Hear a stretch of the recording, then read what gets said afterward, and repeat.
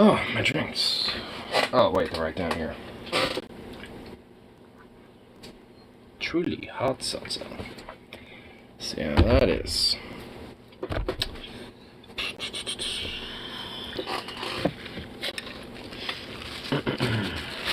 This. There we go. That's a little better.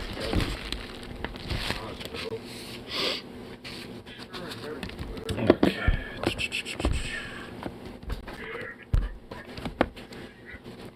Do-do-do.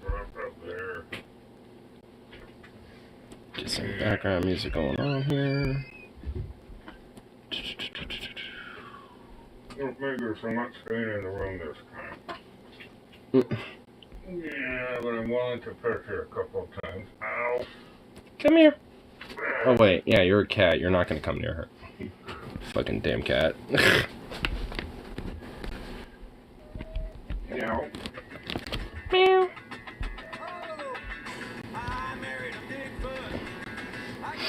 Maybe the cat will come to you if it wants. Meg. Meg. Come here, girl. Sukov, of course. Oh, what the fuck? Okay, there we go. For some reason, Miss Girl struggle. That's always fun. That's always a fun, good sign.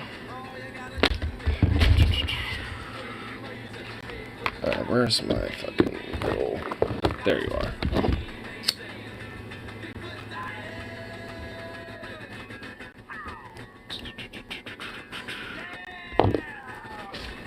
Alright.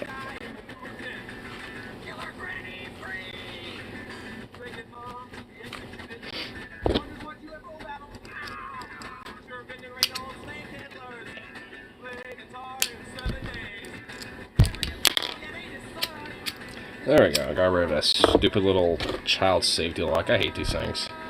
So annoying. How do they get in there? They just, what, it just slides in there and you just... Okay, I guess I see how they would normally get in there. Whatever. Oh yeah, I see, like, you would hook it in here first, and then you would... Okay, I see how they do it. So stupid, though. Husky time at last. Yeah, I like how, like, half the time you're like, oh, we'll wait, and then you never even bother. Like, you pass your fucking little ass out before he even, like, gets close. And half the time you're saying it, like, while I'm literally, like, on lunch from work or something. It's just like, yo, you realize there's, like, a lot of hours before it actually arrives, yo.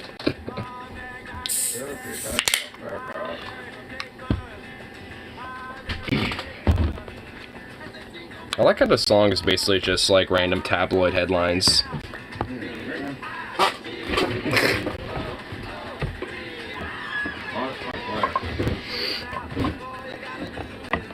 gonna have to splurge and go to the dollar store and get another pair. Okay, it was go to the doctor and get a pair of glasses. It's like, that's like $500. I can go to the dollar store. I'm fine. That's not exactly sustainable. Actually getting glasses that are meant for your fucking eyes is like something that would actually be sustainable long term, though. Yeah, if I put them on and I can see, I'm happy. Oh my god. If I can't see, I'll try another pair.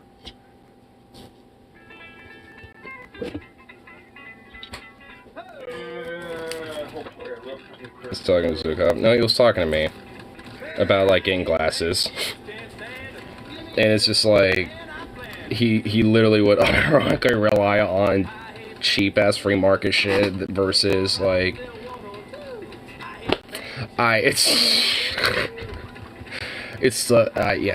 yeah.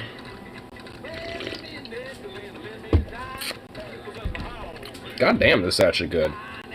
Yo, these Truly seltzers are wow. These are actually better than White Claw.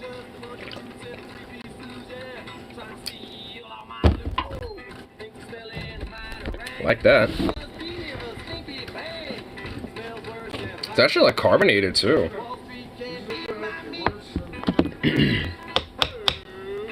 Are you going to the eye doctor to go buy knee glasses? Yeah. And he's like, I don't want to spend 500, but it's like, yeah, because you don't want to, like, you know, spend the money on private insurance because of our fucked up capitalist healthcare system, but you venerate it, so, like, whose ass is that on? Now let me tell you people something. Only banks I like earning banks, alright. Alright, hold on. There needs to be a bag in that first. I don't even have a bag. Yeah. Like, if you're gonna, like, Jesus, that mountain of oh, yeah, hold up. Yeah, I'm getting that bag first. That could wait. I mean, like, what, 1 minute? No, that could wait till the next month. Remember to bring the bag. Why do you think I immediately got up? Because I actually need to, too, anyway. I threw a couple things in here. Yeah, I don't empty the ashtray without a bag in there. Looks like that's been done. Yeah, back when Robert was probably not giving a fuck. Yeah. Alright. And, Eh. Oh, I thought you was holding it the entire... Oh my god. Well, alright, I'm just leaving it there then.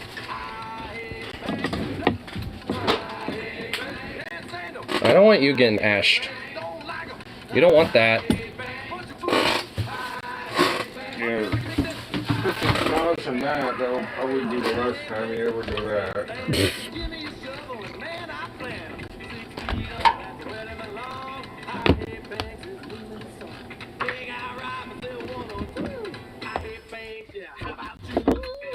I hate banks. And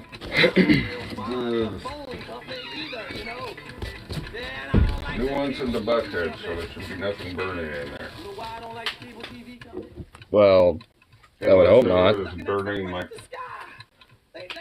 hours ago.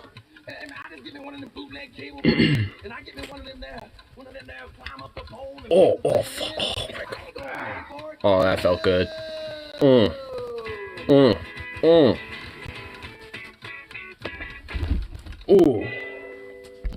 I'm gonna go down in the morning. It's apparently a whole bunch of Krista's stuff disappeared on the ambulance ride to the hospital. Huh? What? Including her, like, phone charger. So I'm gonna go down in the morning and get her a new phone charger. Ay. How in the And she wouldn't have been so long-winded. I would have went down and got it tonight, but this... Okay, well. Did you ever watch the video saying on the ideology of Mr. House and why he's similar to Singapore? No, I actually haven't, but, or at least not yet. But, he was just I also found out earlier today, apparently, like, my mom's, like, getting a checkup done, like an overnight checkup at the hospital and shit like that. And somehow she, like, left a lot of, like, half her shit. And I guess now, apparently, like, misplaced, like, a charger or some other stuff in aim. It's like, oh my god. Love my mom, but she is, very forgetful, frankly. But, either way. Nothing too serious, though. So, I'm not really worried about it. I'm just more like, how in the fuck did you, like, lose a charger and misplace your phone at... I don't know. Moms, what are you gonna do? But, anyway.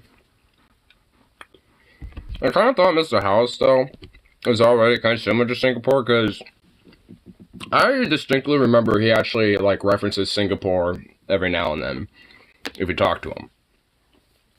Because, I mean, evidently he thinks fondly of Singapore to some extent if he has mentioned it, because I distinctly remember he's mentioned Singapore a couple times. At least when it comes to, like, reference of the pre-world, or like, nuke world and shit. Can I help you?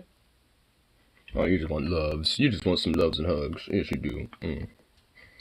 He was just a handsome boy. Oh, yes, you is. Handsome. Yes. You were just a handsome.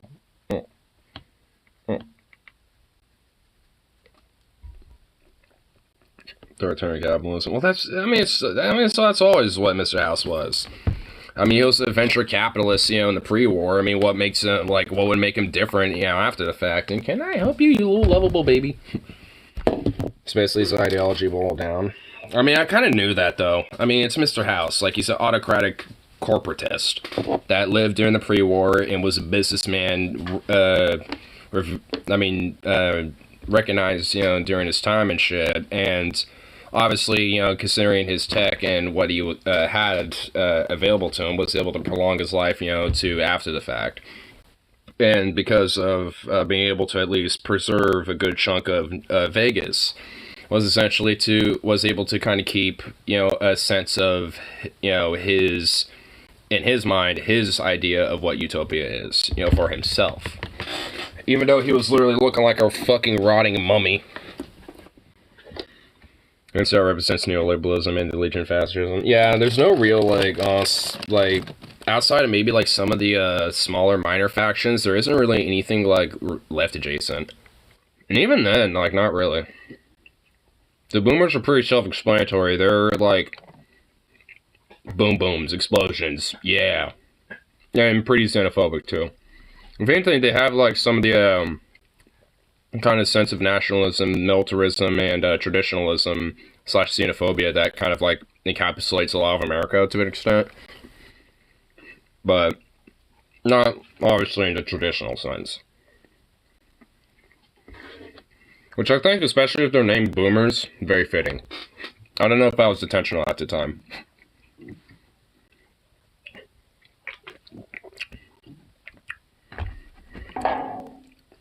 As anarchists in the Fallout Bible. Yeah. Though, frankly, I just seen them more as humanitarians. Kind of blue, the Red Cross and shit like that. I mean, they kind of, seem in my mind more like that, more than, socialist anarchists. Yeah, I mean, I guess. I mean, honestly, considering what their motives and what their main premise of what they do and what they're trying to do, I mean, I guess so, to its root. But, it's not like they're doing that intentionally. They're doing that because they have a sense of empathy and humanism that they want to spread, to the apocalypse, to the wastelands in the apocalyptic world. Because of, of how, destitute, deadly, dangerous, and very brutal and callous it is, to at least, kind of give a sense that people can at least have some remnants of education, from especially of the old world, and at least some sense of, learning and being able to help yourself and others too in your own tribe or community.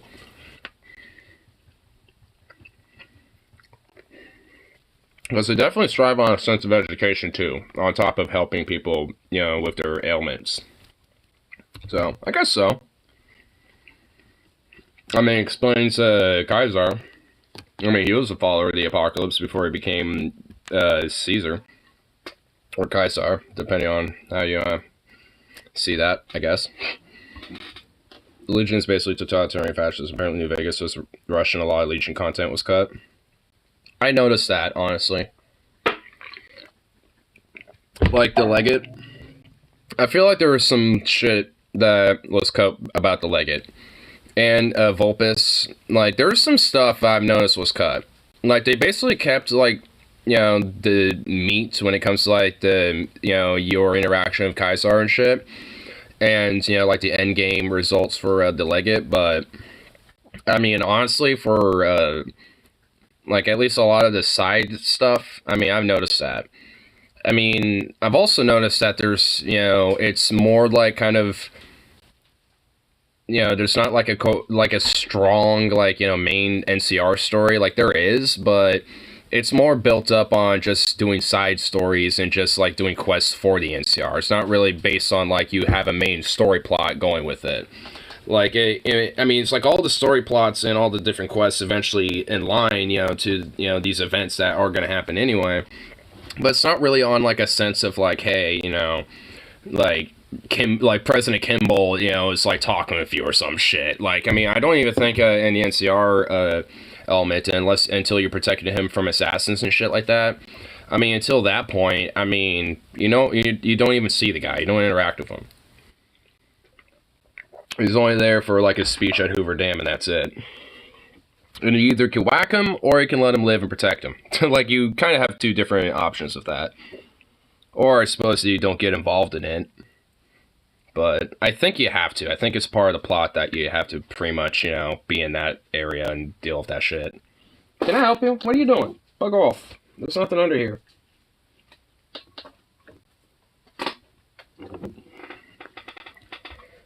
Originally supposed to be able to go to Legion territory, see how life was like on a Legion, but the game was rushed and that was cut. I mean, considering, where, like, Caesar's fort is and everything else beyond that, I mean, you would expect to at least maybe have, like, at least a settlement or two that you can go to that is strictly Caesar-owned, but not, like, destroyed like Nipton.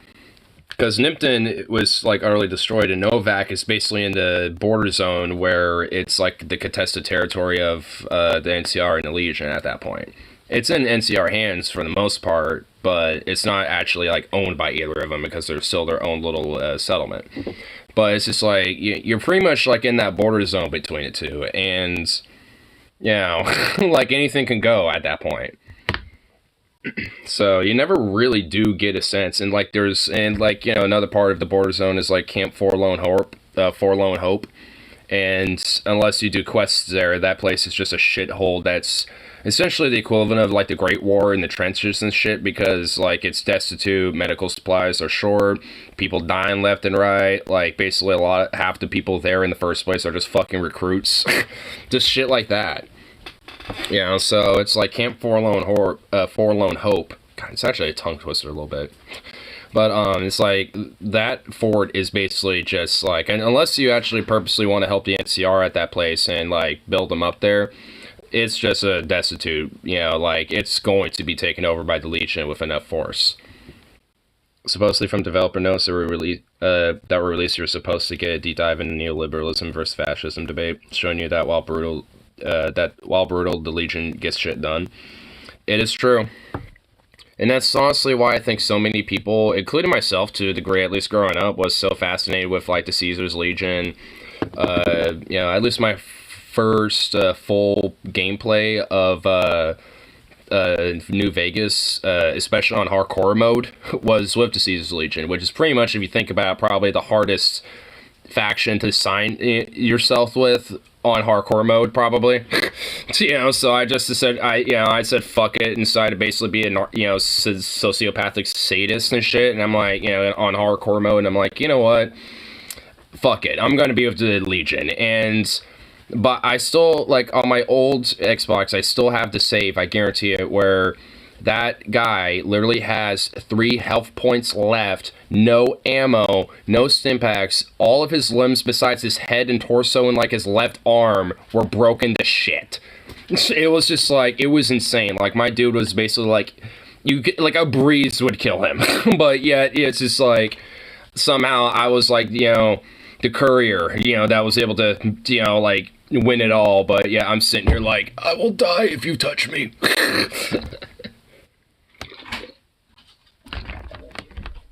I literally did everything, and now I won't die if you even remotely breathe in my direction. I don't even know how I completed that entire gameplay on that character, though. I still remember it to this day because of just mainly the end of the gameplay, just because I know it took at least, like, it took a long time with that character to get through the entire thing.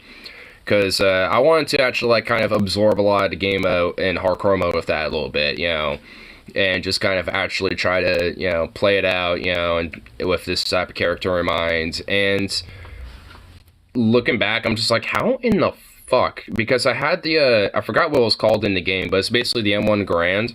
And there was actually somehow a glitch where I got that through the casino owners in Freetown, or I think that's what it's called. It's, or West Side? Yeah, West Side, I think. where it's just like outside the gates of Vegas, but there's like that little mini casino bar area.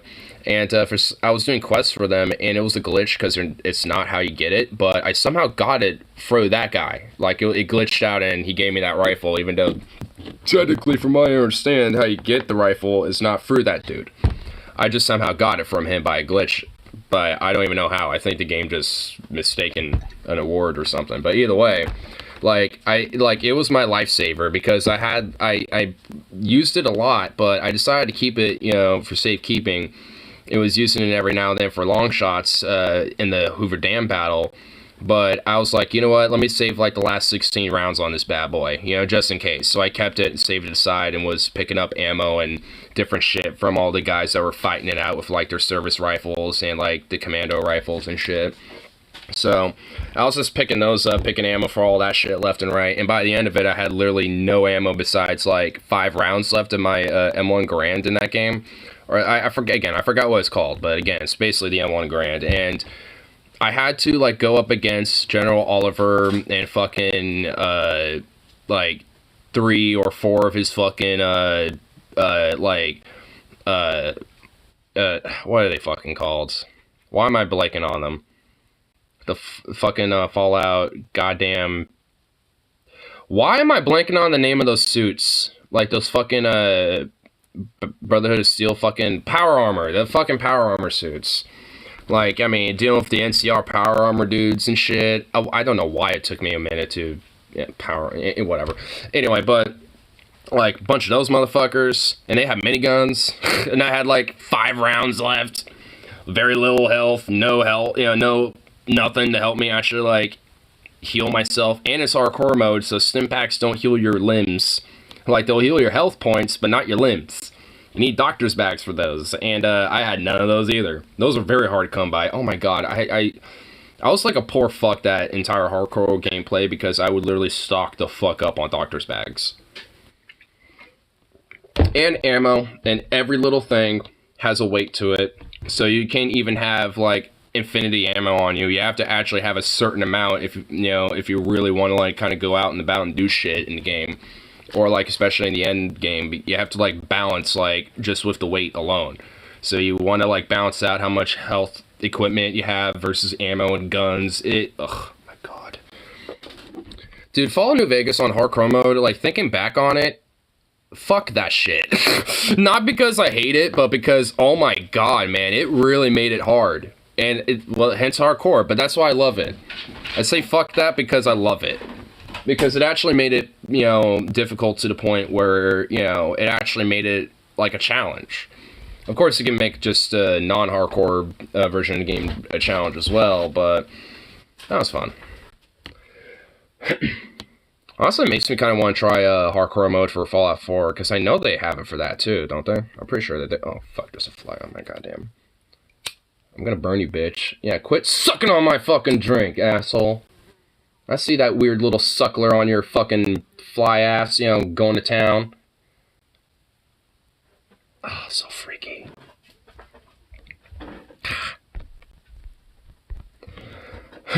Where the NCR does imperialism, the ultimate improve people's lives. This house doesn't care what you do as long as you stay out of his way, and the allegiance forces simulation of tribes is what fuels them. Well, yeah. But also, that's their ultimate failure. Because also, if you think about it, with Kaiser, he's the only reason why the Legion even fucking stands in the first place. The Legate is just a fucking military thug, basically, and a military general. Like, he's a tactician, but that's it. Like, I mean, he's not a diplomat by any stretch of the imagination. And who would that leave? Nobody. So, and if anything, if he sided with the Legion, he goes with the Courier because he, in his mind, especially, obviously it's, subjective, I suppose, but he sees the Courier as somebody like, this would be somebody who would be worthy and able to take the mantle of the Legion once I'm dead.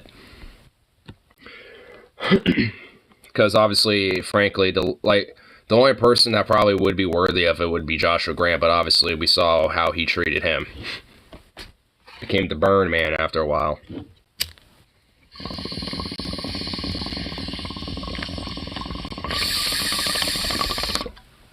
For losing the dab. Yeah. which frankly wasn't even his fault.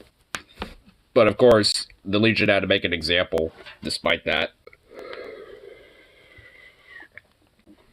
Fucking flying that of the flying that sees MC. That don't even make sense.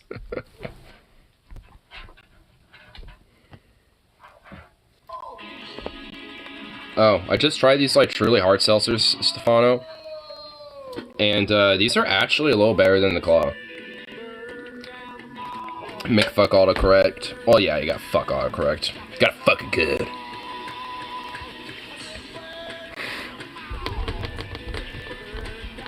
Make fuck me. Yeah. Hey, we were just talking about a little bit of Fallout New Vegas and shit. Yeah, I mean, honestly, the main reason why I don't think Joshua Graham is necessarily at fault, because honestly, like I said, the Legion is kind of destined to collapse and fail anyway, just based on its power structure. Like, Joshua, you know, isn't going to be able to really necessarily fucking, be the guy to fucking, you know, like, fix that problem, outside of just continuing it. I mean, and also, he's just mainly a pawn, you know, to the overall head of it, which again is Caesar. And once that's gone, it's a power grab. He would have to, you know, have enough cunning, and knowing Joshua Graham, he definitely does, if you have the Elders of Zion DLC. I'm really picky on Seltzer. I like White Claw Grapefruit, and I like that iced tea. Now, I like the strawberry White Claw, and I like the black cherry one. I like the strawberry and lemonade, truly. That shit's out. This is actually fucking, like, probably my new favorite seltzer now. You want to take Charisma to run the Legion? Yep. Like, he did the same thing for the tribes in fucking, in Zion. Because one of them was Legion-backed because they were going to join the Legion by proving their worth as being a very brutal tribe by wiping out the rest and solidifying their territory. I think they were called the Blackfoots. Or something like that. There's another one I like, but I can't remember the brand. Yeah. The Malarkey Brewing Co.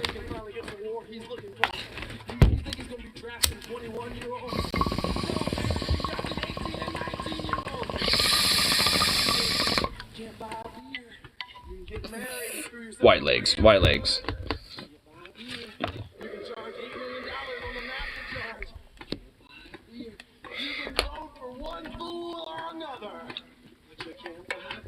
I think. No, you're right. Yeah, they're called the white legs. It's because they have, like, white paint on their legs and shit. It's part of, like, their, you know, tribal paint that they have. Or, like, their war paint and shit, hence their name. At least, for my, you know, just like any other, you know, tribe, they, you know, their name is going to be based off of something about them. I mean, especially considering, a lot of these post-war, you know, tribes and shit. I mean, they would still have some sense of English left over, so it would be understanding, you know, to call them that, or at least have that as, you know, their name and shit. Despite having their own language and shit, practically. All you moralistic, twisted little evil oxpeckers. You say you want to censor rock and roll. You want to decide what you read, what you watch, what you listen to. Sandra Hall's fucking video. Everything is ableist.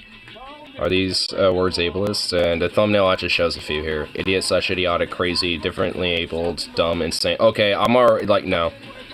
Insane, lame, moron, psycho, especially abled, stupid. Okay, like, this is why I'm actually, like, you know, not on this whole, like, yeah, let's, you know, ableism is actually, like, kind of merited.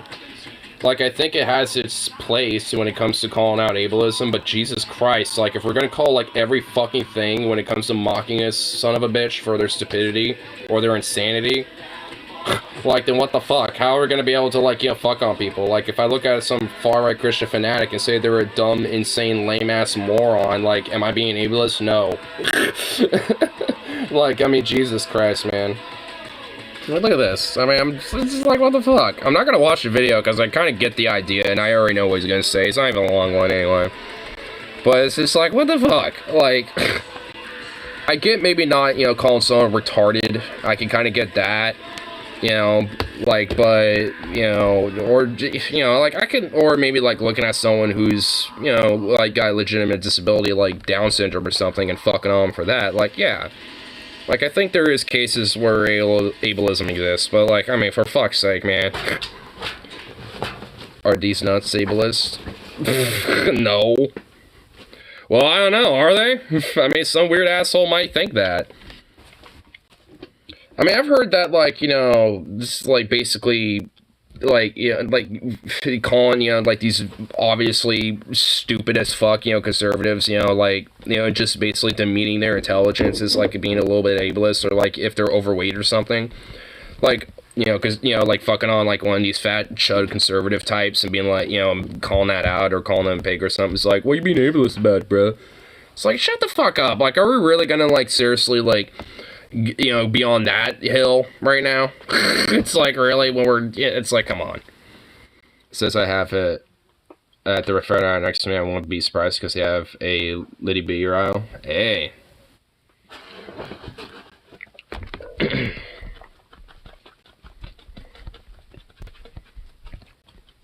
Oh, there's actually a new Second Thought video that was released today. Why peaceful protests won't solve anything. Civility doesn't work. I can already tell this is going to be based. Let's check it out. To you by Curiosity Stream. Get free access to Nebula. You and your curiosity. What you're looking at here is at most. Okay, hold on. All right. This is a small protest. Of course, it's not the size that matters, though. It's what you do with it. And what was done with this protest? Trump, right? Apparently, Trump stole nuclear documents. Yeah. If you want, we can go more into that, because I know Kyle released a bunch of videos on that shit. The video that triggers the libs. Quite interesting. What you're looking at here is at most about 100 people gathered in front of Brett Kavanaugh's house protesting. It's fucking Back fly, in bro. May, Politico leaked the Supreme Court's decision on Roe v. Wade early, and understandably, people gathered outside conservative justices' homes to voice their anger. They did what protesters do and have always done. They chanted rhyming slogans, held witty signs, and drummed on plastic buckets. Again, this is what it looked like. But what matters isn't so much the protest itself, it's what happened afterwards. A lot of people weren't fans of what they saw. The guy who took this video, Douglas Blair, got invited on Fox News and called it genuinely one of the scariest things I've ever witnessed. And he wasn't the only one. As soon as this video... Like, people meandering around of signs and shit is, like, the scariest thing you've ever seen. You know, January 6th existed, you stupid fucking talking head shitbag. Well, of course. I mean, he's on Fox News. Of course, he's not going to mention anything about that. But, like, either way, I mean... I love the fucking, like, two-faced shit. I mean, it's expected at this point. I don't even know why I'm mentioning it. The condemnation started pouring in. Republicans called Democrats hypocrites for not denouncing this heinous act of violence, with barely enough time to get the words out before the Dems proved them wrong. On Twitter, people did the same thing. Liberals and conservatives should have thrown a couple of Molotovs in Minecraft there, but yeah, then they might have had a point. The like put their 2 cents in. But yeah, all content satire, by the way. Begging protesters to be sensible. Bill Crystal, please don't protest at people's homes. Please don't intrude on people attending their houses of worship, organized politically, but be civically. Go fuck yourself, Bill Crystal, you worthless shitbag. Civically, as one conservative pundit put it. Many came out of the woodwork with the same take. Protesting outside a justice's home is unacceptable, and the conversation became about how people protest, not why. Moments like these are the bread and butter of American politics. Every time a protest happens, conservatives stoke fears about the woke mob and liberals tone police, asking protesters to rise above and not slip into the barbarity of bullies like Trump. The Dems and Republicans... At this point, it's let that get in their faces and make them uncomfortable. No, 100%. Like, I mean, this is why whenever it comes to, like, progressives or liberals that want to do tone policing shit, I just want to, like...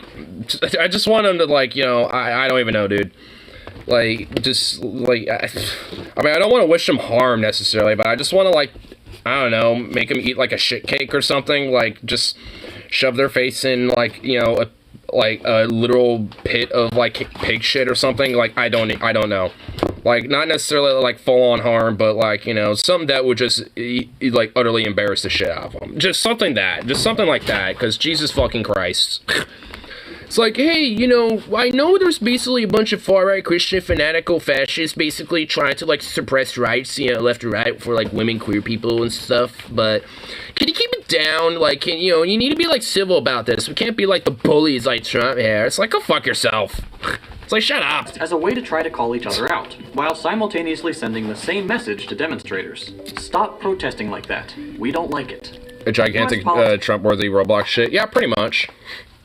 Is rife with this kind of stuff. Sukov is trying to go after this fucking fly, and he is so committed to it.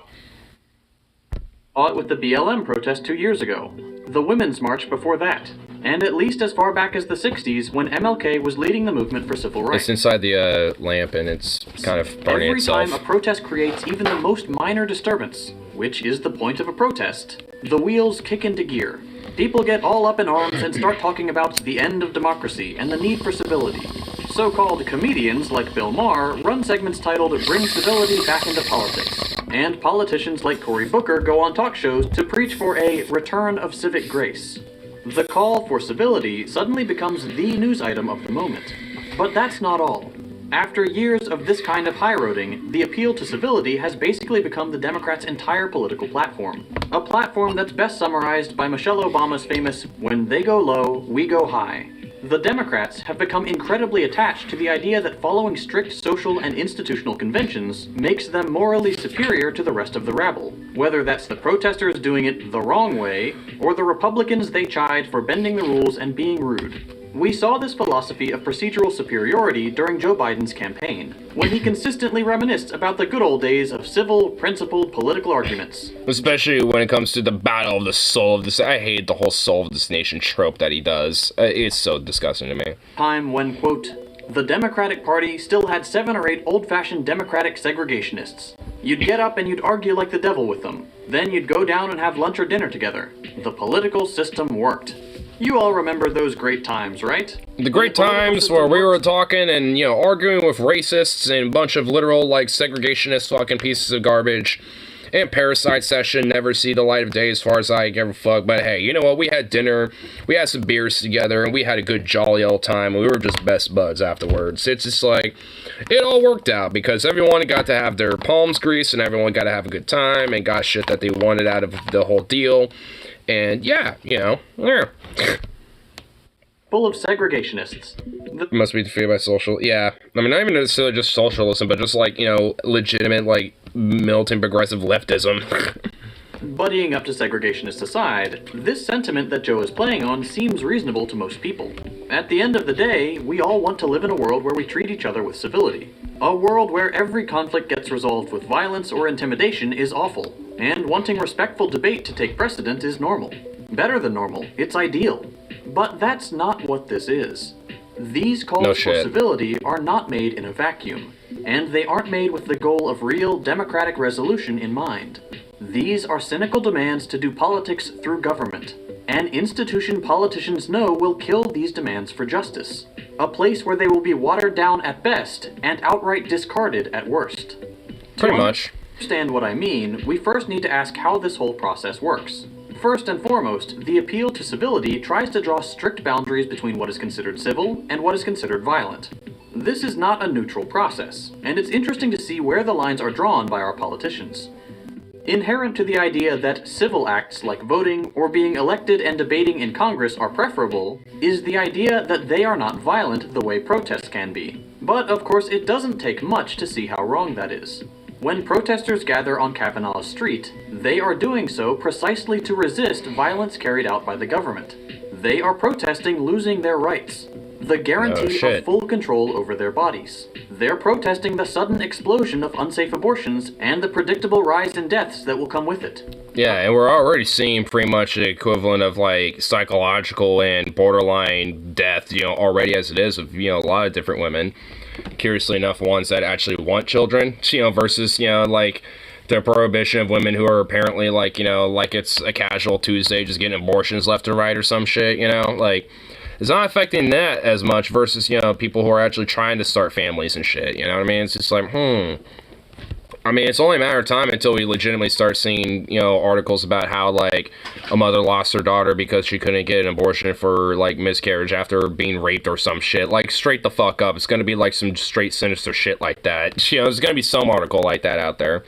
eventually. That's going to look like a 21% increase in pregnancy-related mortality across the country, which will be even worse for people of color, with a 33% rise in deaths. That is on top of the fact that the US already has the highest maternal mortality rate in the imperial core. People are protesting the imminent prosecution and possible imprisonment of hundreds, if not thousands, of people. And also vigilante squads, trying to collect bounties and get financial compensation for snitching and being rats and narcs for people who may be getting abortions out of state. Pregnancy will become more fatal than they were before, with last resort use of abortion as a treatment suddenly off the table in many states. Femicides will go up. This means thousands of preventable deaths and untold preventable suffering. For millions of people, the end of Roe is a sudden, tremendous upsurge. Same people for small government, exactly. Of very uncivil, very predictable violence, and a protest. And yet, we'll literally use government, in every step of the way to make sure that they can quell your rights as long as it goes against their idea of what ought to be free and just and libertine about our country. Hardly comes anywhere near it. Women having access to abortions, that's not free. That's a bunch of tyranny. But if you listen to the way Democrats and Republicans talk about the government, at least in its ideal imagined form, it would never seem that way. Somebody was holding the Bible upside down. Is never down. held responsible for this kind of violence. It's always the protesters that are violent. The principled debates in the assembly, the decisions made by the Supreme Court, the enforcement of laws by judges and overly militarized police forces. These are all just procedures. It's civil, it's well organized, it's legitimate, and therefore, even when the consequences are brutal, it's not even really violence. Because violence from the state, no matter what, from the top down, is seen as justified, at least, to those that peddle and maintain the status quo, like the Democrats that tone police protesters. Because the idea is that, hey, we don't want to have to use a lot of our own civil decorum, these thugs right here that we're looking at, to quell, a bunch of other thugs because y'all are getting too violent. We want them to just stand aside and just intimidate you and make sure that you don't get too rabble-rousy. When the whole point of protesting is to put these motherfuckers into action and, fight back and show how much, the system is willing to, crush the foot of the average person to, everyone else on the outside. And actually fight back against this type of system. Because you really want to it's like, what, you think these motherfuckers are here for, peace and just, casually sitting there while one guy's got, some rubber bullet rifle aimed at, some people? I guarantee you this shit was probably during, either 2020 or, the recent protests against the Supreme Court shit. And it's just, and honestly, I don't think there was anywhere close to the same rabble-rousiness with the Supreme Court ruling and shit that happened versus, the George Floyd protest, frankly. And even then, neither of them deserved this reaction by the fucking pigs that they deserve. Because we noticed, I've noticed some of the footage, because he's talking about the whole Roe v. Wade thing about people, at least especially women, fighting to protect their rights on this issue. I'm noticing that they all happen to be in fucking riot gear and shit like this. Their gas masks in their bags ready to go in case the tear gas starts launching. Neoliberalism and neoconservatism are both incredibly toxic and meant to be defeated. I mean, honestly, frankly, realistically, what's the difference? What? One's more socially conservative than the other one? One, hates queer people while the other one's willing to, pander to them for consumer capital points and for profit points. Oh yeah, neoliberalism, just that much better. Do not buy fashion so we can help it. And frankly, a part of me really wants me to be to see some of these motherfuckers honestly bring it on. They're already, are just literally frothing at the mouth. It's Jesus Christ, you're all rabies infected and just at the peak of the infection. Jesus Christ. Come on, start biting people. Give me an excuse. Deserve all this violence on his doorstep.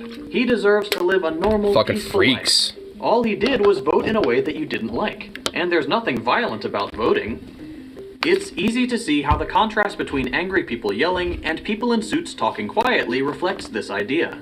And that's the image politicians like to invoke when they're talking about civility. But the state has never been a non-violent institution. The American government especially. For starters, the liberal regimes most of you watching this video live under are entirely the product of bloody, violent revolutions, like those in France and the US. Nobody voted the king away or acted all that civilly. But that Also, when it came to the fight of rights in these countries that he's mentioning, by the way, it took a lot of legitimate bloodshed too. That doesn't mean we advocate that, by the way. It's just historical sense. Like, for example, when it comes to labor rights in this country, even things like with women's suffrage movement and even civil rights, like, at least especially in the early, like, 1920s and shit. I mean, hell, in 1921, there was a fucking battle of Blair Mountain that, for people literally trying to fight for their fucking rights and, conditions to improve. Like, I mean, a lot of what, today what we take for granted literally was fought with blood, sweat, and, legit blood, sweat, and tears. It wasn't just, like, going out and having, like, a little peaceful march. It's definitely a major pinnacle of it, but, I mean, there needs to be, like, a legit sense of, like, a vanguard that is willing to, stand guard and be like, nah, when shit hits the fan, or, like, when, push comes to shove, we're gonna make our fucking point. Because there really needs to. There needs to be that element, because, I mean, legit, just, going out there with some signs and, making, some very rabble-rousy speeches and getting, some people all, pissed and figured out, at a protest and shit, doesn't necessarily do shit. Especially when they already are calling you a bunch of violent, uncivil bunch of degenerates or some shit as it is. If they were going to call you that, you might as well go all out with it. thousands of early Americans participated in the genocide of Native Americans that is still going on. Today, the state relies on the tremendous violence of the police, the carceral system, and the military, with the US accounting for nearly 25% of the world's prison population and spending more money than the next 10 countries combined on its armed forces. There's more. Every day, the governments we live under choose not to end homelessness, poverty, and malnutrition, despite these measures being well within our means, and in so doing, subject millions of people to a more structural form of violence. Governments allow, and often encourage, fossil fuel companies to destroy local environments and rip through reservations with oil pipelines that have a historic record of failure. Which are inherently violent. That's more violence. Yep. Without needing to go back very far, we can see that the liberal government we live under survived for generations by capturing and enslaving human beings. These same liberal governments also colonized entire continents, crushing their native populations without remorse. And once colonialism was formally ended in many parts of the world, formally, quote-unquote, former colonies were kept under the imperial boot in a series of neo-colonial, neoliberal market reforms. At times, governments, I guess you could just say that's just colonialism with extra steps, even carry out direct, very targeted violence against their own people in horrific acts like the move bombings that wiped out an entire block, or the removal of Fred Hampton in his sleep. Government, and specifically the kind of like the choice of phrasing, government that you most likely live under, is tremendously violent. It's not civil at all. It's just very efficient and formal with the way it conducts its violence. When politicians... And that's why it's considered, quote, civil, because it's pretty much already been grandfathered in, and it's considered a part of the system. And it's just like, well, if it's a part of the system, then it's civil, but if you try to challenge that, then it's uncivil. Evidence, which frankly doesn't happen very often, their last resort is to rely on the idea that this violence is legitimate. The violence may exist, and it may be deplorable, but it is ultimately publicly sanctioned. The way this violence gains its legitimacy in the 21st century is by claiming that all this awful stuff is just what the people want. At the end of the day, in liberal democracies, the government acts as nothing more than a mouthpiece for the will of the public. So if something bad happens, it's just because the people wanted it to, or they just didn't vote hard enough. This is how Obama recently explained it in an interview for a show that he produced. In this clip, Obama was told me not to give EA money for Sims DLC. If you give EA money, EA kills a kitten. EA literally just, like, slaughters a kitten just indiscriminately when you, like, give them money. Change and an end to much of the Why don't we have Medicare for all? Yeah, I mean that's. I'm also was about to say I have a little minor critique because, like, I mean, if most of the people generally like want a thing and like the government has a consensus of allowing that type of thing, it's like then yeah, why wouldn't we have things like Medicare for all? But the problem is that it doesn't keep aligned with the neoliberal status quo. I mean, that's why, because whenever, something, again, challenges that line, it's not just either seen as uncivil, but it's also, like, either excused as unattainable, unfeasible financially or economically or whatever the fuck. Like, if you can't necessarily say that it's, like, uncivil, they'll use some other fucking excuse. I mean, because, like, fundamentally, I mean, if there is something that, like, you know, majority of people want when it comes to, like, a major radical or formal change and shit, they're going to do pretty much anything and everything to either excuse and placate people with, like, oh, just can't do it, or they're going to do the most barest of minimal of action, you know, to make people be like, oh, well, I guess they did something. Even though they literally didn't do shit at all. Like when there was a lot of this national gun legislation that got passed or whatever the fuck. Like it literally was just practically nothing. It's like, we'll give money to states that, you know, are gonna, to encourage them to do like red flag laws and blah blah blah and, you know, some other random shit. I mean, just like, it's like, so, oh, you give them basically, you know, some money to states that either already have red flag laws or, you know, doing some red flag laws. Oop, I did it again. Well, EA literally just slaughtered a kitten, and they didn't just, like, shoot it. They literally, like, took a rusty knife and just, like, slowly, you know, turned its insides out. Like, I mean, you just let a kitten have the most miserable, most horrible, prolonged death that it could potentially have in it, you know, ever for a cat. But you also have to give money to states that don't have red flag laws because of reasons. Yeah, pretty much. It was just basically a way to give handout money to various states, you know, in hopes that they will do red flag laws or at least, you know, expand on what they do have. And it ain't gonna do shit. It just ain't. Like, I mean, if they had, like, a federal, you know, standardized, even if it is, like, you know, vague as fuck, you know, a federal red flag law, at least then I could be like, all right, there's at least a little something, because then states, you know, from there can reinforce it and expand it from there. States are encouraged to adopt red flag laws while giving money to states that don't have red flag laws. Wow. It's just fucking wow, bro. Yeah, and of course, most of these red states are going to be like, hey, cool, thanks for the free paycheck. Like, the governors of these states are like, cool, thanks for the money. Anyway, so, how about we make a law that prohibits red flag laws? Oh my god, wow, what do you know? You're like, oh, I was making a joke, but wow, Venom literally just actually made it reality. They were doing an anti-red flag law in Alabama Senate. Oh my god, I was going a little hyperbolic with that, but wow, I guess no. How does that even work? Basically, like, if, you know, I guess maybe it's because even though maybe, like, a state doesn't have a red flag law, someone can still potentially, you know, say somebody's a red flag and still have them investigated, and because of that, they still potentially can have their guns confiscated. Dangerous people go. Yeah, maybe. Like, I don't know. I mean, that could be it, honestly. It's just like, you know, cite people, you know, of like a misdemeanor. Like, probably, legitimately, honestly, that's probably the case. Like, make it a crime to report people who are dangerous for, you know, guns and shit. It's like, oh god. Oh, well, yay. 8 never materialized. Obama responds by saying, except it turns out Mitch McConnell was elected too. Right? Precisely because the country is a big, diverse, complicated place. Look, here's the thing. The idea here is that because people are just so different in this big country, putting an end to this violence is too difficult. We need to compromise. Except Obama's time in office was full of moments where he led the charge on increasing the state's violence without facing any resistance. For a long time, Obama was called the deporter-in-chief because of how aggressively he pursued the deportation of, at the conservative end, was a class traitor. He wasn't even part of the working class to begin with. Like, he was a fucking rich boy through and through. Like, he basically, you know, delved into, like, a lot of, like, leftist socialist ideas because he thought it was easier to get pussy. Like, that was basically the main reason why he even explored, like, more socialist ideas and shit, was just so he can get laid. So he was never fucking, you know, a part of the working class or recognized their fucking struggle from the fucking get-go. So, fuck him from every step, you know, from every moment of his existence, as far as I give a shit. He was a fucking, yeah, inherited traitor from the beginning. So, fuck him.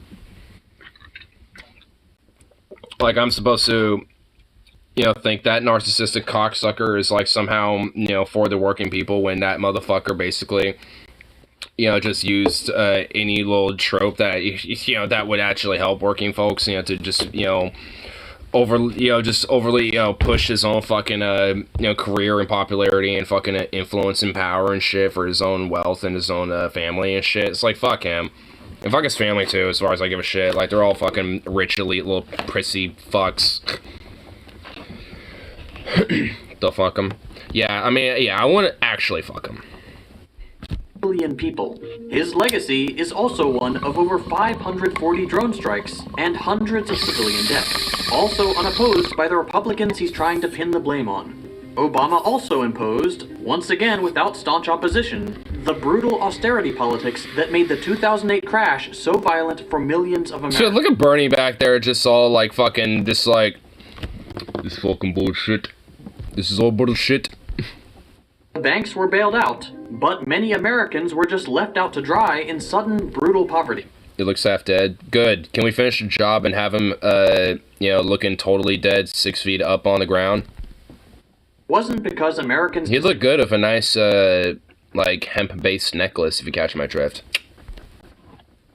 It's because their one that can hold his weight up. voice didn't matter as much as those of business interests. This is because, unlike what Obama is trying to convey, the government is not an impartial institution. The state is not a perfect expression of democratic will. It is the crystallization of class dynamics. When they act, our capitalist governments do not exclusively consider the public's demands. Every decision, whether small or large, gets filtered through the long-term preservation of capitalist interests. While some decisions the public supports make it through, many do not.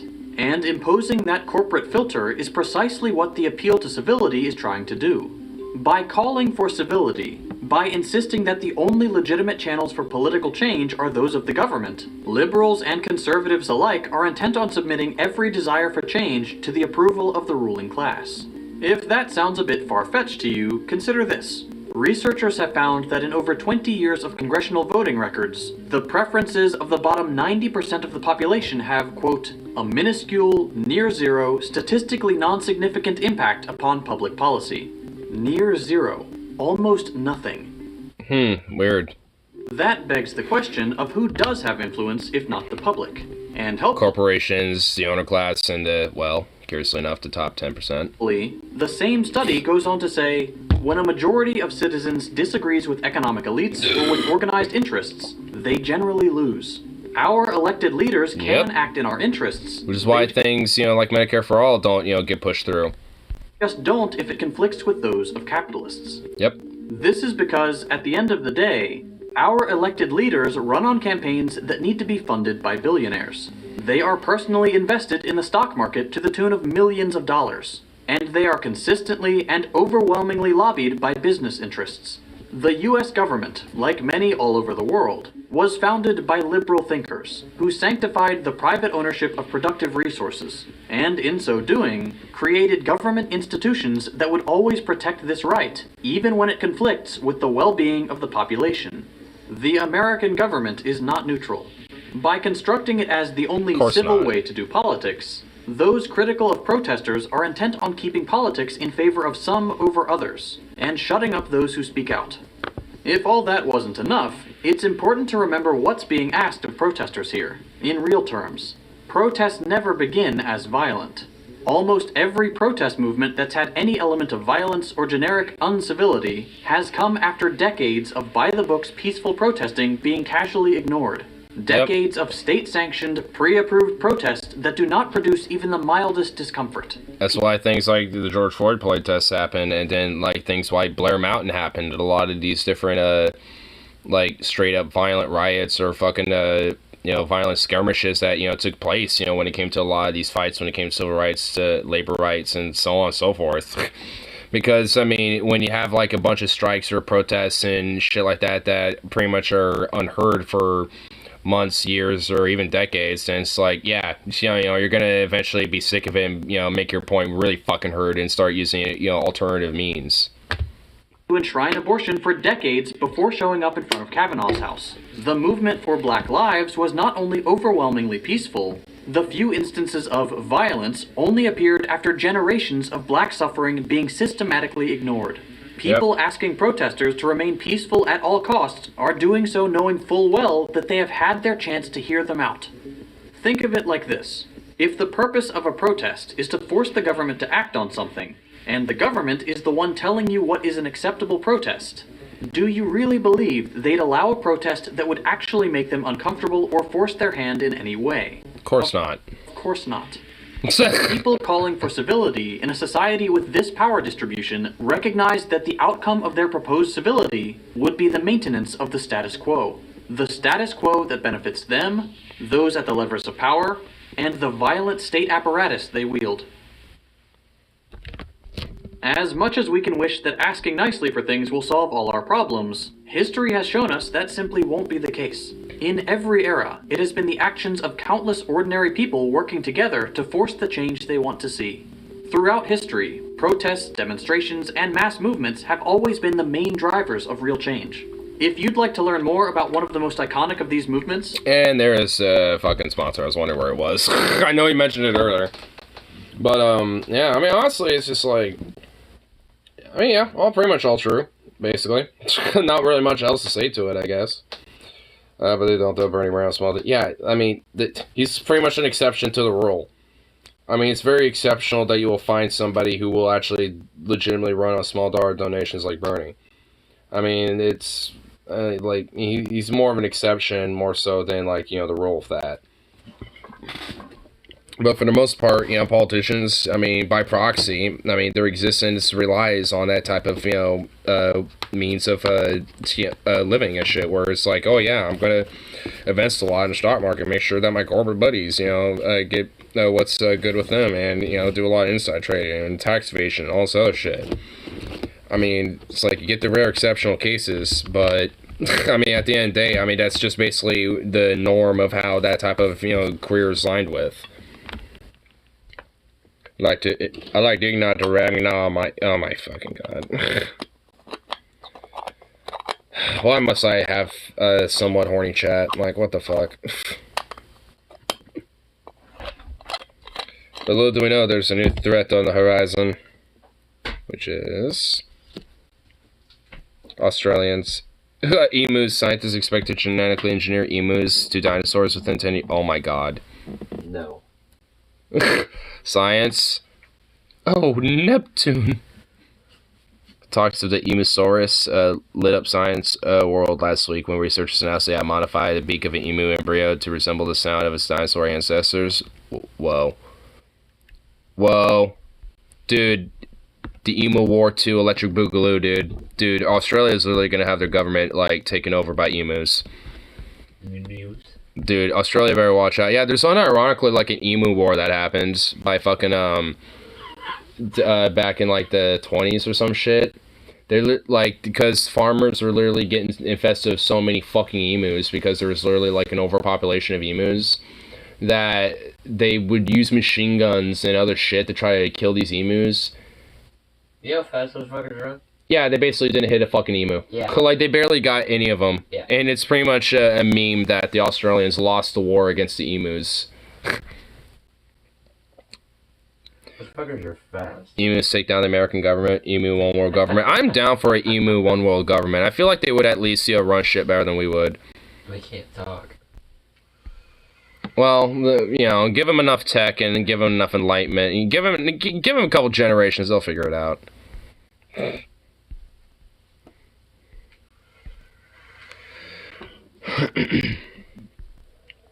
How was work?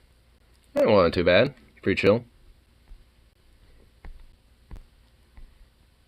Whoa. Sunlight through this fountain looks like it's pouring lava. Well, this is kind of fucking dope. Damn. Dude, that's fucking cool. That's what it looks like normally. Yeah. That's what it normally looks like, but in the sun, it literally looks like it's pouring lava. That is fucking dope.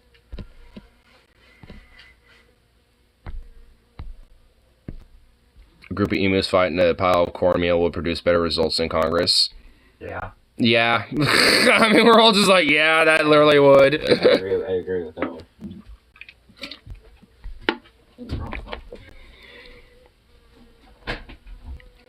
Oh, this motherfucking fly, bro. I've literally have singed this fly a few times, and it's still alive. Like, what the fuck are these flies made out of? Like, I'm not even kidding, dude. Like, I've actually, like, when I burnt it the last time, I straight up singed it. Like, I think it at least has, like, a leg burnt off, but it's still alive and flying around, dude. And it was on that light over there, which gets fucking hot and will burn a fucking motherfucker. So it's just like, how's this fly alive? Like, what is it made out of? What's the opposite of progress? Congress. Oh yeah. Even my dad will say that. And he's a weird libertarian dork. Oh, I'm gonna send you, bitch. Ah! Fuck you! Oh, shut up, you asshole. Motherfucker. Which ones are you drinking today? I found these seltzers, and these were actually pretty good. Truly? Yeah. I've been truly not a big fan. Well, I know you're not a fan of seltzer, you know, this fucker. This is where you need a torch, so you can just torch a bitch. Get the fuck away from me! Ah! I'm done with you. You're looking right at me, asshole. Ah! Fucker. You should have seen the one I got. It was on my tablet. Hmm? It was on my tablet. It was just sitting there. So I take my hand and I go like this. And I put it in front of the tablet and I go, piggy. Like, yeah, bitch, gotcha. Did you see the meme I sent you of Moron Attack on Titan Green? Oh, you know what? I think I had a cursory glance, but I didn't actually, like, see it. Whoa. Okay, there we go. Marjorie Taylor Greene comforts J6 per...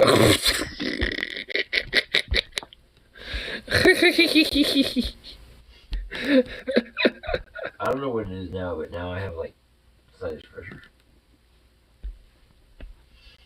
Dog. Doggo. Bubble. Doggo. You gotta go outside? Speaking of which, I see a little article that I remember looking at by the Organ Catalyst. But I thought this is a little interesting. Organ what? I mean, this article. And god, son of a bitch, hold on. Okay, there we go. Oregon City's eye bans on diesel, natural gas, and pet stores. Diesel, natural gas, and pet stores. So, yeah, hold on. So, I mean, they're different towns and shit, but, so the city of Bend this week considers banning pet stores from selling cats, dogs, and rabbits. Now, get this. Oddly, is no store in Bend that actually sells cats, dogs, and rabbits. So, this ban would just it doesn't stop anything. It's just like we're gonna ban a thing. Is there actually anything here that is, got this? No. Wow. Yeah, it basically just like stops people from potentially doing it in the future or some shit. It's like, okay. Yeah, just go to a different fucking town and fucking get one. Well, I mean, I'm assuming there's also maybe like adoption centers, and I'm assuming that would be technically a different thing, versus like an actual pet store. Yeah. So, I mean, I imagine there's like adoption centers, but not like an actual pet store. But I mean, I don't know. Seems a little like odd. I'm just like, huh? That's weird. Especially when there's not even any there. It's like, what's the point? I mean, you don't even have a pet store there, so why? But the city of Eugene has been debating banning natural gas from its installed in most new homes being constructed. Expect energy prices to go higher. I mean, I agree on that. I mean, I don't know. It kind of depends. Like, if you install like your own solar panels and shit. I mean, especially throughout the summer. I mean, like, you might be able to technically get a lot of energy to where you might even have some that you could, store up potentially. Yeah. Because I know, especially if solar, depending on where you live, you actually, can get money for having, because you get so much. Back to the energy company. Yeah, because I know, like, a lot of places like California, like a lot of, especially new homes, have, like, solar panels pretty much already installed on them, essentially, and, and from my understanding, it helps, especially with, like, electric bills and shit like that for people, so. Yeah. It just kind of depends on what they do with that, I suppose. Like, if they, if someone doesn't do that or some shit, then yeah, they're probably going to have, higher energy prices and shit. If I did solar panels, if I ever had an RV, I'd put them on there. Oh, hell yeah, dude. Yeah, if I were to have a van, I'd probably put a couple on that bitch. Probably. And Portland is debating banning the sale of diesel fuel in fueling stations and instead mandate that they sell diesel fuel made by vegetable oil and animal fat. Huh. So just biodiesel. Portland would be the first city in the nation to do so. Previously, Portland banned sparklers and fireworks to come back. Oh my god. Okay, yeah, like that's really actually going to do anything. These bans would reflect that Oregon is out of ideas. I can kind of see where this bent is. And that a handful of people are obsessed with abolition and banning their way to it. Oh my god, dude. I can just tell what fucking framing this is, and it's just such on a random right-wing bent. Oh my, wait, what? Don't forget last year when the politicians tried to ban bacon from hospitals and hospices? Alright, hold on. HB 2348 bans bacon in a hospital. Wait, what? Really? Wait, hold on. This actually was a thing? By Representative Wild and Eugene, it requires hospitals so it's like introduced by some dork to make plant-based meals available. Wait, hold on. So it requires hospitals, long-term facilities, and prisons in Oregon to make plant-based meals available with provision that bans bacon, sausages, and other processed meats. I mean, like, if it was basically just like, you know, to make plant-based meals available and that was pretty much it, and maybe like a provision that says like, hey, we would that like discourages by, I don't know, adding like a processed meat tax or something. I feel like there probably could have been a better way to do that, but I guess it was actually a thing. Oh my god. Hospital is often a place where people spend their last few days on. Oh my Jesus Christ, dude. Man, this fucking like web outlet article thing. I mean, like, contribute online at Oregon Watchdog. Charitable tax deduction or political tax credit options to promote liberty. Yeah. I already know what their fucking bent is. If they're like, promote liberty, brother. They're trying to ban our bacon. These goddamn communists. Like, I mean, dude. I mean, considering that hasn't happened at all. Like, I doubt that was going anywhere anyway. I think you just had a weird vegan, state senator or some shit try to propose something, but was going to be dead. And I swear to God, this fucking flying back. I will. But, wow, dude, I kind of want to see some more articles from this site, dude. Just considering their weird right-wing bent. This fucking fly! Motherfucker literally buzzed right in my ear, dude. Oh my god. Jesus Christ, dude.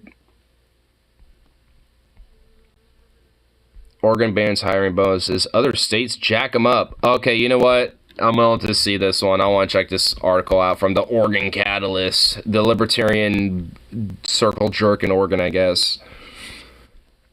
Is this harmful? Like, it has a red circle, dude. Oh my god, the red circle and all.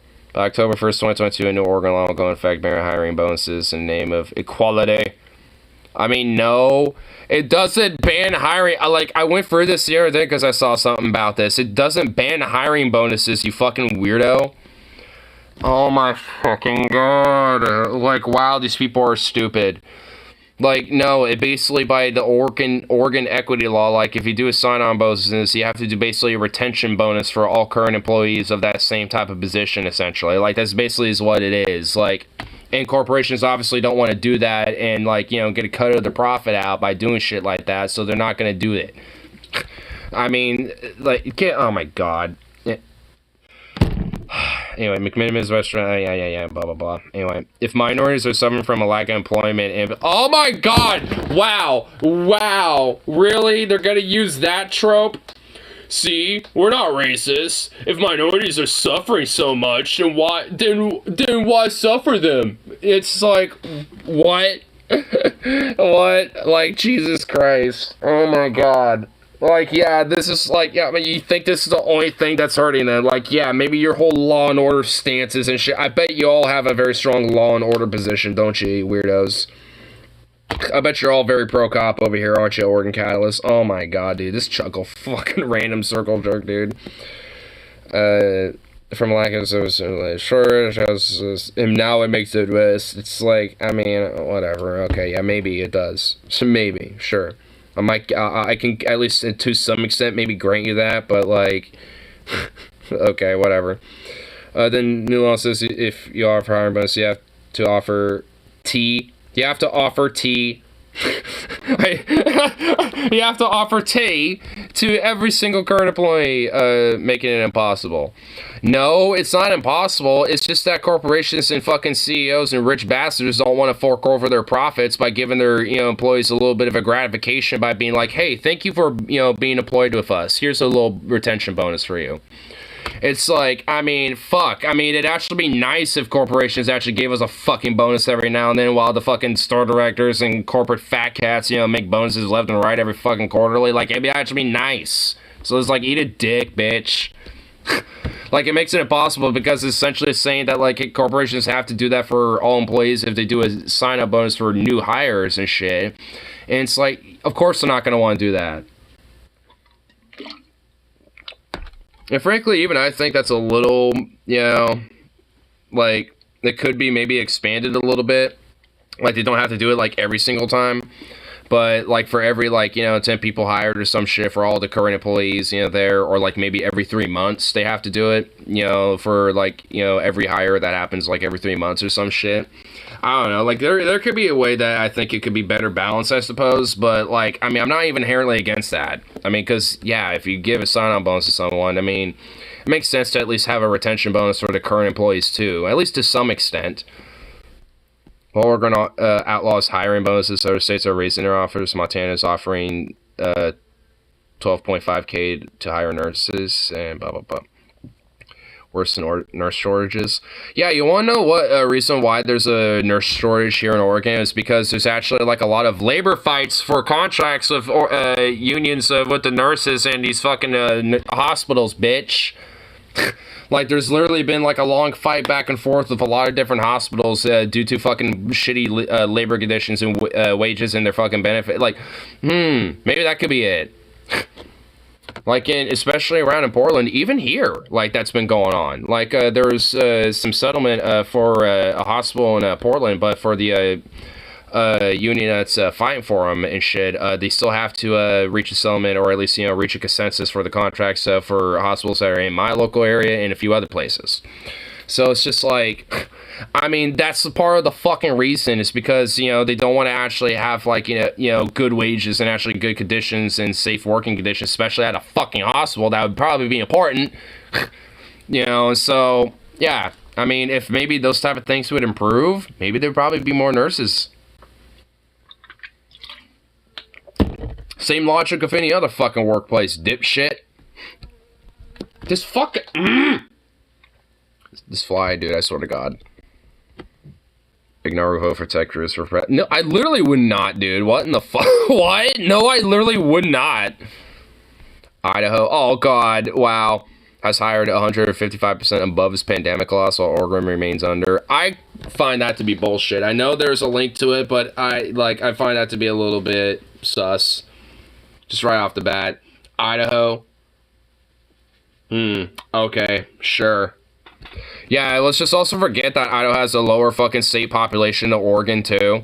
And also doesn't have, good, workers' rights there as well, either. Where basically, companies can just kind of swindle you and, bamboozle you and fuck you over, especially if, not great wages, things like that. So, yeah, that's probably why people desperate enough to fucking, get at least something, worth of shit due to fucking labor shortages there and shit. That's probably why. If anything, honestly, I'm probably imagining a lot of companies have reacted by bumping their wages up, and that's probably why they are seeing a, increase in shit. I mean, let's also just forget there's a major homeless crisis too. Like, I don't know, maybe there could be variables as to why that is, but it ain't because, Idaho is, like, doing something unique here. Like, the only thing unique they got going for themselves is some fucking potatoes and, like, the history of Ruby Ridge and shit. Like, get the fuck out of here.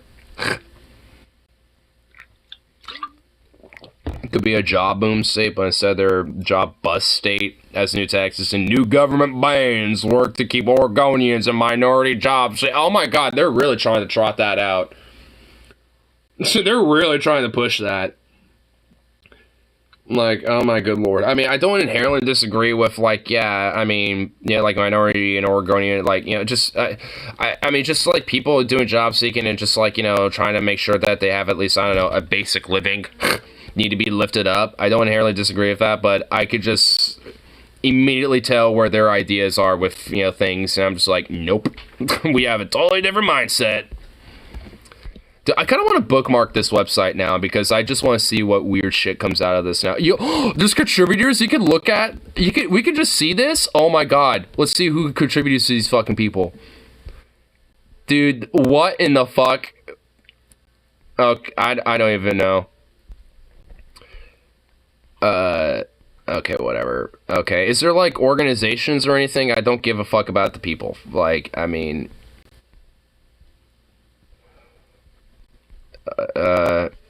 well, yeah, I knew it. Called it. Republican, Oregon House and Senate Republican office, of course.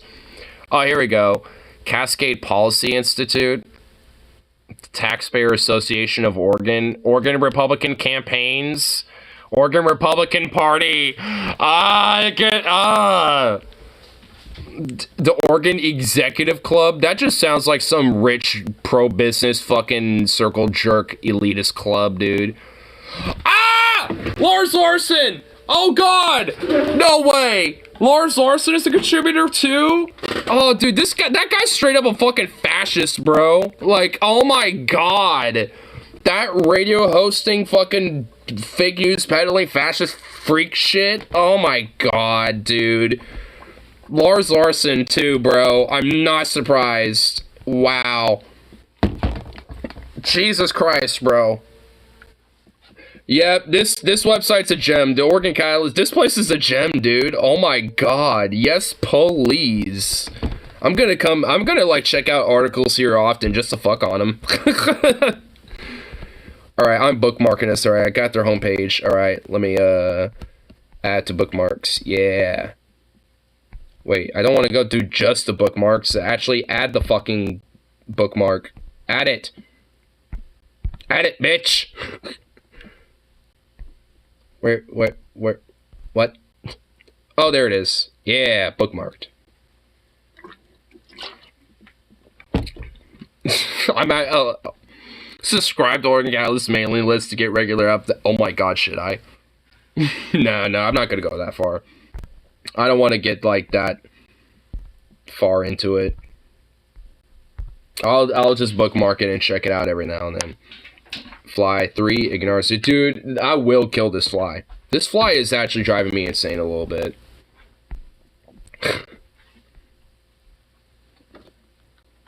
Ugh.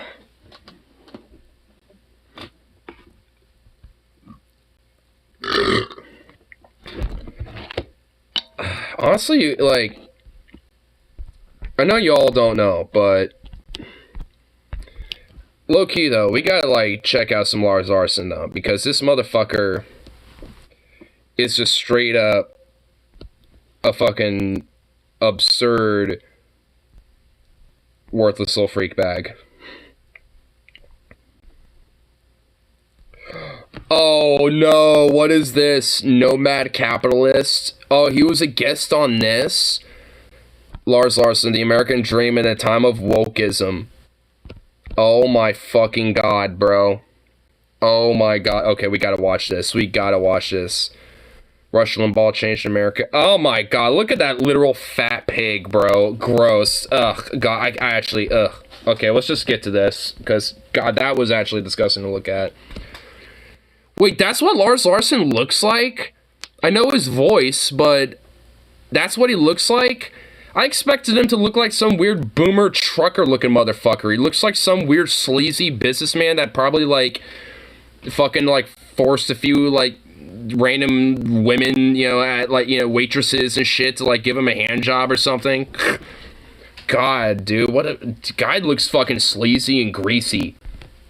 Larson Show on Thanksgiving Eve 2021, tomorrow, the 400th anniversary of the day of Thanksgiving. Yeah, that's Lars, yeah. In this country, although I just got an email from a gentleman who said his daughter told him, Happy Friendsgiving. I don't have any idea what that means, because I would assume that dad and daughter Oh, wait, what? Friendsgiving? Wait, you don't know what that means? I mean, I'm assuming that's basically supposed to be like, you know, a catch, you know, or a difference, you know, to like Thanksgiving or whatever. I don't know. It literally is in its name. Thanksgiving, Friendsgiving, it's in the name. Like, you know, like, hey, you know, give for your friends and shit like that. I mean, it's more about the friendship aspect of things, you know, that the person's celebrating, more so than just straight up thanks, you know what I mean? Like, I don't know, like, even I, who just heard that for the first time, could probably understand what the fuck it means more than you dipshit. I unironically have to hear this motherfucker every now and then on the radio and shit, or hear some of his opinions just reverberated every now and then. Like, I vehemently hate this motherfucker, so I might actually just, like, pop the fuck off. Here, but maybe it's just a way of avoiding saying Thanksgiving. Maybe it's one of those... No, it ain't! So what? I mean, maybe it is for that person, but you know what? Like, as far as I give a shit, not necessarily. I mean, maybe to the historical context about Thanksgiving, considering, like, Native Americans and, like, the bullshit that they went through and stuff. Like, I mean, but, I mean, fundamentally, as far as I'm concerned, Thanksgiving is, like, why? Okay, this is 7 months ago. Was this uploaded back in, like, November or something? January. Back in January. So why is this even being discussed? Oh, wait, well, yeah, 7 months ago, August, yeah, this is, why is he talking about Thanksgiving? Oh, whatever. Anyway, but, like...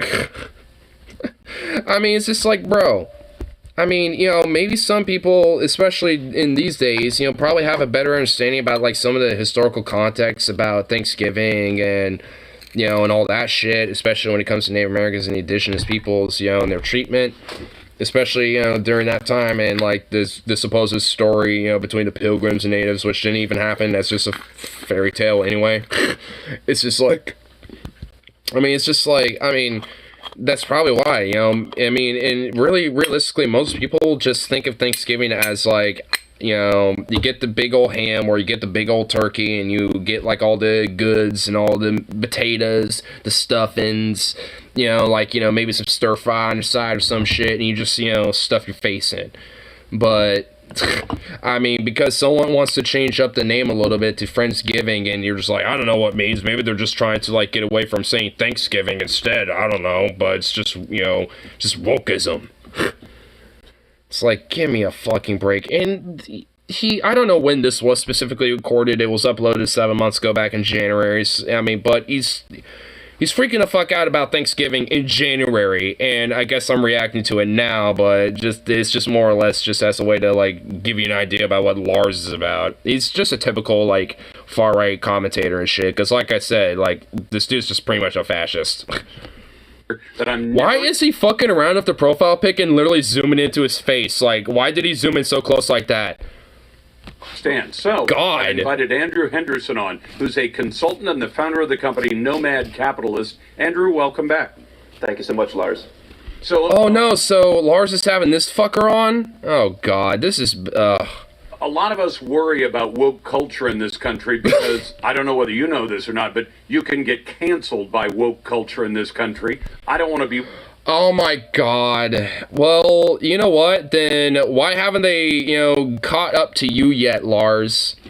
Because you making so much fucking money being on the radio as you are for as long as you have and shit, and still reaching out to fucking people. Like, I mean, you know, you would think your dumb fuck ass would be canceled, especially for a lot of shit you've said. Simply because I have a different point of view than everybody else. But how should we understand? That's how he also, you know, mentions it. He always says that he has just another point of view. And he always does this, like, quote-unquote First Amendment Friday thing, where he will get random people on, you know, just randomly, just, like, you know, oh, totally not, you know, rehearsed, or totally not, like, you know, pre-selected people, you know, for First Amendment Friday shit. You know, when it comes to it, because I've heard that segment, and basically they either will get people who just basically circle jerk him and agree with him every step of the way, or they will get somebody who's wonky enough on the other side that they would be, you know, somebody fun enough to have on. Like, you know, they won't have somebody who might be a legitimate leftist or progressive or even fucking a liberal or a centrist, you know, that might actually know what they're talking about and be, you know, pretty critical of what he might have to say. And, you know, like, and they don't let any of those people on.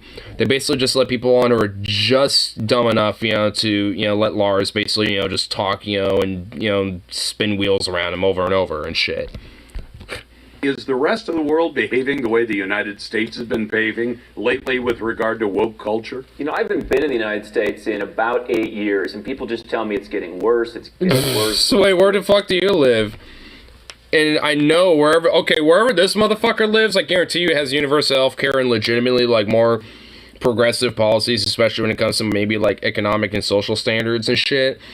And they're wanting to have a far-right circle jerk and shit. You know, I don't know who this Andrew Henderson guy is, but I'm willing to at least listen to him here, so, I mean, let's, yeah. Tell you, outside of the Western world, and even some parts in the Western world, some parts of Portugal, for example, this is not a thing. I was talking recently, you go to It ain't even here, bro. Like, I mean, this whole weird woke cancel shit. Like, the only thing I'm seeing are a bunch of far-right, you know, Nazi supremacists and shit like that, you know, Christian fanatics wanting to do a lot of, you know, cancellation and shit. Like, the cancellation of, you know, abortion rights and women's rights, and, you know, hey, you know, we gotta look at those queer rights next, buddy. You know, it's like, there's a lot of that going on and shit. I see a lot of lefties, like, you know, TJ, the Amazing Atheist, for example, who literally got perm banned for calling out a fucking racist shitbag on Twitter. You know, calling them like a gringo Hitler worshiping fuck or something like that. And Twitter's like, banned. But I guess Twitter's okay with the people on the right, you know, calling, you know, people like, you know, shit and, you know, saying go back to your country and all that shit. Yeah, so there seems to be more cancellation to people who are more progressive or left-leaning more so than on the right, especially when you have like a multi-million dollar radio show and got this random motherfucker on. Eastern Europe, Georgia, Serbia, etc. These people are like downvoting 9-1 ideas of this extreme woke culture, whatever you want to call it. What does that mean? Like, basically, like, because again, when it comes to woke, it just basically means anything that is actually good as far as I'm concerned. Because I know in these different types of countries, I guarantee you there was probably, you know, legislation to maybe try to legalize gay marriage or things like that. You know, if anything, just basic rights that, you know, should probably be protected and shit. But yet, you know, it's considered woke. Like, as I know in places like in Hungary, and I know Georgia definitely is, you know, no exception and shit like this, and, you know, in different places like, you know, in countries, he was just kind of mentioning Eastern European countries, strangely enough, they tend to be a lot more homophobic, like, a lot more queerphobic in general. So, interesting how he thinks that, you know, these countries that are, you know, 9-1 going against the wokeness happen to be fucking, you know, just be fundamentally, you know, basically just cracking down on basic rights when it comes to queer folk, or maybe even women to an extent. Though I don't know how women's rights would be in Georgia and places like that, but I honestly imagine they're probably not great. It's pretty limited to a few countries in the West. So why do we suffer from it so much? And I say suffer because there are real consequences for real people out there. As I Lars said, is fucking loud. I haven't been canceled yet, but I wouldn't be surprised if... Yeah, and yet, I wish you were. Like, fuck you, bro. Because a lot of my ideas do not comport with the ideas that are put forward by the wokies. Well, I'm pretty honest with the fact I'm out of the United States. I run a business. I defend it vigorously, as I know you do. And so I think that the best defense, perhaps, is a good offense. But, you know, I've been talking about this with my family for... Wow, curious how you just kind of threw that out there. The best defense is the good offense. Yeah, and guess what? There's a lot of offense going on from the far right and shit. It's so curious how, you know, you just kind of casually threw that out there. You know, while there is a lot of offensive tactics, you know, being done by the far right and shit. Because frankly, that is their best defense, is pretty much being on the offense. Because they don't really have any actual merit to defend their fucking shit-fuck ideas. So they have to go on the offensive. And that's honestly why Lars is so fucking popular, because he just offensively and offensively, and aggressively so, pushes, you know, a lot of these, you know, far-right ideas and very fascistic ideas. and just, you know, labels everything that's against it woke, or just liberal leftist, you know, democratic foo-foo bullshit or whatever the fuck, and just, you know, immediately thinks that, like, you know, oh, I just have a difference of opinion, you know, blah, blah, blah, blah. You know, and just wants to, like, go be on that defensive, and he literally does this all the fucking time. The United States and Western countries, success is going to be more and more demonized. What? It already is, bitch. Oh my god, I hate this shit. Like, because it literally already is. Like, when it comes to success, when it comes to, you know, like, meritocracy, like, that's, you know, never been more fucking beaten down than ever. Like, there's a lot of reasons, you know, people have, you know, especially the average person, have been able to get success is, you know, having a very strong, vigorous working class that has actual protections and an actual body that is able to, you know, speak for them. Like a union, for example. Like, where they're able to actually have, like, you know, a voice, you know, for their rights and their conditions and their wages and pay and pensions, so when they work, they actually get a decent pay and decent savings, so they can actually, you know, have a little spending money, a little splurge money to have a little fun for themselves, and maybe get a new car, or maybe, you know, get a better living situation, or whatever the fuck, and then actually have decent pensions, so when they retire, they actually can have, like, a decent, you know, living afterwards, after the fact. Like, these are a lot of things that, you know, make people successful and shit. It's not wokeism that is trying to eliminate success in this country. It's capitalism that has done this, you fucking lying piece of shit. You lying motherfucker. Propagandizing and fucking swindling people into fucking nonsensical bullshit. More and more demonized. Traditional values, whatever you want to call it, is going to be out of... Traditional values, whatever you want to call it. Like, see, you know, you gotta make sure they kind of make a little soft, you know, quip, you know, for, you know, the Christian fanatics and shit. Politicians are the one pushing this, but they're reflecting society like a mirror, and I don't think that's happening in most... Politicians in this country do not reflect the mirror of the people by any goddamn fucking metric. Especially if that second thought video we were looking at earlier. Like, I mean, they're fundamentally built on going against the general voice that benefits the average person. When the average person is, you know, asking for things like healthcare and better workers' rights and, you know, protection of their own body, autonomy bodily rights, especially when it comes to women.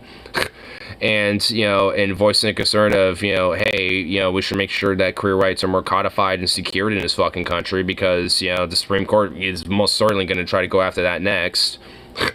I mean, there's a, like, it was like, what? Like, these people are just fucking insane, dude. I mean, honestly, I was like, low-key was kind of hoping that, you know, Lars was going to be talking some more in this shit, but I'm actually kind of glad this stupid psycho fuck was talking. Because it honestly, it emulates Lars. It does. It emulates what he thinks. It's the only reason why he brought this stupid fuck on in the first place with his dorky-ass glasses. I mean, it's just like, Jesus Christ. I mean, these motherfuckers, man. Like, I don't know. Do I want to, like, watch this whole thing? You know, we'll play a little more. Well, and Andrew, the thing I really don't understand about this is when somebody says it's not very woke to insist on, say, being on time or coming up with the right answer. I mean, it's... What? Being woke of being on time? For what? For what? For work or something? Huh? Where did that even go? I don't even know. Education, and I'm worried that it's going to invade the rest of the real world. Worried that's going to invade the rest of the real world? Huh? What, like, anti-discrimination laws? Like, you know, just accessibility for, you know, bodily autonomy rights, including trans rights as well, you know, when it comes to their bodily autonomy? Like, I mean, what? Like, these fucking policies that are going to, quote, invade the real world? Guess what, you weird fucking freak? These people exist in the real world. Hence why there's an advocation of the normalcy and, you know, if anything, the proliferation of, you know, these people's rights, and, you know, and the culture that comes from, you know, a lot of, you know, queer folk, and especially trans folk and shit, and a lot of, you know, their, you know, rights as an individual, and their, you know, place in society as a human being. Like, I mean, like, what? Oh, that's what's going to be invading the rest of the world? Even though they already exist in the real world as it is, you fucking delusional fascist motherfucker.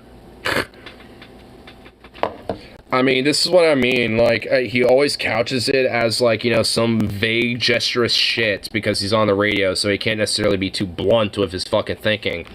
But, I mean, this is what this motherfucker, you know, at the end of the day advocates. Like, he thinks, you know, trans, you know, like, you know, queer people and, like, trans people are, like, some unreal, you know, delusional anomaly that, you know, it needs to be, like, you know, rectified by, you know, eliminated from the actual real world.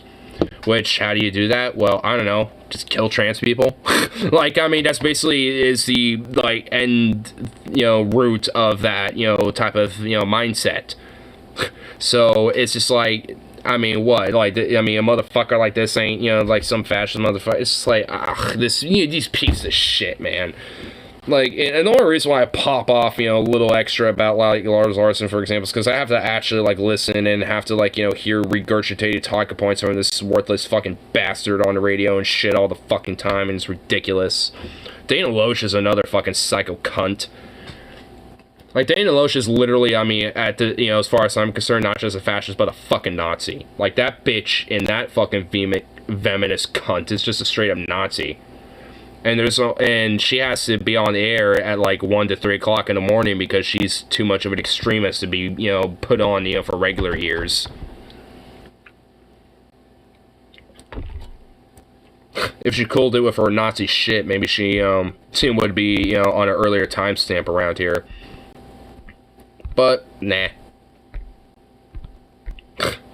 But oh my god, the Nomad Capitalist has over 500,000 subscribers. Gross. Oh my god, that's so gross. Ugh. Ugh. God, man, these propagandists, man.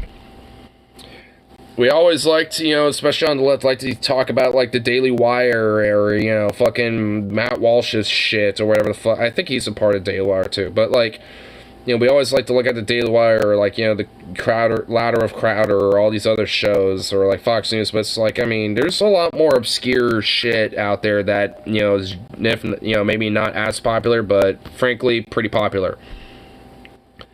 Like, this, I mean, if you got, like, some old boomer fascist radio host, Lars Larson, having over 500,000 subscriber, you know, far-right, fascistic, you know, nomad capitalist, you know, him, like, it's just like, yeah, I mean, the propaganda spreads wide. I mean, it's like I said, you know, we all like to talk about Candace Owens, Ben Shapiro, Matt Walsh, Steven Crowder and shit, but, you know, we can't forget, you know, some of the more obscure names like Lars Larson and I guess Andrew Henderson for another name. Or Dana Loesch. Because they have a different media that they go to, but a lot of fucking people listen to them. And I guess the Nomad Capitalist is a YouTube show more so than anything else, I guess. So, wait, are they live right now? Ah, no, they just have a YouTube short. Okay. Ugh. Wait, what's this? Hourly Lizards. Oh, dude, that's a cool fucking chameleon. It's got little horns and shit. Dude, that's dope. Dude, that chameleon looking dope, bro. That dope chameleon. Wait, I see notifications for, Ooh. Some of my attachments for my, chest rig. I got it. My, my, empty mag pouch, a detachable, like, front little thing, and then a little side mag pouches, too. Yay! They've all been shipped. Yay! I'm happy. Now I can make my chest rig a little bit more complete.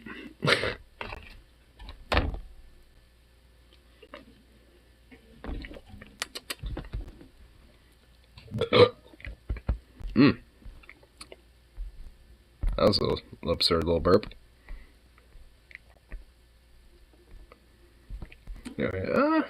Let's see what else is, what's on tube, hell? The Progressive Voice. Do you think Trump will be charged? Not convicted, but charged with any crimes?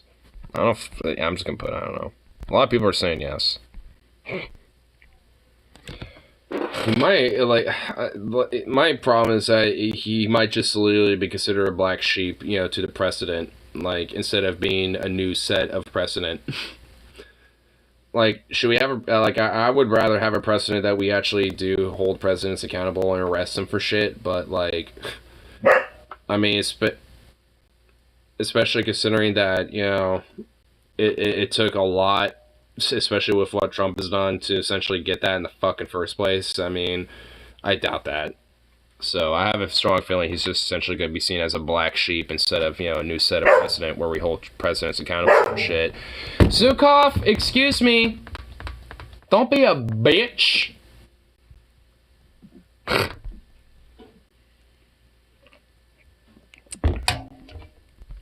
Wait, what the fuck? Metallica being... Wait, what? Ugh, okay, I don't know anything about this, but I guess my thoughts on Metallica being canceled... What, accusations? Wait, okay, hold up. So, wait, Metallica got canceled? Like, what the fuck?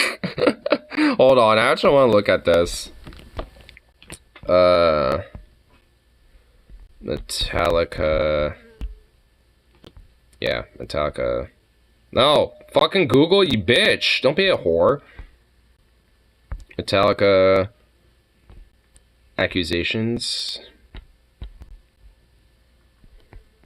Yeah, I want to see. Okay, it's just showing the fucking Napster shit. Yeah, whatever. Wait, Metallica fans cite Axl Rose's controversies amid calls for cancellation. Wait, what? Wait, there actually is some shit. Metallica fans being canceled by many young fans who just discovered them. What? Metallica's experienced a recent surge in popularity after a new generation of music fans discovered them with Netflix's Stranger Things, used their 1986 song Master of Puppets during a pivotal scene. Oh my god! Man, okay, look, hold on. Like... Okay, you know, hold on, let's just read for it first, before I actually say anything. Zukov already wants to say something. Metallica is still a thing. I guess they were used in Stranger Things. Which, I mean, like, alright, I mean, here, let me just say this first before we keep going. Like, fuck Metallica for their Napster, like, copyright nonsensical garbage and being on the wrong side of history on that one. Fuck them for that. They're honestly kind of sellouts, especially these days, but, like, pretty much everything before, well, pretty much everything from the Black Album and previously and shit is aight. Like, I like a lot of their old work. Give me fuel, give me fire, give me desire. Ugh. You know, it's like that. Master of Puppets is a good one. One is a good song. I mean, It's Sandman is honestly over fucking rated. It's not a bad song, but overrated. I mean, you know, like, they got some good shit. Like, I mean, I'll give them the respect where it's due, but, like, at this point, they're pretty much a bunch of sellouts, and I can give a fuck about them. But anyway. Now they're being scrutinized by many young fans after a TikTok video that alleges problematic past behavior went viral. Okay, like what? Okay.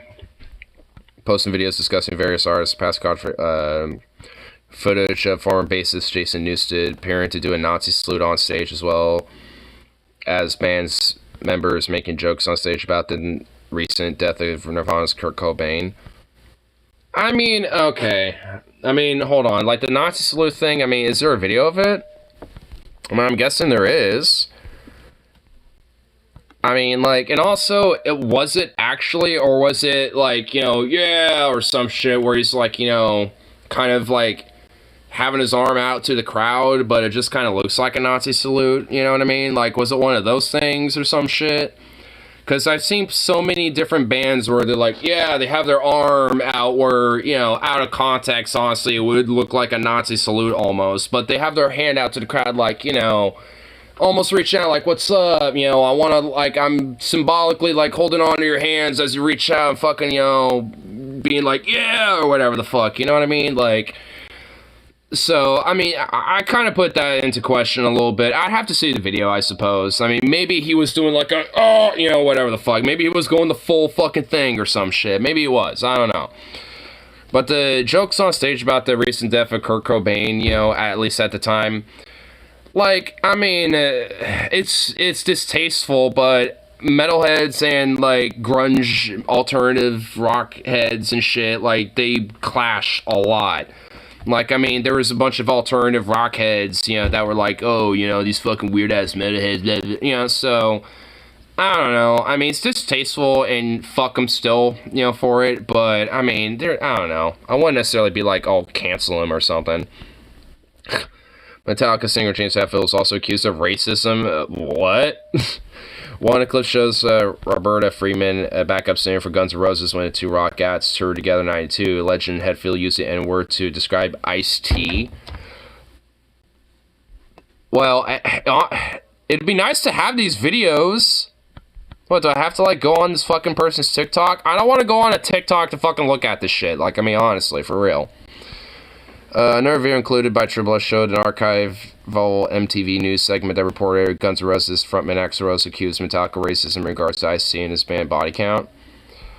So, alright, I'm guessing, alright, so there seems to be some, alright, just from the general gist, it seems like there's at least, like, some bad blood between Metallica and Ice-T, and frankly, like, Ice-T is actually badass. I love the band Body Count. Like, Cop Killer's a fucking pog champ. I play it sometimes on behind my streams every now and then. It's a fucking kick-ass song. But, like, I mean, just the band Body Count in itself, like, they even had a song called No Lives Matter in reaction against the whole All Lives Matter thing and Black Lives Matter thing. Like, the whole, quote, Lives Matter shit, like, when Black Lives Matter became a thing, and then pretty much the reaction was like, All Lives Matter, oh, this matters, you know, just saying Blue Lives Matter, this Lives Matter, you know, just like a reaction to just that shit in general in a lot of ways. And, mainly the All Lives Matter point, but, like, I mean, they use a lot of, like, rap, but also use a lot of metal and rock and, you know, some thrashy sounds to their music as well. And I think Metallica just doesn't, like, being a bunch of metalheads, just hate rap and detest it, so they hate the fact that, you know, Ice-T and his band is, like, this fusion of the two, and it's like, boo, it's fucking garbage, these fucking dead. So, yeah, I mean, it's honestly just considering this a little bit, I mean, there's a possibility. Like, I'm actually not going to rule that one out. And maybe there should be, like, what the fuck, bro, you know, a little bit. Maybe not full on cancellation because it was back in, like, the early 90s, but still. It's just, like, I mean, I'd be like, hey, this shit kind of surfaced up. What do you have to say about it? Like, I mean, do you still view these opinions like this? Or have you changed your mind? And, you know, whatever the fuck. I mean, I suppose, like, you know, confronting them about it, it's okay. But, like, full on cancellation, I mean, it's Metallica. They're not getting canceled. Like, when people say canceled, it's basically being confronted, or at least being, like, their past shit has basically been surfaced. Like, that's just what cancellation means. It's like, oh, people don't like some shit that surfaced about you. Like, this essentially is what's it. Because so many people that have been canceled, or groups, or music artists, or whatever the fuck, that get canceled, they don't. Like, the closest was maybe Louis C.K. because he actually went under the radar for a while, but when he came back, he basically sold out, and one person walked out of that fucking show that he had, you know, for the first time after his allegations and shit. Like, Cosby and fucking Weinstein and shit. I mean, it's like, I mean, those people, but I mean, it's because there's actual fucking evidence for their shit, and it's not even cancellation, it's actually them being accountable for fucking horrible, egregious crimes that they've, you know, committed. Like, I mean, this whole idea is, like, being canceled. It's just, I just hate that shit. I just hate that fucking trope, honestly, but whatever. Anyway. Triple S TikTok video quickly fills up with comments such as one person writing, I wish I watched this before I bought my Metallica t-shirt. Said the debate carried over to Twitter. Oh my god, of course Twitter always have to have their fucking 2 cents. Where many people defended the heavy metal act for being, quote, canceled. Oh my god, whatever. Because, welcome new fans to recently discovered music. I mean, sure. I mean, like, if people like their music, I mean, let them like it. Like, I mean, like, I've always had the principle of, like, you could separate the music from the artist. I mean, because I unironically like some of Charles Manson's music, and obviously Charles Manson is kind of a leader of a cult and was kind of a psycho freak and shit. But, I mean, like, he's made some decent music, honestly, at least, you know, what is out there available. I mean, so it's just like, I mean, I can give him credit for that, because he was attempting to be, like, an up-and-coming artist and shit. I mean, which also could probably explain why he ended up being the way he was because he was essentially kind of denied that opportunity and shit. But nonetheless, it's just like, I mean, I have kind of the idea that you can at least separate the art from the artist and still appreciate art despite the artist potentially being kind of a fucked up person. Because obviously I detest a lot of what Charles Manson did, but I still like, you know, some of his music. Like, Bad City is actually one of my favorite songs from him.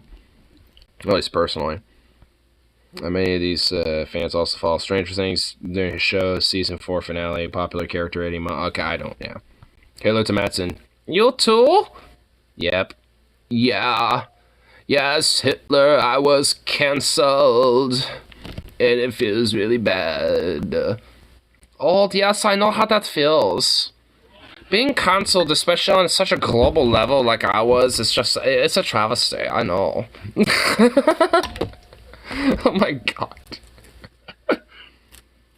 You know, in a weird way, I don't put it past Manson to potentially have a conversation with Hitler if he was able to have an opportunity.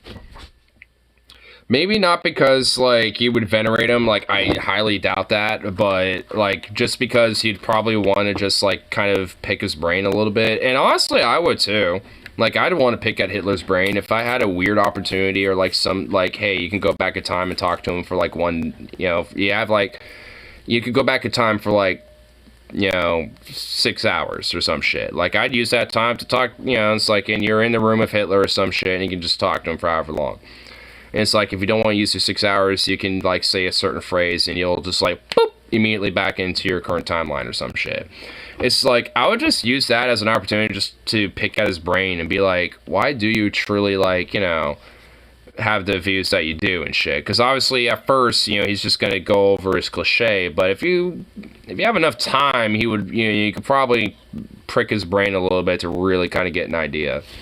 I mean, in hindsight, we have a general idea in a lot of ways, because, like, statistically, there was, like, in World War I, a lot of the officers and, like, the NCOs in the German military during World War I were Jewish and shit, and his officer in his battalion was Jewish, and also the doctor that tried to alleviate a lot of the ailments that his mother had, but his mother died anyway, was Jewish. Like, there's legitimately, like, in hindsight, a lot of things, especially when it comes to his hatred towards a specific group of people, that kind of show. But, I mean, it's like, I mean, I feel like there's more to it, you know, because I know, you know, that was just more of a justification for a lot of his, you know, grander ideas, and I kind of wonder, like, where did the initial grander ideas, and, you know, come from and shit. Which, again, there's, like, hindsight elements that we understand, but, I mean, I really want to know where, like, it first came to root. Was it during the war? Was it when the Depression hit it, you know? Or was it, like, just some propaganda from, like, the whole German imperial, you know, nationalism or something? I mean, I'd be kind of curious. Back in present day, flying cars that run on imagination. Huh. Neat.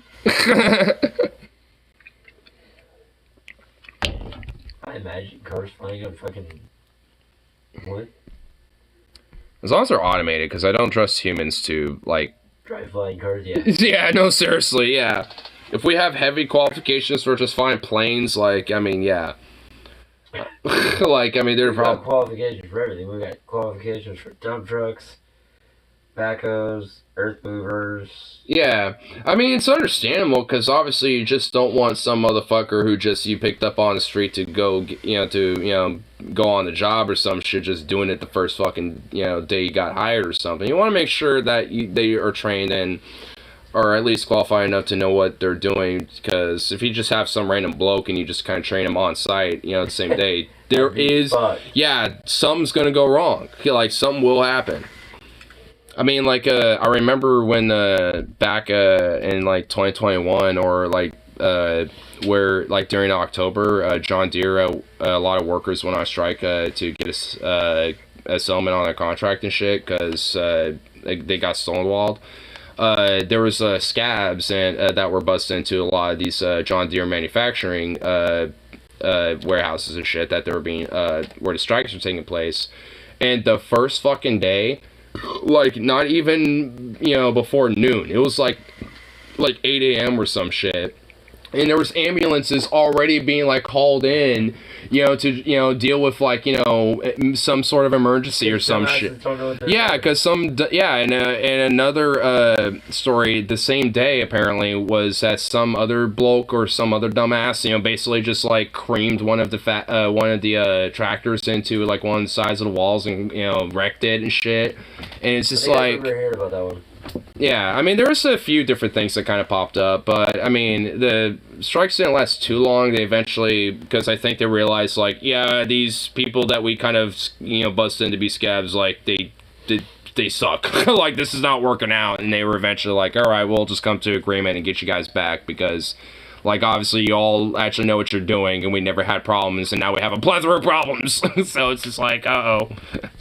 I mean, it's kind of the double-edged sword, when it comes to, like, strikes sometimes, at least on the company side, where it's like, if you have scabs and they legit don't know what the fuck they're doing, you're gonna have so many fucking problems. Yeah, which ends up being kind of, a little, like, a little bit of a shot for it, because it's like, hey, you still want to try to get money, but you end up losing more because you had to deal with worker comp and shit like that, because, you got people who got injured on the site because they don't know what they're doing. Yeah, since I got my results today, I basically learned the 5-day rule is Friday, Saturday, Sunday, Monday, Tuesday. Yeah. If my boss fucking throws a fit about it, let him throw a fit. I mean, honestly, there's not much you could do about it now that, especially, you got your results and everything, so.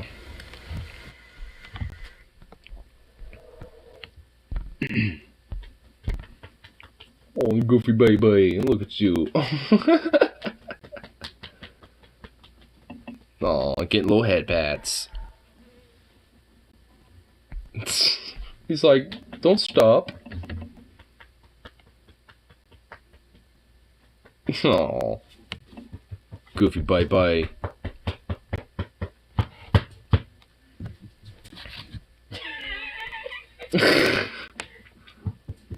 Oh.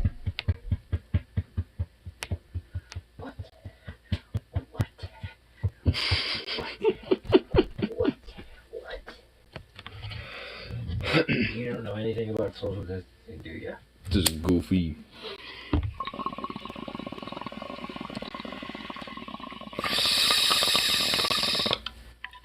Well, see, you've got to realize is I came home Monday at 6, going like shit. Didn't go to work Tuesday. Wednesday I was off. Supposed to go to work yesterday, but obviously that wasn't happening. That wasn't happening. And then fucking today. And today off. Supposed to go to work Saturday and Sunday. That ain't gonna fucking happen. That is not happening at all. Fucking Monday, definitely ain't fucking going. Tuesday ain't going. If I'm feeling better on Wednesday, I have to go to work. Yeah. I mean, I at least make sure. I guess just. Even if my boss complains to me about it tomorrow, I will look at him and be like, "Hey, I had no control over this." No shit. Like, you can't control, like, where it is in the air and who has and don't got it and shit. Because, because there's, same from last night and shit, even earlier, it's like there could be people that have it but are asymptomatic as fuck and just aren't aware of it and could potentially, just run around and shit. I never get sick. Yeah, me neither. I rarely ever get sick, too. That was the cool thing that my mom liked, is that me and my brother, we never get sick. Now, just to become a kind, you just gotta wing it. Oh my god, dude, if there was like a strike that pilots were doing and fucking airline industries were literally doing like scab pilots where they were like... They won't.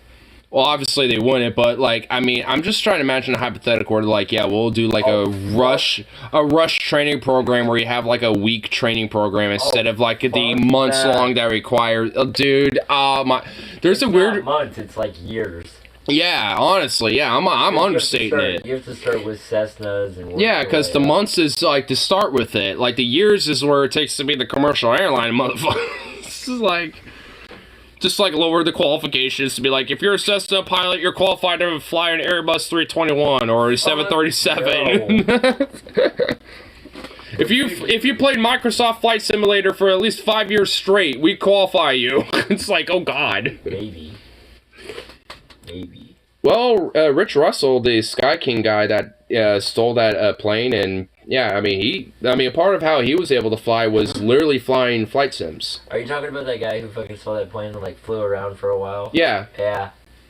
Honestly, like, I kind of respect him because, like, I mean, he literally wasn't a bad guy at all. If anything, if you hear a lot of the full ATC recording minus all the time in between, you know, the flight and shit.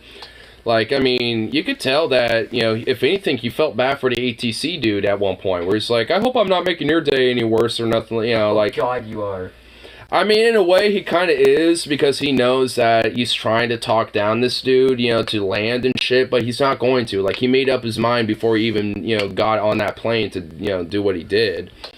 And also, there was another point in the conversation where he was talking about, like, minimum wages and hoping maybe that can grease up the gears of the higher-ups a little bit to improve wages for, you know, like, fucking tarmac loaders and shit like that because of the job that he had. And it just showed that he was just an average dude for the most part. You know, maybe a couple screws loose, maybe, you know, obviously he did, but just because of certain variables, just couldn't take it. But he didn't want to, like, you know, hurt anybody, obviously, so he decided to literally live a little bit, and honestly, in a way, also show the capabilities of a fucking Bombardier Kier 400. Yeah.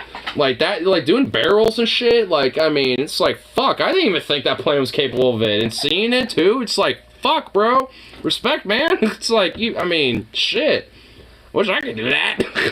You gotta go to work tomorrow? Yeah. I mean, not until 4, but I'm at least trying to shoot for 3. Or like 3:30 and stuff. So. I'll be home by myself. We're on strike, but we're still in the air. Then you better raise our pay fast. Plane nose dives. Oh god. Put fucking passengers at risk. Jeez.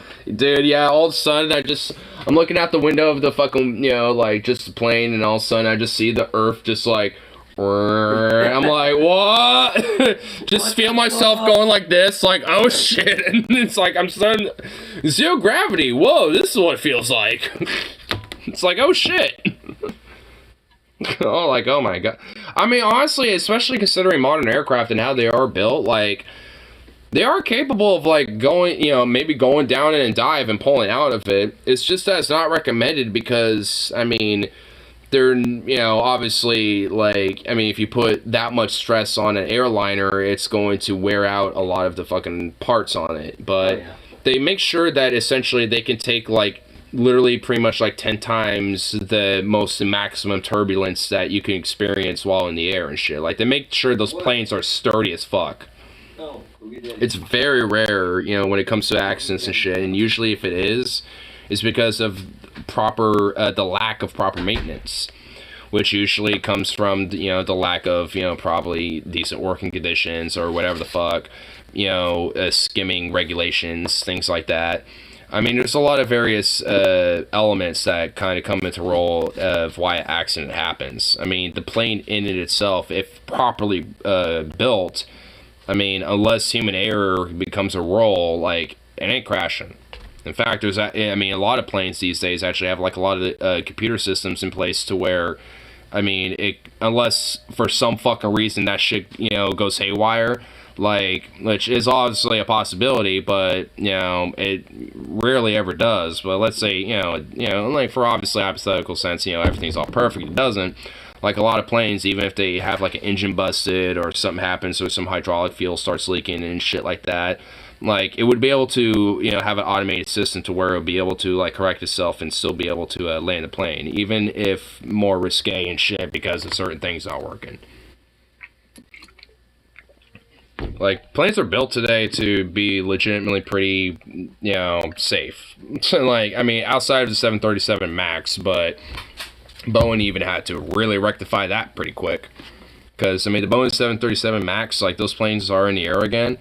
But they had to essentially, guarantee that their computer systems as to why the other two crashed in the first place are actually installed from the get-go, because that was the main reason. Like, a lot of the fail-safe computer systems and a lot of the different extras that are actually supposed to be in the fucking thing in itself from the manufacturer in the first place were not given to a lot of these airlines. Like, I think one of them was Ethiopian Airlines. So they basically like skirted not just regulation, but also skirted like a lot of the manufacturing process by basically being like, oh, hey, you can have the plane, you know, and the extra packages, you know, to basically ensure it's fail safes and shit. And, you know, that costs a little extra. You know, and that's the main reason why those two crashes with 737 MAX aircraft happened, was because they basically added the necessities of, you know, their fail-safes and shit and a lot of other components as like an additional package that, you know, a lot of these other airlines, mainly from like developing or third world nations and shit, you know, to do that, where it's just where they could buy it and add it, you know, to their aircraft. And it's just like, what? That should be in there in the first place. Not, you know, like as a package that airlines can buy on the side, you know, and then add on. It's like, no, it should be there from the first. But outside of that instance, I mean, you know, it's like most airliners know better. But Boeing always loves to kind of skirt around the edges, and they've always been pretty notorious about it. Drunk as fuck, bro. Happy Friday. Hey! I'm not like drunk, but I'm decently buzzed. I'm going on a nice little buzz tonight. Or no scenario, Pastor. Hey, is it just me, or are we getting closer to that skyscraper? Oh God! Oh no, dude. I'm not even gonna continue that one. I'm not even gonna play around with that scenario. Cheers. Yeah, cheers. Here, hold on. I'll take a bowl and then I'll take a drink for my cheers.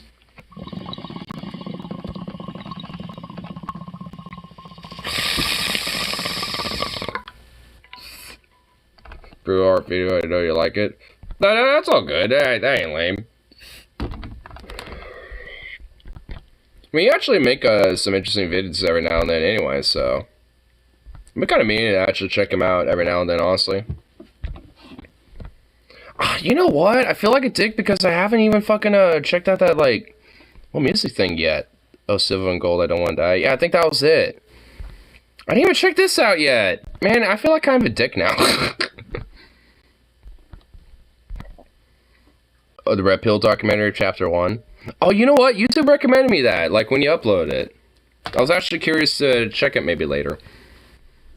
Shit, now I don't know what to check. The music, because I know I wanted to check that out. I put it on my watch later shit, but you know what? Yeah, I'll just do the music. Whoa! Yeah, I'll just have that at least in the background shit, but Blaze is best. I always get better. I can already tell that, at least for the music-wise and shit, it sounds pretty, like, indie-like. Like indie punk, almost?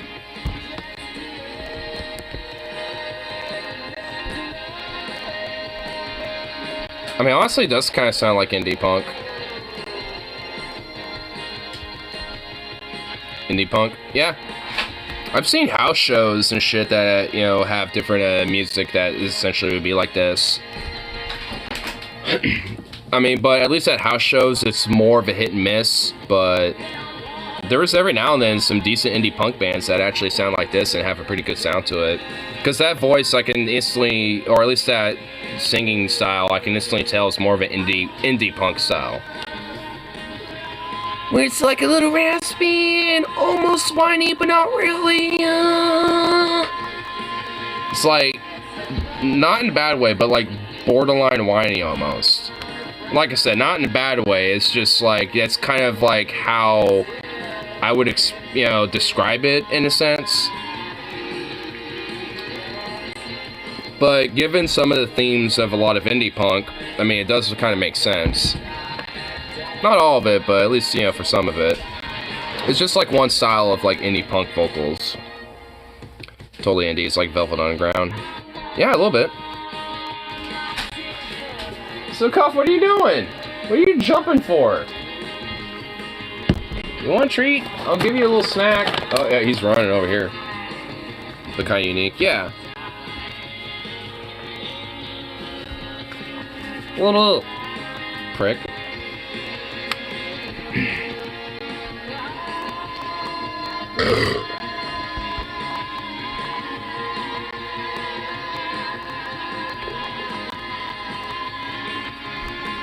Ooh, the vibrato in there. That like build up to that vibrato is actually kind of dope. The only time I usually hear that is in like guitars or other instruments, and obviously it's like usually a produce type of thing.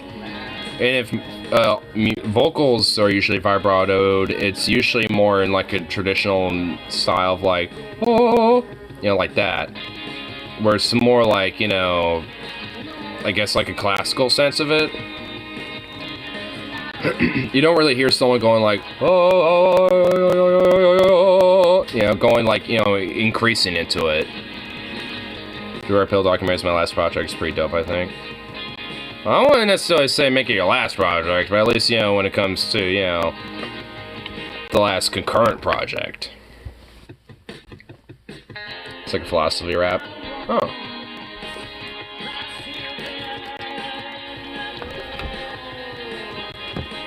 Yeah, not the last, but current, yeah. Yeah, I was about to be like, it's like, hold up. It's like, considering your subscriber count and everything else, I'm like, you're just kind of like growing here, bro. It's like, last project, I'm like, wait a minute.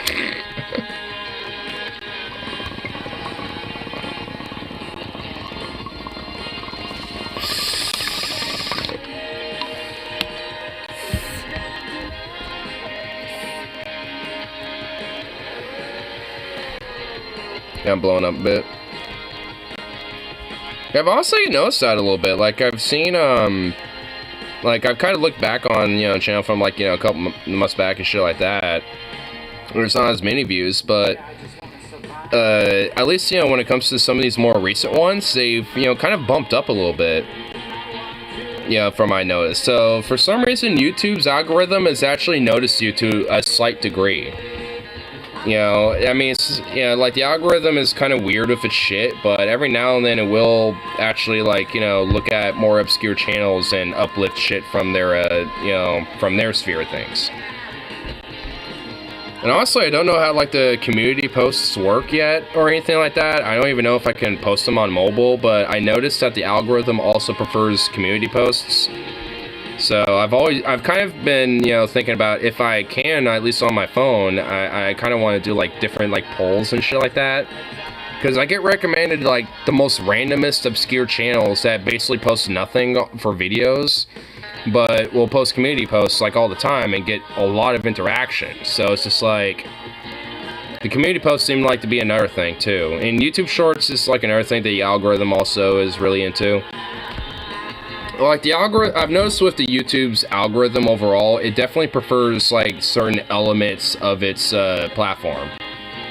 But beyond that, it's like, at least when it comes to, like, more obscure channels, as long as it doesn't necessarily, like, hit certain things that it probably wouldn't like, you know, mentioning certain things, or, you know, maybe saying, you know, like, a more offensive word here and there, you know, or some shit, or even cursing.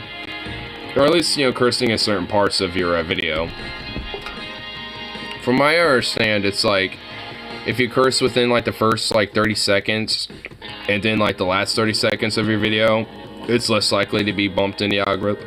But if you do it, like, after that, it doesn't really matter as much.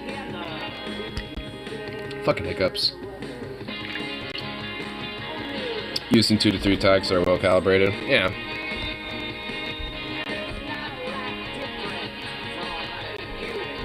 Also, I should look at, like, the YouTube tag things and, you know, try to get into that as well. try to, you know, use some of that to my advantage. YouTube game is weird. Yeah. I mean, it's not as, like, I mean, it's weird, but at least it's not as necessarily as restrictive as Twitch is. Because I actually just found out that Demon Mama and a few other Twitch streamers, or at least I thought were Twitch streamers, don't even stream there anymore. Because there was one time where Demon Mama was talking about how somebody was calling her, you know, some sort of, like, quote-unquote, like, training faggot or whatever the fuck. And Twitch basically, you know, banned her for like 30 days, you know, for you know, because a bunch of people mass raided and reported her because, you know, reacting to this one thing that someone was going after her for. And she was like, you know what, fuck this shit. I'm not even going to be on Twitch after this. Like, I mean, she basically was like, fuck this, I'm done. So, like, I'm just going to, like, you know, go to, you know, just stick with YouTube and shit. So, off. Bruh. Where are you? Hold on. Actually, here, let me close the game real quick and let him out. It sounds like you're being... Are you whining? Oh, there you are. Yeah, what's up? Open. I'll close the gate, but let you out. Hey, no, get back here, get back here. Suka! Suka, get over here. Suka. Come here. Come here. Come here, bro. Come here. Yeah.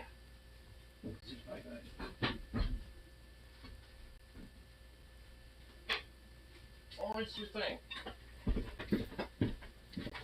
Okay, there we go. Wasn't this go well and I could do some kind of collab, so weird to get things going these days. Yeah, a little bit. I mean, even I've kind of noticed it too myself, because, I mean, for a while, it was mainly just kind of like a couple of people that, you know, who've already been following me, or, you know, just are tangentially related to other communities I follow, but I've noticed a little bit more of a growth, just slightly, because, well, obviously you're here too, so, I mean, I've noticed that YouTube's been more like, you know, I guess somewhat okay with being like, oh yeah, they're, you know, let's recommend this shit. Because at least with, one thing I've noticed that, you know, my shit's been recommended that, you know, when I'm more active and tangentially related to other stuff like, you know, DFF or, you know, The Amazing Atheist and shit like that. And there's, oh, this fucking fly, oh, it's the same one that I've singed earlier, oh, you fucker. And you are broken, like, you do have a, your fucking wing is all burnt up, you son of a bitch. I literally burnt your face! I singed your eyeballs! And it's flying away. Oh my god. This fly, I don't know what it's made out of. Stalinium? Is it made out of, like, stalinium? Like, this Stalin forged this with his fucking fists himself? Like, for a fucking fly? Like, what the fuck? This fly, dude, it's gonna be the death of me now. What in the fuck? It had a leg missing, its wings were singed, I just singed its eyeballs, and it still flew off alive and well. It's like, what the fuck? What are these flies made of? I'm about to get conspiratorial with that fly, dude. Like, that fly's like a government agent or something.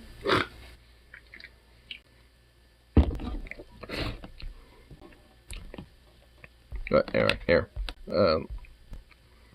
Here, let's check this most recent thing they uploaded. Ooh.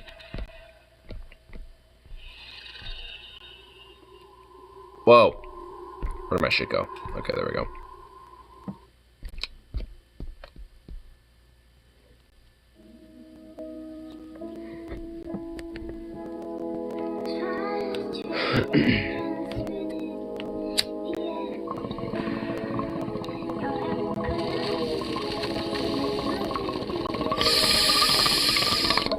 I like how that cat was like, alright, deuces. I guess you're falling down a hole.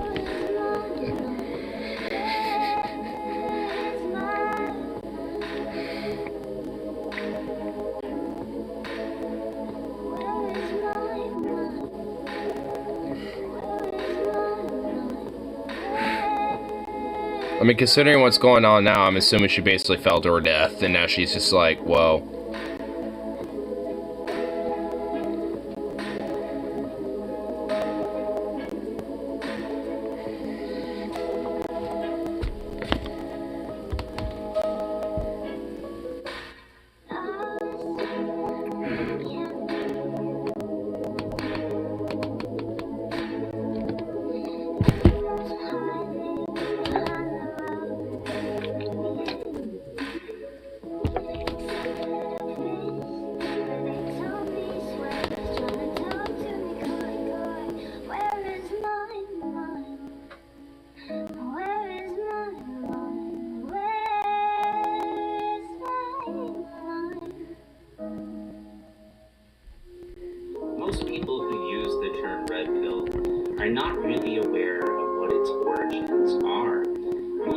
know the word red pill from the movie The Matrix, which is a symbolic representation of Plato's The Allegory of the Cave. This is an old story about a man who is in... The music is a lot more louder than you. I'm just gonna say that right now. I'm trying to like tune in, but it's like, oh shit, the music just like really is making alright. Make it a little hard. Upon the wall cast by the fire. Like the music straight up. I mean, I don't know if you still have it like on, you know, like abilities, so you know maybe edit, you know, and post and shit. But it's just like I turned down the music a lot, a tad bit loud. I mean, at least right now it's drowning you out. And he finds himself in a beautiful place. He can see the clouds, the sun, the trees, the nature. He goes back to say to the people that they have been living a lie. But what this story neglects to realize is that what if what was outside the cave was perhaps worse? What you see here is an image that depicts this story, where the man has escaped, and as you can see, the people are still underground here. These are the normies, the people who believe and follow the rules of society. They believe that what they see as images on the wall is truth, is what is real, and what is important. This is the philosopher's journey. The philosopher... I mean, I can at least hear you still, but it is definitely it's drowning you out a lot. I mean, I can at least hear you because I mean, like, you know, and a lot of, you know, why, you know, a lot of people on the right, you know, generally kind of use the red pills because, like, in a sense, it's like, you know, telling you, well, that, like, reality is the lie and shit, because obviously it's allegory towards the Matrix and shit. And a part of it is that, like, yeah, I mean, you have, you know, people who are, this fucking fly! That are, you know, anyway, but sorry. But, like, who are, you know, stuck in a more, which is kind of, funny enough, oxymoronic, considering that a lot of people on the right want to go back to traditionalism.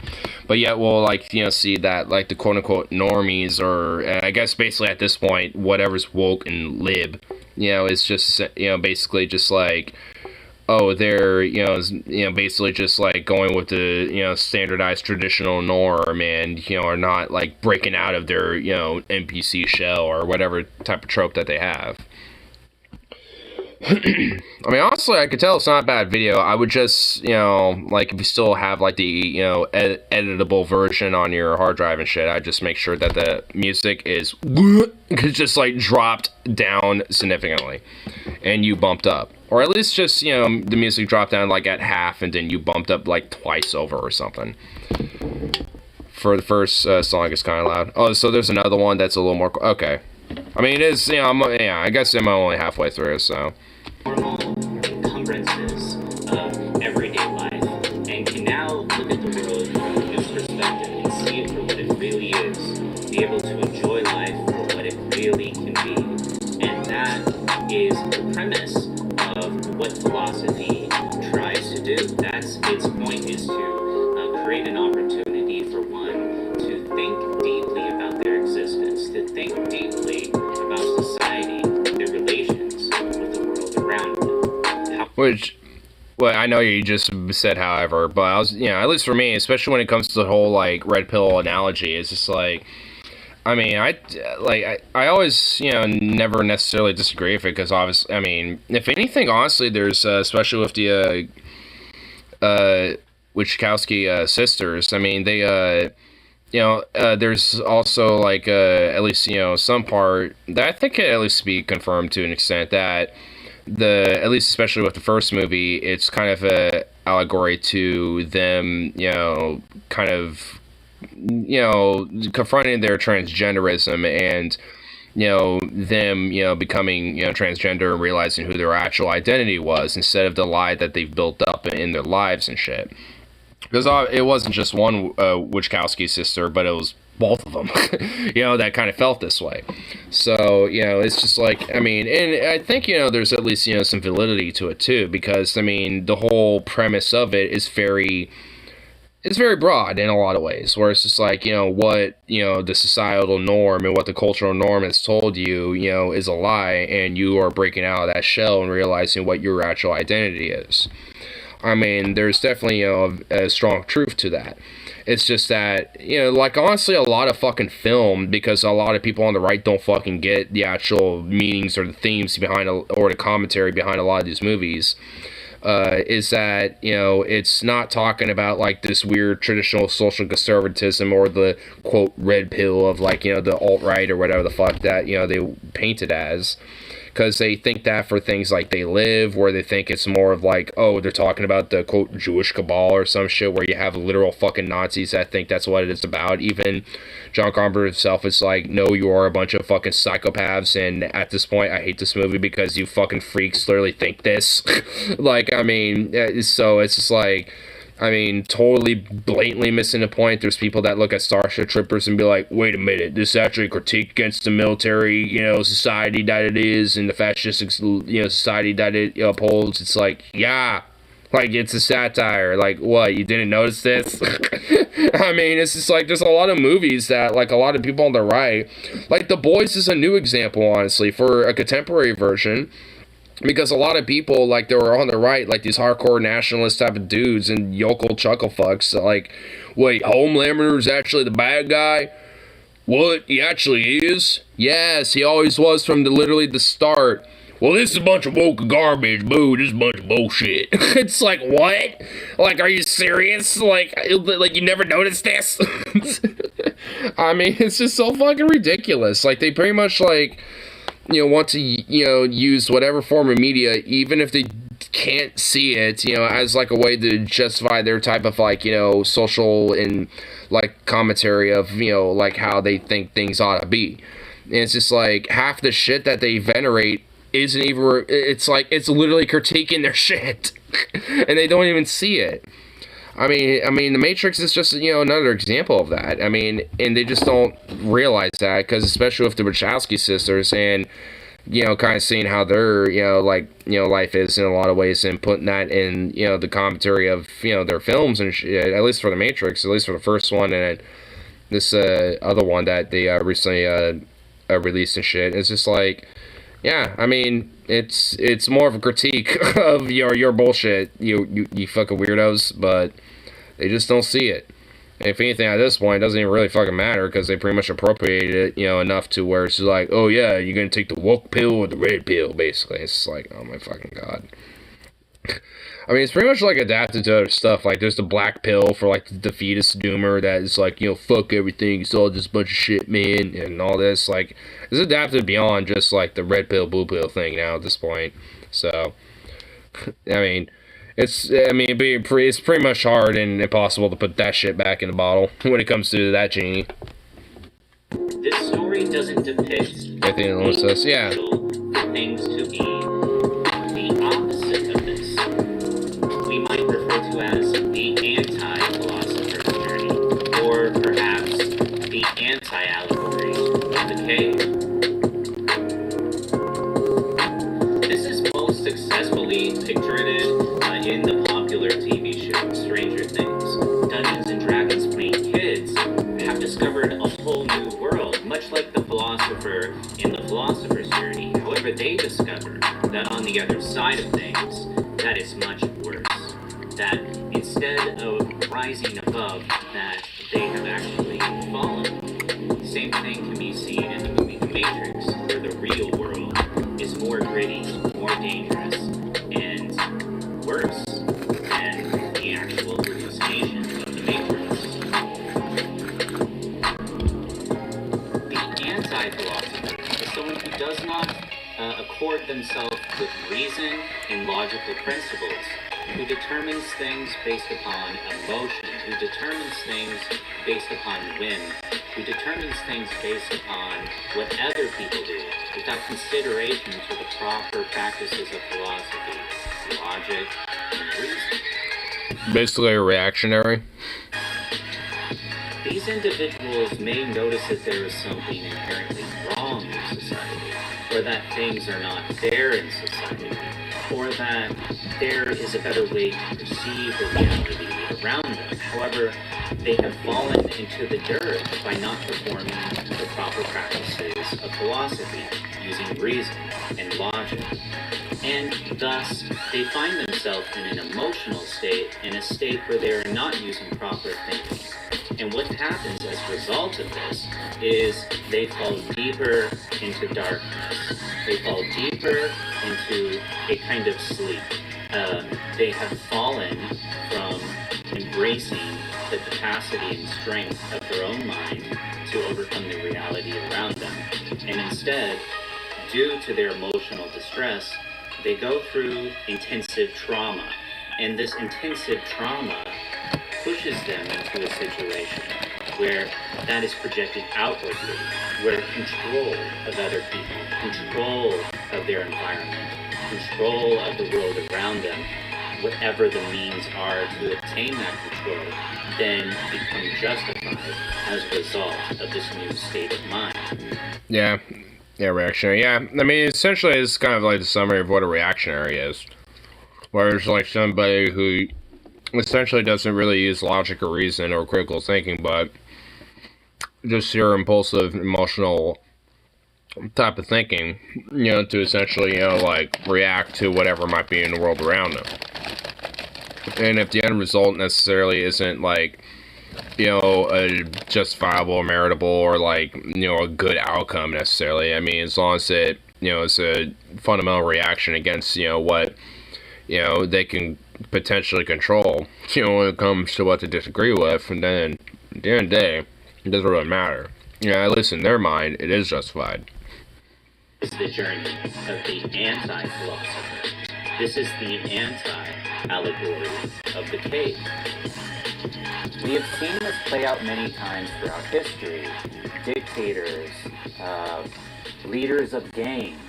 We're talking about people that have obtained great power over other human beings. And this has been done through failing at philosophy and failing to rise above the cave and then enrich oneself. And instead, what we see is people falling into darkness.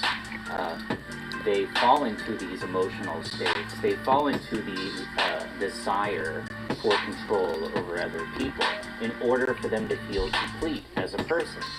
This is what we refer to as an ego that has gone awry, that has gone out of control. And we see that in spaces such as MGTOW, where people who are the leaders of MGTOW, which are the people who create the videos that people watch, where they're using their power. Yeah, this last song at least isn't really drowning you out like the last two were. To control people, tell people how to think, not teaching people how to do philosophy, or how to be free, or how to think for themselves, but instead to obey. Next time, on the Red Pill documentary, we'll be looking at specific examples from MGTOW and demonstrating that things are not quite what they seem as we go further down the Red Pill rabbit hole.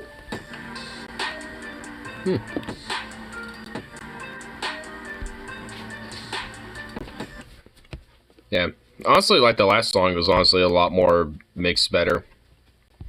But yeah, I just definitely make sure that, I'd basically like proof here, a little bit, make sure that the music isn't overbearing, in comparison to the actual audio. Because, I mean, I know, like, sometimes YouTube's and, like, posts, like, finalizing, processing shit, it will sometimes fuck with shit, too, a little bit, so it can be kind of difficult at times, because if I had a bullshit like that, too, as well. Just gotta turn down that first one down a bit. Yeah, just basically just bump your entire voice up a little bit.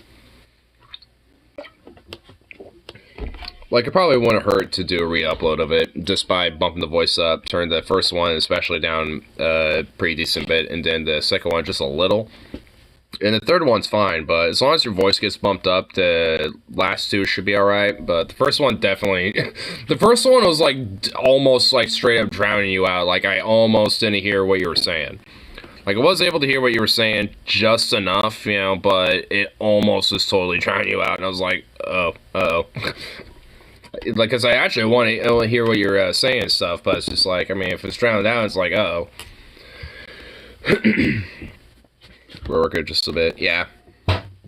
This is... Zukov, that was a fucking, like, metal... Hey! Shut up. Fucking... God, that's a dog. Nane, you're a nut. Look at you. You're a nutball. Look at you. You're crazy.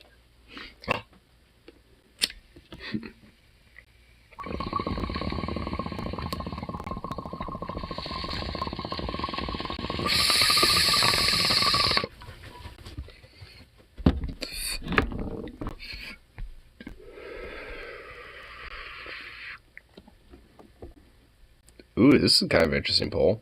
Would you rather speak all languages in the world or speak to all animals in the world? You know what? That's actually tough.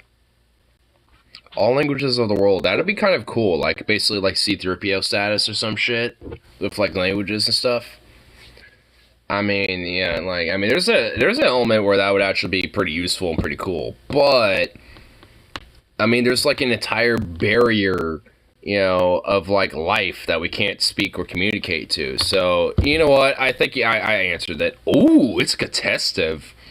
48% say all languages of the world. 52% speak to all animals of the world. Ooh, that's actually more contestive than I thought it would be for a poll. Like, I mean, at least for me, it was kind of, thinking about it, it was pretty self-explanatory. Because, yeah, I mean, I'd like to speak to Zukov and, like, yeah, pretty much all animals of the world. I mean, on one hand, that'd actually be kind of, like, horrible, because, like, most of them would be like, we are suffering, and we have, been doing agony, and basically our equivalent of chattel slavery, over here, please, release us, free us, like, it'd probably be shit like that, and be like, oh god, I feel bad, oh no, but, at least for Zukov, I mean, or, like, my cats, and even just squirrels and, local wildlife around here. I mean, honestly, cost-benefit analysis, I'd still want to speak to all animals of the world. Because that includes insects, too, because then I can actually, like, tell fleas to be like, no, I actually want you genocided, and I want you all to get the fuck out of here, and if you don't, I will literally, like, burn every single one of you alive. Because I do. Like, if I find them, I take it to the flame. Like, I'm just like, burn, bitch. Burn, bitch.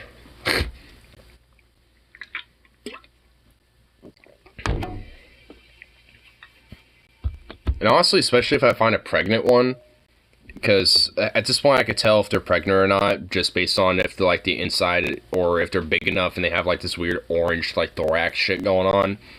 And if you put a flame enough to them long enough, those bitches, they... Like, eventually, when they burst and the pressure inside of them just gets too much, like, they will fucking fly. And it's like, whoa. Nice. It's like a little firework. And you legit hear, like, a little... like, mini baby explosion. It's, like, nice. Like, I urge scientists everywhere to be like, once you find out and completely, made sure that, mosquitoes are going extinct... Fleas. Do them next.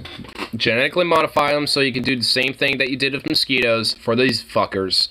And just unleash hell on the fleas. Because I guarantee you, it's the same fucking premise with fleas as it is mosquitoes. Like, there is no living organism that requires their existence by any fucking metric. If anything, they're more of a burden to, different elements of the tree of life, more so than a benefit to it. Like, benefit analysis, it's just like, yeah, I don't know. We could probably be done with fleas. And, like, tapeworms and shit like that, too. Oh, and ticks. Like, I mean, yeah, maybe some birds might not necessarily have, like, as much food with ticks and things like that, but guess what? There's, like, other bugs and other shit that they can eat. Like, I mean, they don't require these things. It's not part of their main diet.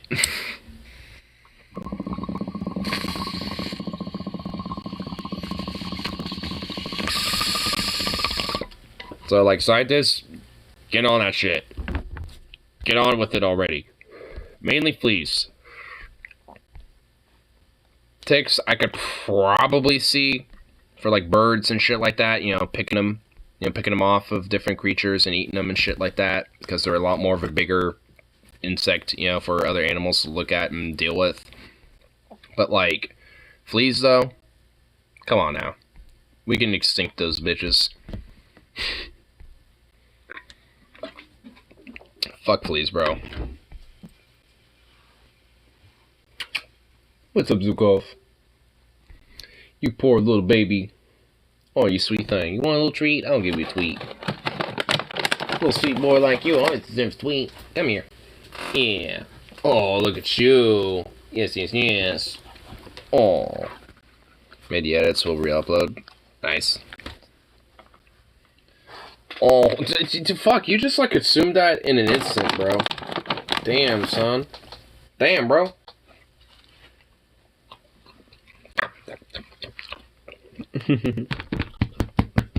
Oh, who's a good baby? Yes, you is. Hey, get back here. Get the fuck back here. Yeah, think you're leaving me that easy? Mm-mm. Oh, you're just a sweet baby. Yes, you is. Mm. Mm. Mm.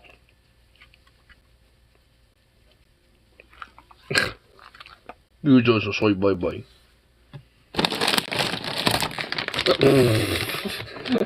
You little Snoop. Look at you sniffing all hardcore, just like, oh, treat, treat. Oh my goodness.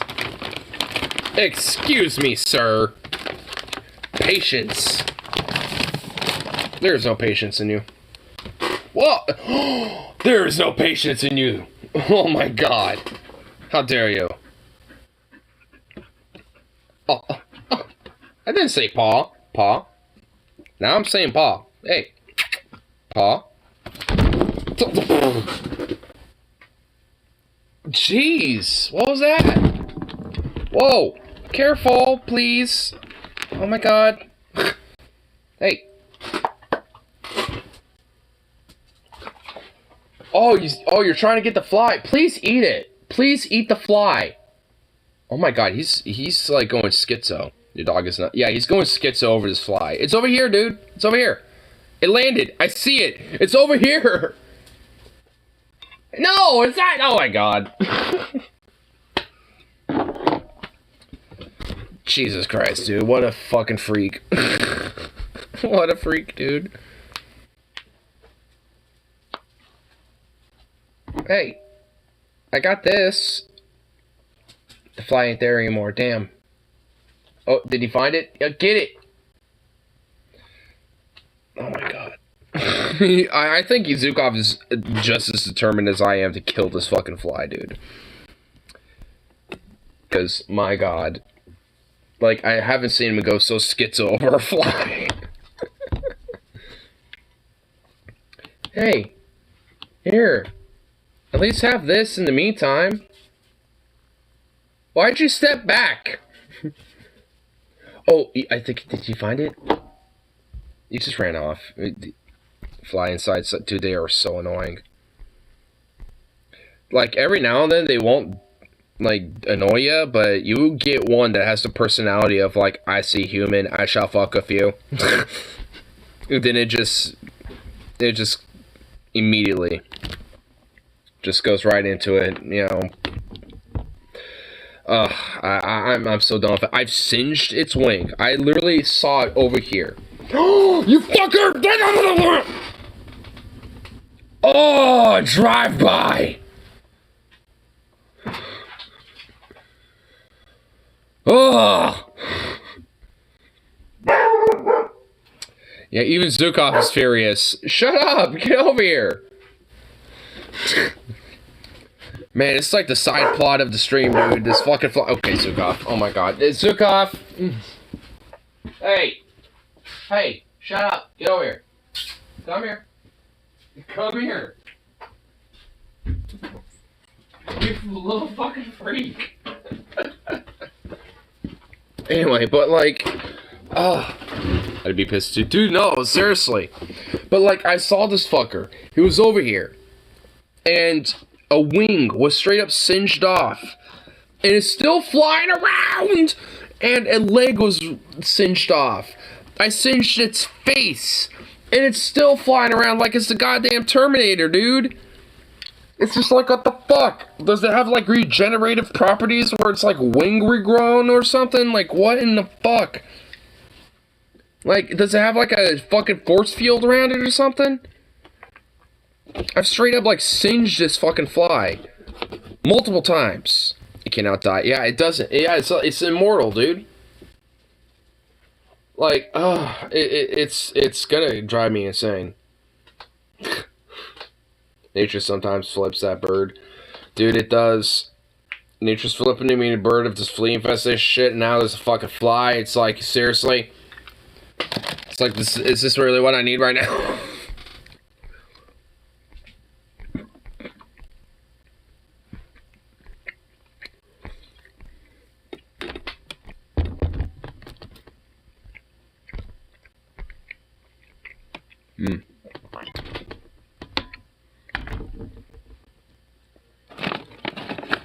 Those little Twizzler bites are so nice and good. Wholesome memes. A comic by Irregular Galaxy Dudes. Welcome to the first social anxiety meeting. Raise your hand if you struggle to do things public. Seriously, none of you. Oh yeah.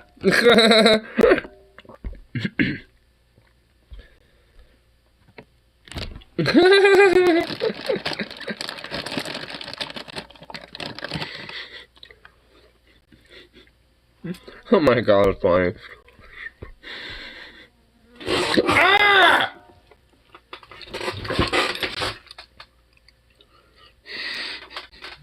Do I look like I'm psychopathic? Because I think I am. At least that's what I look like. It's fucking fly! Do your job and eat the fucker! Do your job, jerk off, and eat the goddamn fly.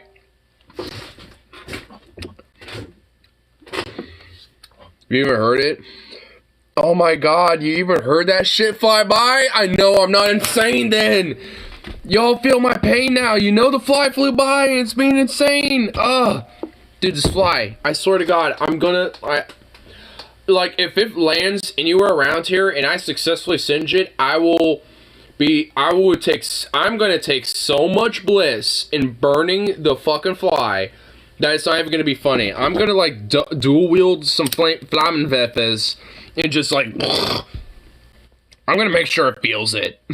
Well, I guess at a certain point it's gonna die anyway, but nonetheless, it's gonna be a barbecue by the time I'm done.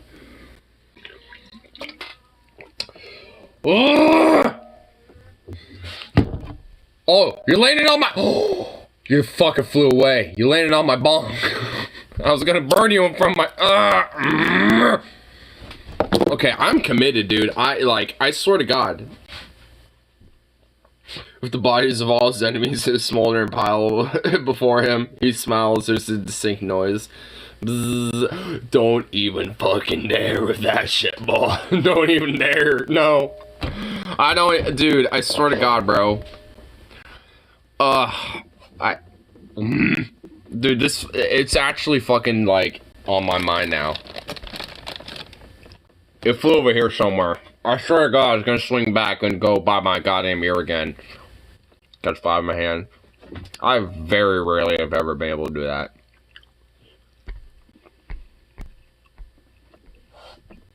Oh, it's like that.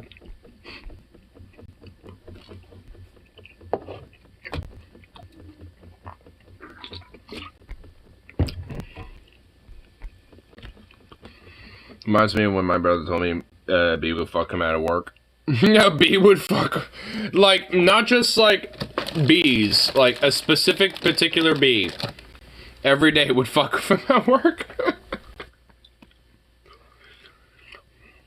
It's like, I may be a part of a hive mind as a bee, but I shall look at you and specifically identify you as someone I shall fuck with. Oh my god. I'm doing fucking aerial reconnaissance right now, dude. Like, Jesus Christ. Ah!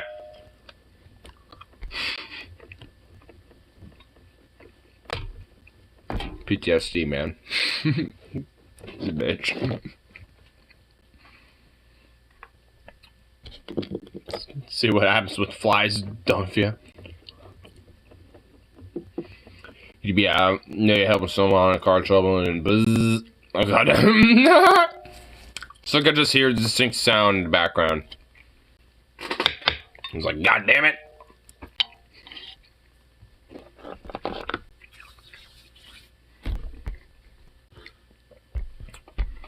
Oh shit, what's this? God gets canceled? God is canceled. Whoa.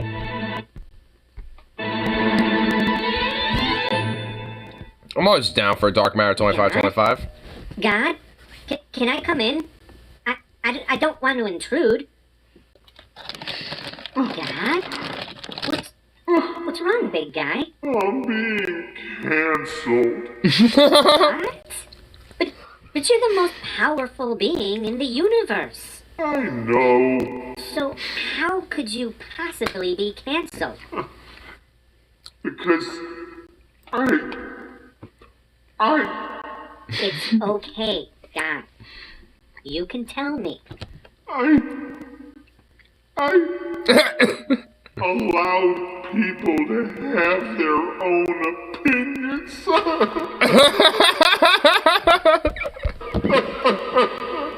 Well, that doesn't sound so bad. It is when their opinions about me are bad. Have you seen my poll numbers? Religion is going into the pooper, Jeffrey. People think I'm an asshole. Or that I don't even exist. I mean, they're entitled to have their likes and dislikes, beliefs and disbeliefs and... No! I'm being persecuted, Jeffrey. Persecuted? Yo, did someone call my name? Yes.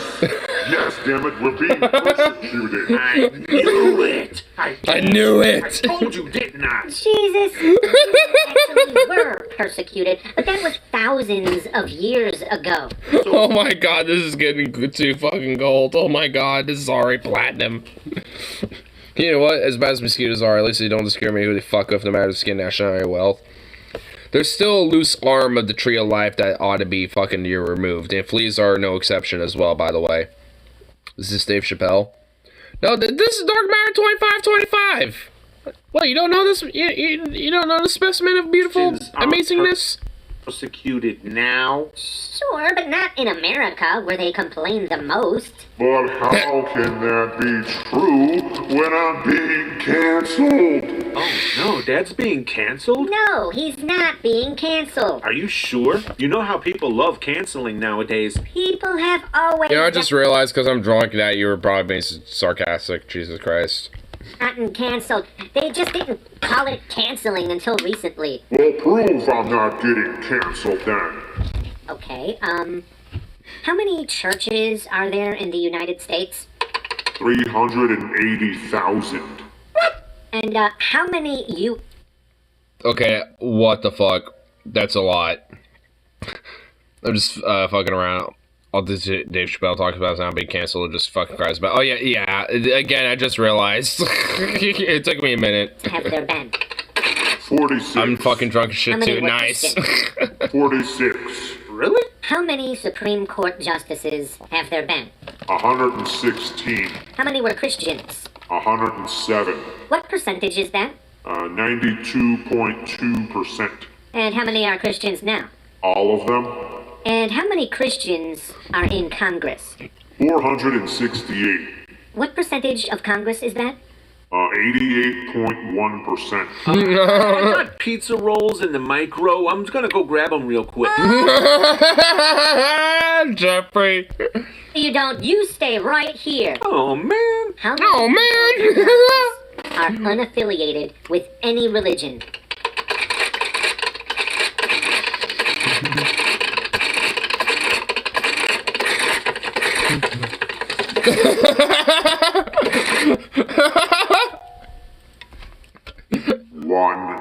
One. Congress is that?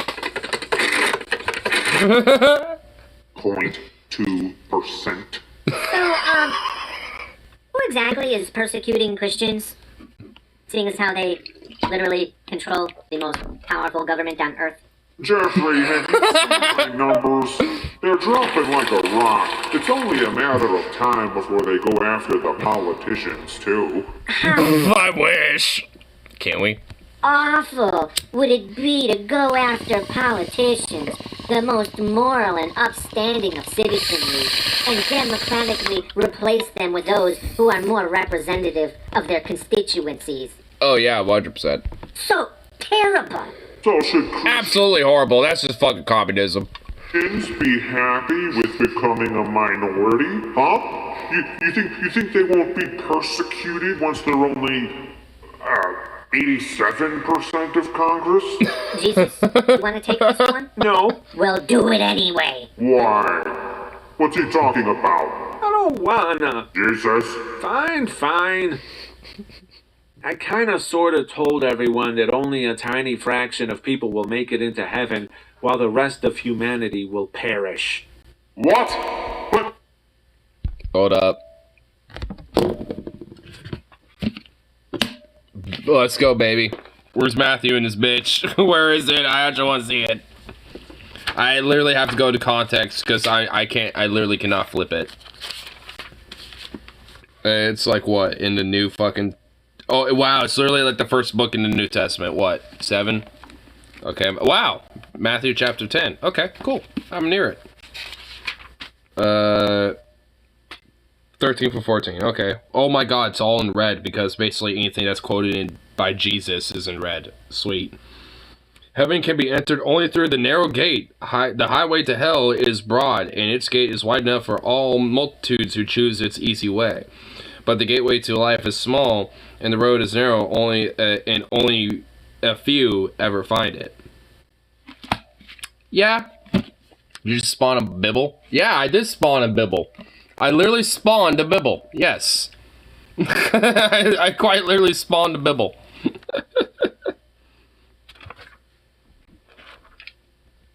But yeah. Essentially, yeah, I think, from what it says here. It's like heaven can be only entered through the narrow gate. The highway to hell is broad, and its gate is wide enough for all multitudes who can choose its easy way. But the gateway to life is small, and the road is narrow, and only few may ever find it. It's just like, You got that from the off-camera zone? Yeah, I got that from my, 4D, camera zone over here. But, yeah. I also have Dune over here as well. I have the first Dune book in here. I have the whole collection of them, too. I need to read Dune again. I need to get back into reading that. But, anyway. Yeah, I figured, might as well, just since the verse and, the source is right there, we might as well look into it. Yeah. Humanity will perish. what? But I said I wanted none to perish. Oh, fuck. Alright, let's bring it back. Where's Peter in this bitch? Where's Peter? Let's look at this one. Let's see the contradictory. Oh, shit. Let's look at it, baby. Let's look at it. Let's go. Yeah, oh my god, it's in the New Testament too? Wait, is it? Wait, hold on. What? Wait, where is this? Oh, wait. Peter 2. Okay, so that's gonna be like, what page? 900 and what the fuck? 900 and McFucky fuck?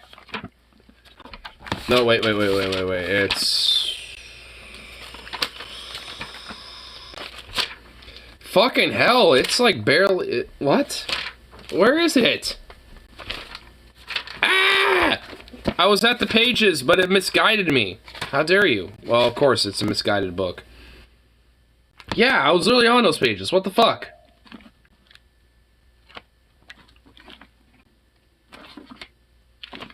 What? Hey? Oh, I was slightly misreading it. It's 990 something. Okay, Jesus fucking Christ, 994. Okay, here we go. I found it. Okay, so what was it? 3 for 9. Oh my god, I guess it's this short. Where's 5? Oh wait. Oh my god, it's that much. Okay, here it is. Okay, so here's what it says.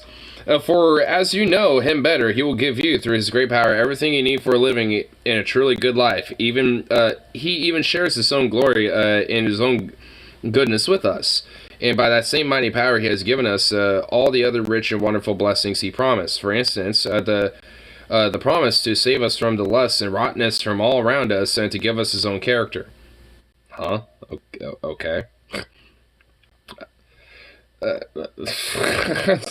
Okay. Basically become like the character of God and basically just like, you know, get, you know, the blessings of what that is.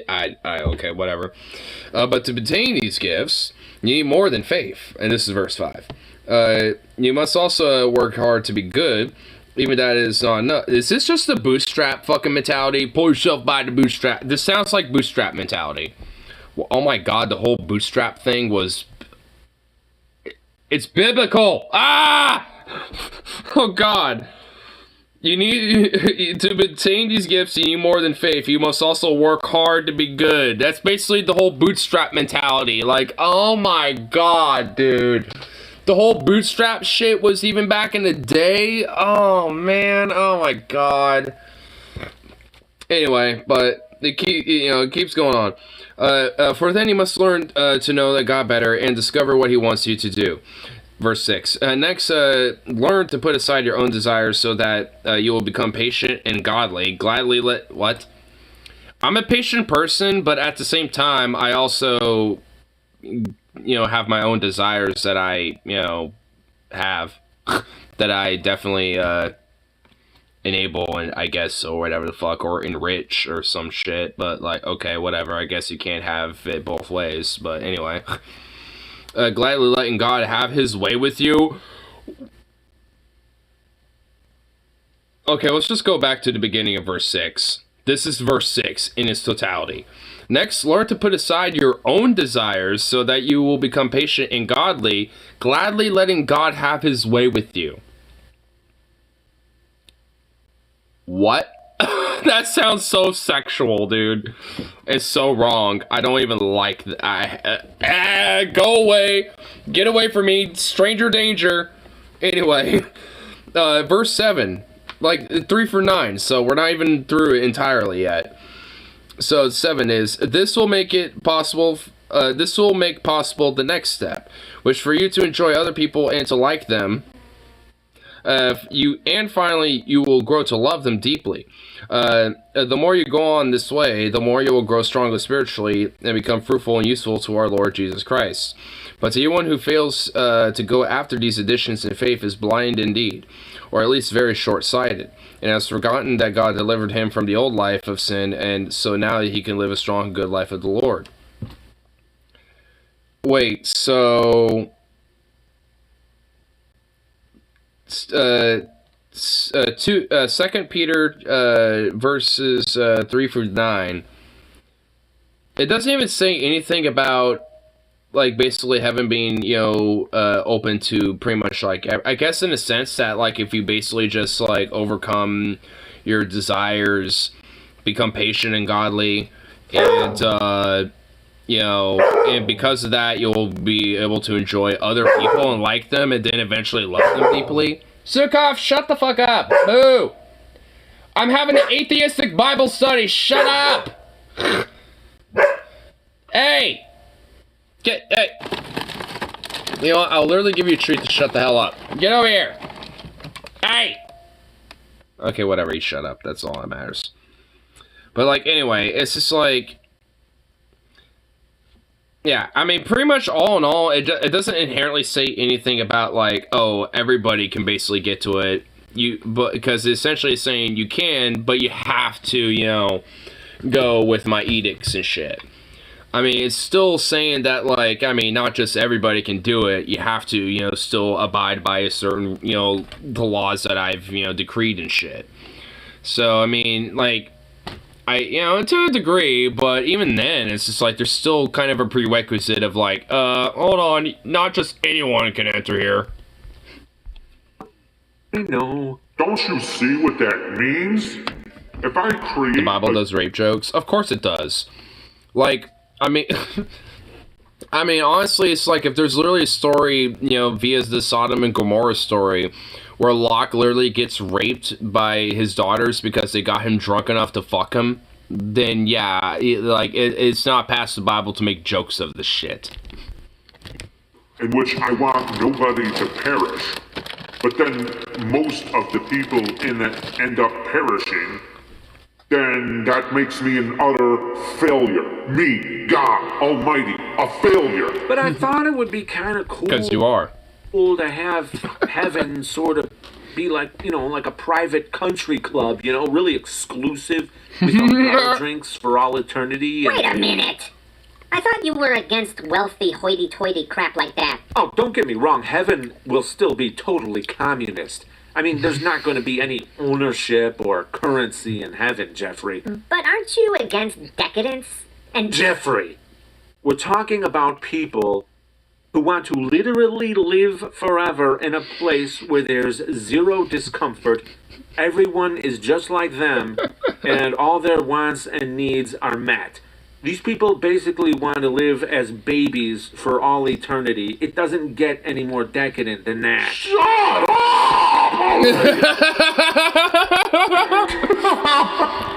I'm sick of your whining!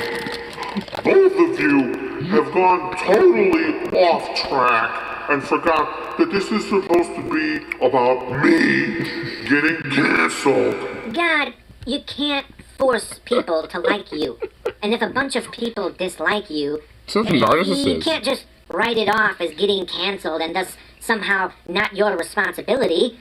Why don't you simply try being more likable, huh? Have you ever thought of that? Okay, fine.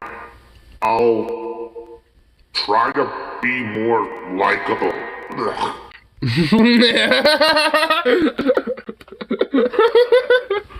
Blech. Oh, being likable, disgusting. That impacts my fucking narcissism, and I don't like that. Blech. I know one thing, though. Shoot. What percentage of humanity can I burn and still not get canceled? God, what if, say, Ben Affleck or some other famous actor dragged a person into the middle of the street, dumped gasoline all over them, and then set them on fire? Do you think Ben Affleck would not get canceled after that? So just one person? What if the person getting burned did something wrong? Okay, let's say they stole a candy bar once when they were 12 years old. So? What's wrong with burning someone for stealing a candy bar? Ah, fuck. God's definitely getting canceled. But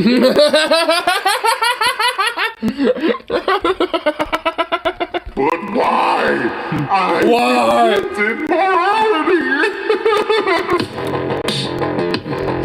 Oh my god, yes. I love it. Oh, damn. Dude, this drops. This slaps. Oh shit, dude. Merch. I might actually buy some merch. Dude, this shit bops too hard for just merch. But I love it.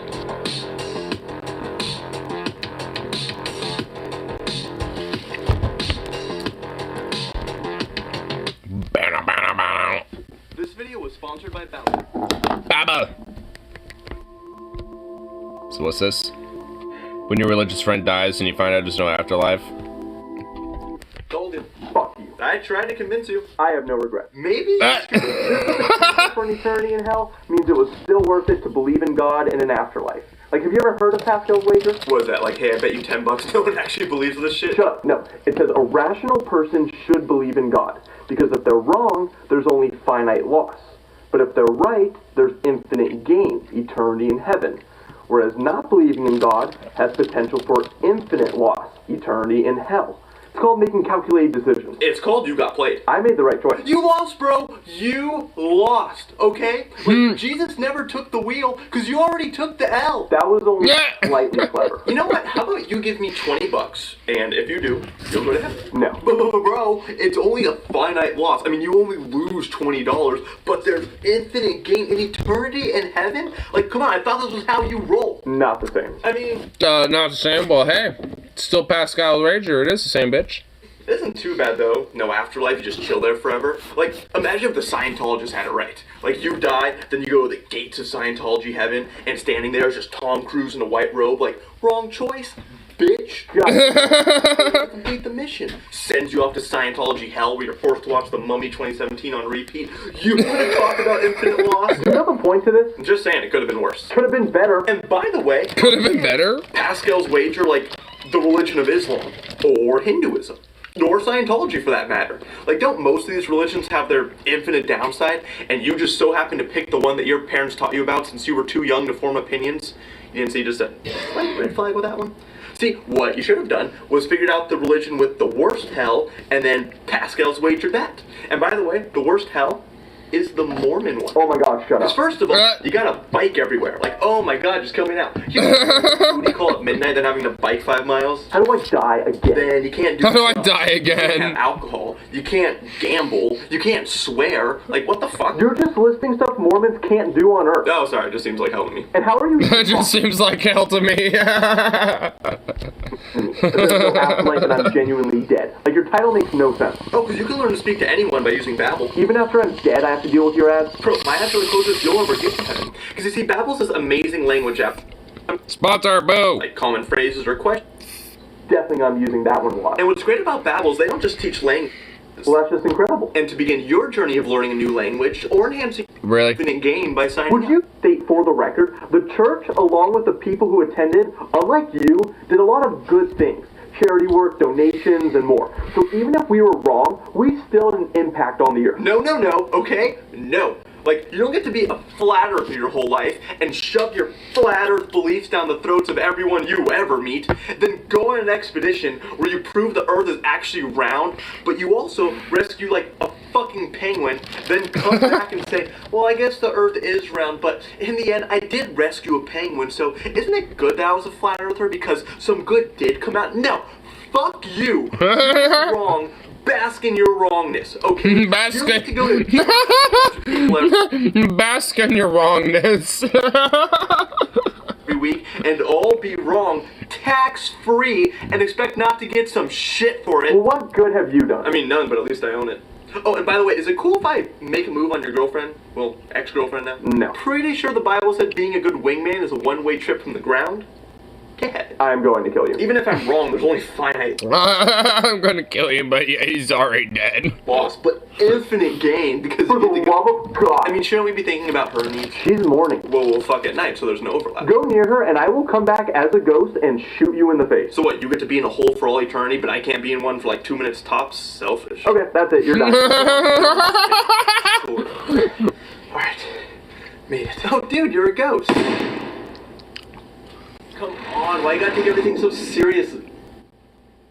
Where am I? Hey, welcome to heaven. Wait, there is a heaven? Yeah, but it's reserved for atheists. Oh, that's fucking... Reserved for atheists. Oh my god, dude, what the fuck? There's a heaven but it's reserved for atheists. Oh shit, dude. No, bro. Never mind about the credits thing. Oh yeah, I guess so, yeah. I guess the ending was, yeah, but, oh my god. Heaven would be, it's like, yeah, welcome to heaven, this is mainly reserved for atheists because all the Christians are basically, you know, against our, you know, laws up here anyway, so they're pretty much our prerequisite to hell. Anyway, so, how can we help you? Oh, that's what your name? Okay, go for the files here. Oh, there, yes, yeah, there you are. Okay, let's see, some sins. Okay, yeah, got that. Oh, that's a nasty one right there. Anyway, let's see right there. Yes. Okay, oh, yes, here's some forgiveness. Yes, and some good morality, yeah. Oh, yes. Ooh, some very good stuff out here on this list. Yes. All right, I thank you, for the cost and benefit analysis of your more goods and your sins. I think you're allowed for heaven now, Mr. Atheist Man. Yes, Jesus is in there. Yes, if you go to the right, third door on the left, and, down that hallway, yes, you'll find Jesus right there. Oh, God? Oh, yes, if you go up the main grand staircase of that, like, literal diamond, platinum, golden staircase, like, you literally can't even miss it. It'll blind you. Just go up that, and then, like, the most bougie, grandiose gates, like, that you see right in the very front, you literally can't even miss it. You would have to literally be blind to miss it. Anyway, but that's where you can find God in his office. But anyway, yes, enjoy your time in heaven, and have a good day. Anyway, oh yes, the next day, it's like, I just imagine it going like some shit like that or something. Just like some random shit, where it's just like some stuff like that. It's like, oh yes, we shall, you know, do a cost benefits, yeah. Just got like some sort of accountant just looking over everything. It's just like some casual business fucking affair and shit, but once you actually go inside, that's where it gets all grandiose. That's just like a palace. You think it's like, you know, some field or some other shit. Now it's just all a building. Get like a little courtyard. That's like the outside that you get. It's just a courtyard. St. Peter, we only wanted Christians here, but it turns out non-religious people actually follow Christ's teachings more closely, so albeit, by default, welcome to paradise. He seems to be celestial now that I think about it. Well, I mean, in the book, I mean, God is basically a fucking, you know, like, pretty much a dude, so, I mean, I don't know, I'm just going based off the biblical version here.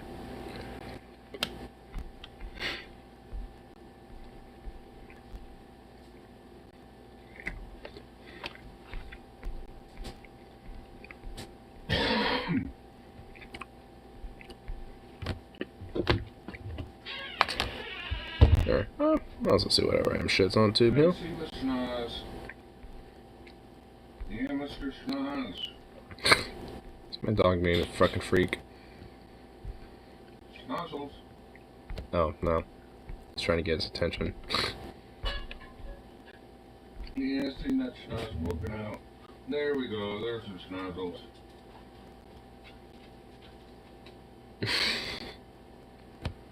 Said he has risen as a joke. What if God, what if God in the universe made jerk falls weird fascists run for his head? That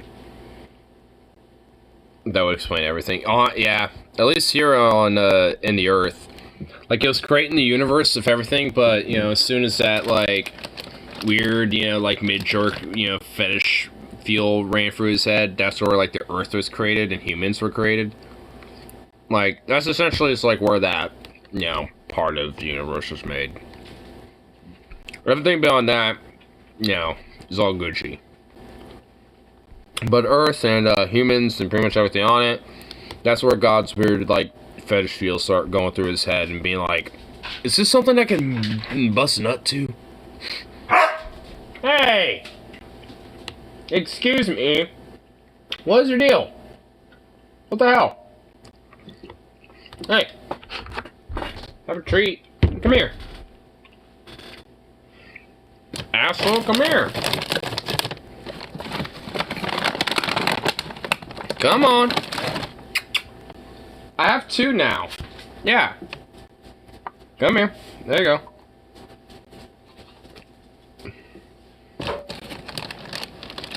God made us, so I guess he had this in mind. Yeah. If that's the case, he's a fucking weird, kinky, freaky son of a bitch. More so than I even thought. Like, oh god. Ugh. No, thank you.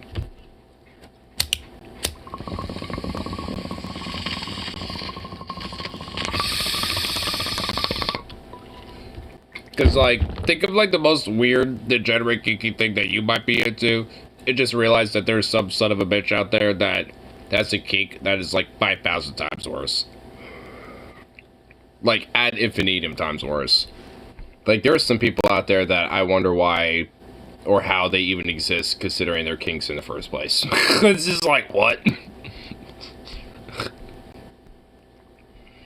To heaven, a guy has a medieval stretcher waiting for you. Oh god, oh god, no! Ah! I literally would rather go to hell. Could totally just make us without wieners and hot dog buns.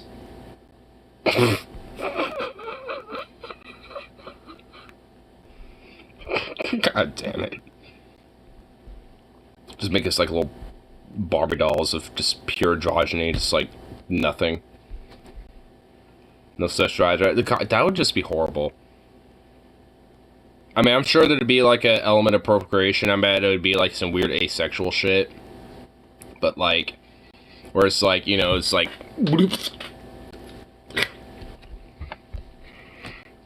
You've been syphiling on, you know what they say about sparing the rod. Ah, dude.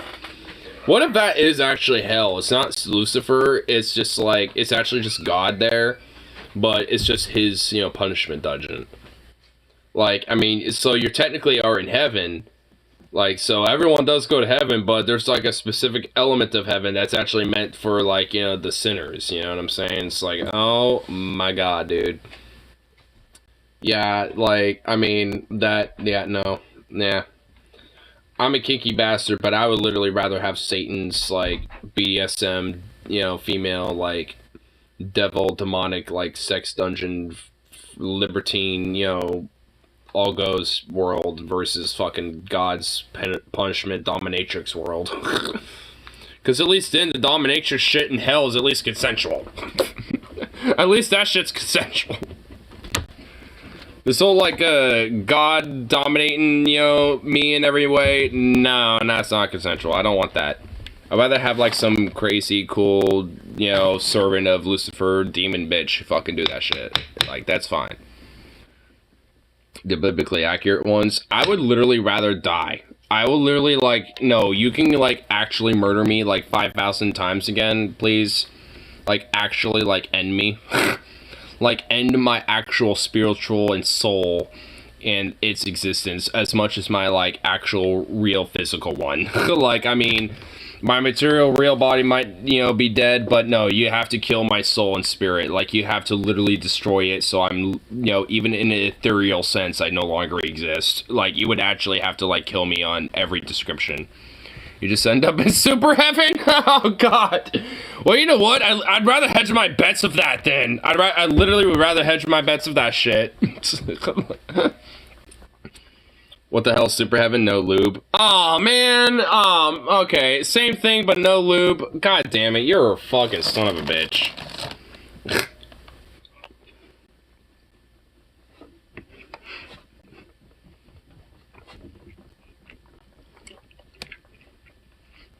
This sector religion bad bar look at crazy stuff others become up with gives people religion.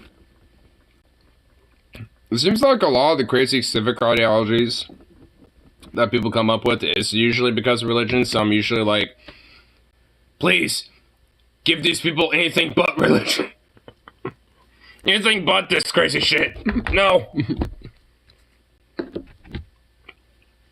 Shook off. Hey boy.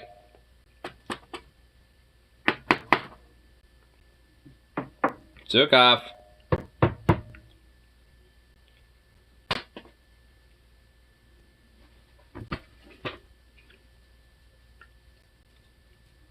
It's right there. You're sniffing in the opposite direction. Yeah, there it is. Yeah, you found it. There you go. Super hell. Wait a sec. This is Michigan. Whoa! You chomping at me now? Oh, did you get the fly? Get it! Get the fly!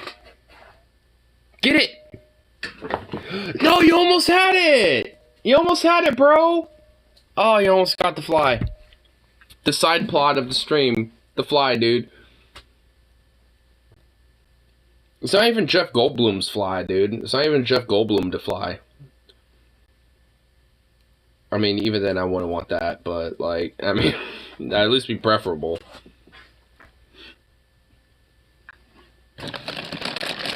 Just plays crazy shit, more crazy shit. I also feel like non-religious crazy shit would probably at least be a little more creative. A little bit more unorthodox, all in all.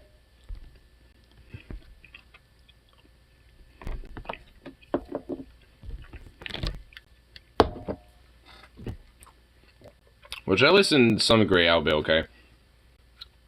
If it was Jeff Goldblum, though. I mean, low-key, though. There's actually, like, a certain part of, like, you know, The Fly, where Jeff Goldblum is like kind of mid-transition. Not like the late stage transitions, but like the early stages where he's like extra buff and sweaty and shit. I'm just like, what the fuck? Jeff Goldblum is like actually unironically like fucking hot. Like, what the hell? I mean, he's not in like a normal sense, especially, I mean, I guess these days, but like, I mean, young Jeff Goldblum, especially like in like those like weird like first initial phases of the, you know, transitions where, you know, he's just like extra buff and sweaty and all that shit, and it's just like, what the fuck? It's like, goddamn. My like gaydar is just like, yes please.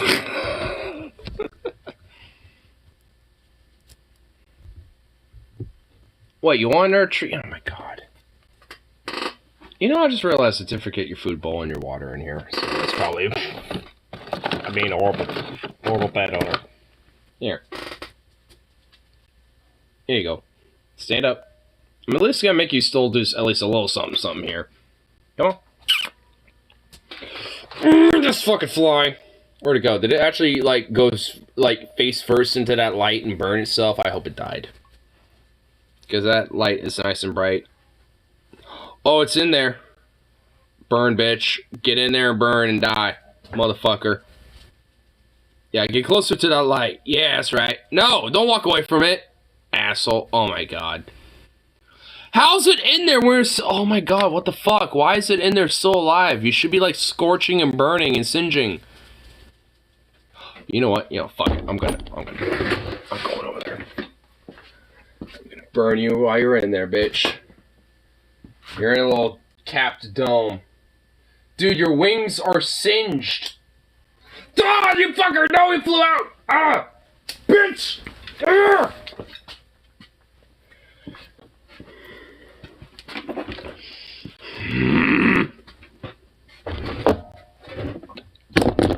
I like, a part of me doesn't even want to end this shit until that fly is dead. Because I'm actually, I think I am going insane because of this fly. Oh my god. Man, dude, really though. Just, I got another good look of it. Like, again, its leg was singed. Like, one of its wings is half gone and burnt off and shit, and it's still flying around like, Mrr! It's like, how are you still alive, motherfucker? How are you still flying like you're, you know, like you weren't, like your wing wasn't singed? It's like, what? What the fuck? By the way, you have a guess. Really? Who? Stop it. Stop it. This fucking fly, dude. Like, I'm fucking, like, having some recon going on here. Like, I'm trying to observe where this fucking bastard is. Lord of Flies. Yeah, like, yeah, another element. Like, Lord of Flies 2, Electric Boogaloo going on. Like, Jesus Christ.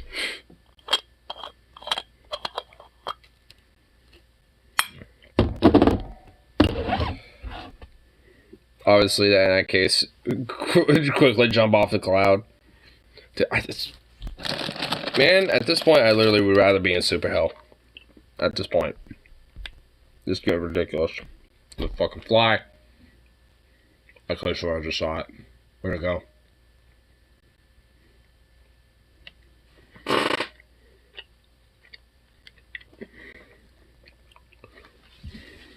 Okay, Michigan. Or Beelzebub and Satan aren't the same. Well, yeah, it's a Beelzebub like a different demon. Must be more Beasley and bubbly. True. You know what? I'm just gonna eat most of that just for the sake of having it, but I'm gonna leave that out there as bait. So if a fly lands on it, I'll literally burn that bitch right on it. In fact, actually. Because obviously if it lands on it, I'm not gonna eat it. But I want to maximize its baitness and my consumption of it. So.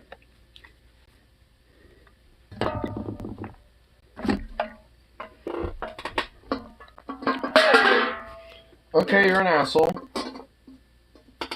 Fuck you too, Cam. Okay, you know, yeah, I'll have it right there. Because if it lands, then I can actually swing. Yeah. Okay, I'm just kind of figuring out where I would need to move my arm in order to be, like, right next. Yeah. It's technically a bonus thread bites, or, like, the sportsman's equivalent.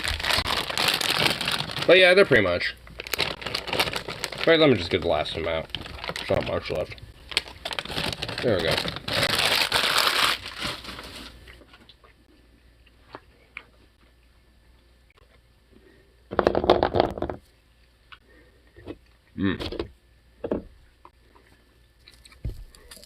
Just pretty much been snacking on it the entire time. It's good. Love me some licorice. It's not gonna do my gut any favors though. I already know that much. It didn't do me favors at all this morning when I was snacking on last night. Now I already know that they're not going to now. So, but yep. Here I am picking the fuck out of licorice.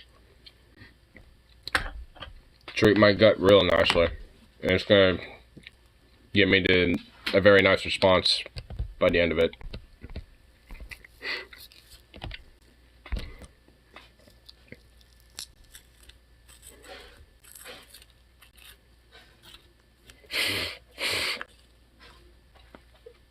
What type of noises are you making? Are you like snorting coke or something, dog?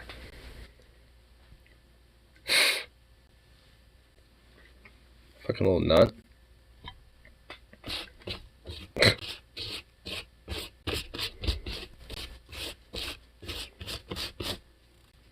Now where's he going? I don't know about this dog sometimes. I really don't. I get confused with some of his behavior, and I really wonder what he ponders in that weird little brain of his. So I honestly wish I could at least speak to at least dogs and cats at the very least. That'd actually be kind of dope. Just so I can understand what the hell's going on for that little freak's mind. So half of it must just be like, give me food, give me treats, give me love and scritches, and shit like that. But there's another half of it that I know it's some Machiavellian shit or something. Like pondering, scheming, planning, different shit. And it's like, I know, you're thinking some shit, bro.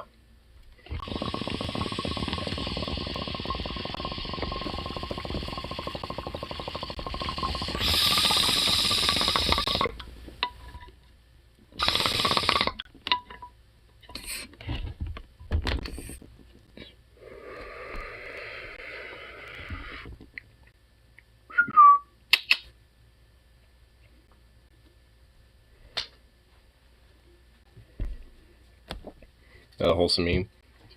Tiny warhog cooling off in a tiny mud puddle. Aww. Oh, look how cute it is. It's a little baby. Once it becomes an adult, then I could have it, you know, see what a 5.56 looks like, and I could eat it up for some sucker and have a good pork loin. That's right, brother. I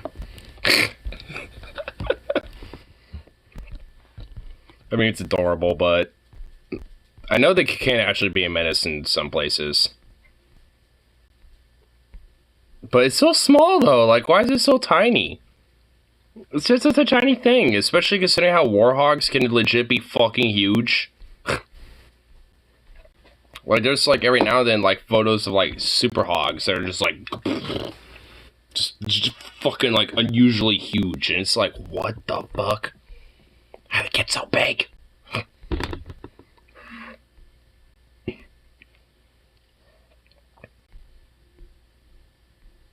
I love how, like, half of the comments are just like, he's cute and all, but what are you gonna do when there's, like, 30 to 50 of them, yo? What are you gonna do when they start, like, fucking up, like, your farms and stuff? Oh my god!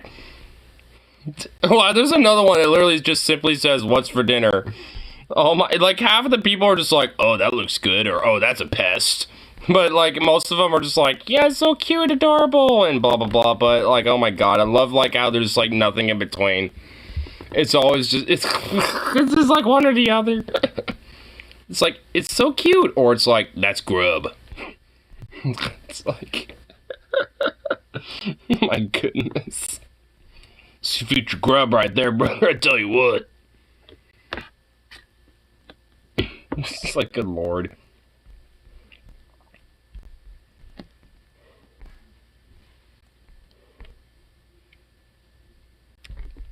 Oh, what's this? Montenegro gunman kills 10. Oh, wow. Even Montenegro was getting shootings, too. Hey, America ain't the one that... Wow. A mass shooting article, and America ain't the one that's the country that has it? Wow, that's a first. I like how that's my first reaction to that. It's like, oh, wow, another country, Montenegro, is the one that has, like, a mass shooting? Wow. I thought that would be America, but no, I guess it's not. I mean, that sucks either way, but, like, wow. I'm pretty sure Montenegro will probably actually have a legitimate, like, cohesive, logical reaction legislatively and with laws, you know, considering that, and ensure that, you know, the likelihood of something like that happening again is minimalized, you know, to a major degree. Unlike, you know, another country where this basically happens every other fucking week.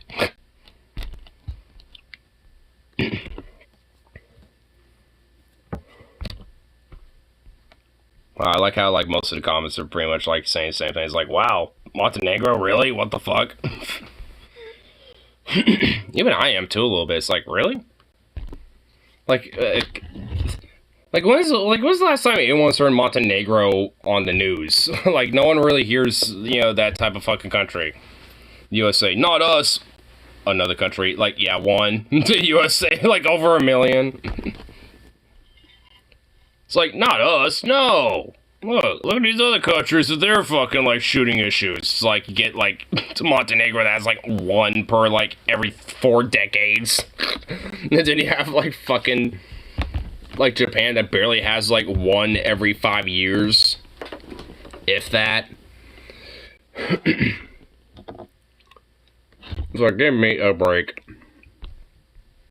I like guns much as this dude. And I have a few myself, but it's just like, fuck, bro. Oh, we can't have some basic shit that, you know, we can guarantee that certain people just don't have access to that shit because they're a little bit cuckoo for Cocoa Puffs. Like, okay, yeah, cool. Sweet. If anything, we have states that are literally trying to do the opposite. Or it's like, hey, how about we, you know, try to do things that prevent, like, red flag laws, or, you know, how about we just don't have, like, licensing or concealed carries and stuff like that, because that's, like, woke liberal, you know, gun-taking schemes that it leads to a slippery slope, brother. We can't have that.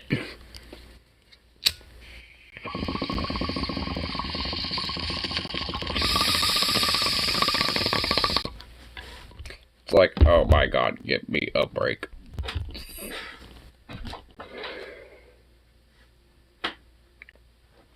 What in the... What are you doing? Hey, what are you doing? What, did you finally get the fly?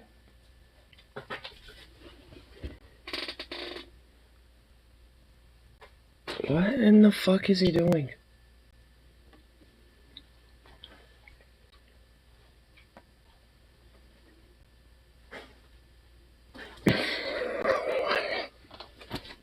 What are you doing?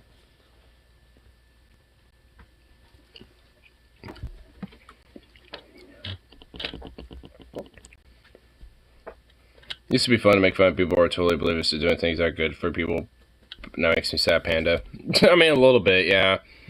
Because, like, I mean, especially these days, you would think, at the very least, there would at least be, you know, the most barest minimal of standardization when it comes to, like, trying to solve some of this shit, but...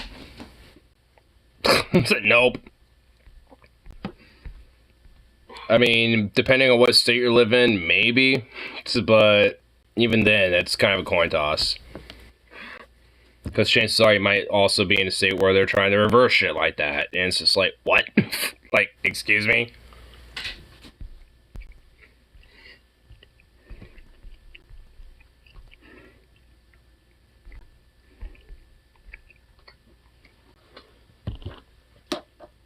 What the fuck? What are you doing? Because the lights are reflecting off your eyes, you look like a fucking demon, dude. Stop looking at me like that. Get out of the shadow and stop looking at me like that. You look creepy. God, you look fucking creepy. Ah. God, you still looking at me like that. What the fuck? I can feel that, and it's unsettling. God! Stop it! Yeah, get in the light. There you go. Now you look cute again. No, and he went back in the shadow. Like, when he's in shadows and he's in low light, and there's, like, enough light where his eyes reflect, oh my god, he looks so fucking creepy. It's like the demon side of him comes out, and it's like, ugh. You're laying down, and it ain't helping. You're laying down in the shadows, and it's not helping you look creepy. Or uncreepy. In fact, it's helping you look creepy.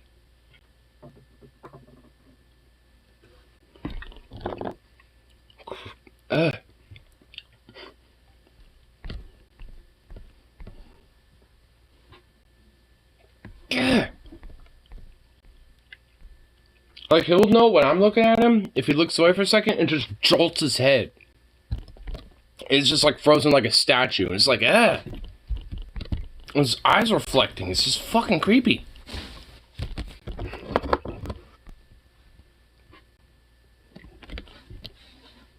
Yeah. Hopefully New Vision is very wrapped up on. As long as he basically, I think his artwork, but obviously fun. Yeah, it can be fun. I mean, as long as, like I said, like, the first song that we're having in the background is actually in the background, is your voice is, like, bumped up a little bit, then, all in all, you should be good.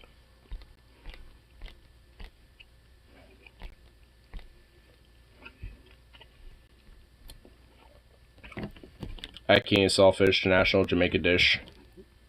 Ooh. Oh my god, this looks fucking fire. Is there, like, eggs in here?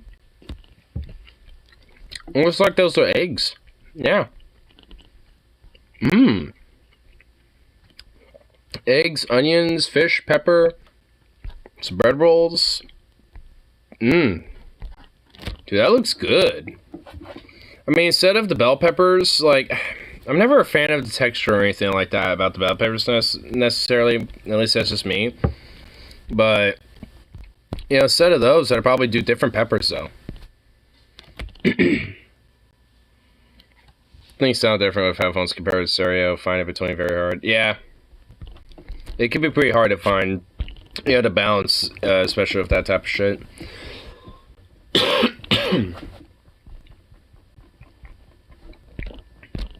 Okay, there we go.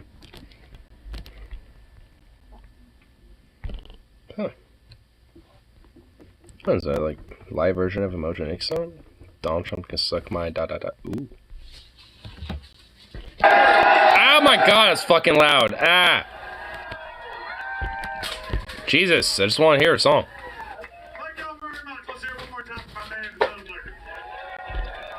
Hey.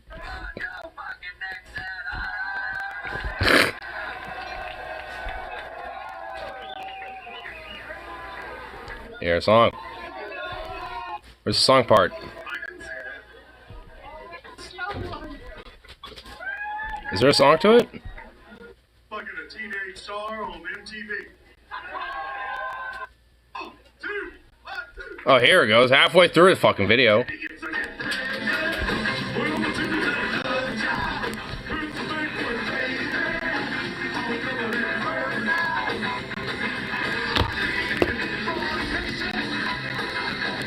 We were secretly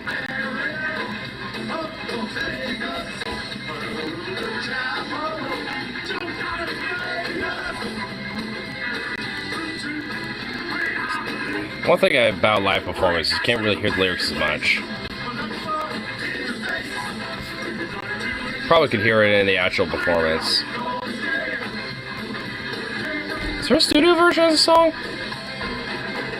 I know Mojo retired from doing music, but every now and then he would, so I don't know if he does or not. I didn't fuck Donald Trump in the ass.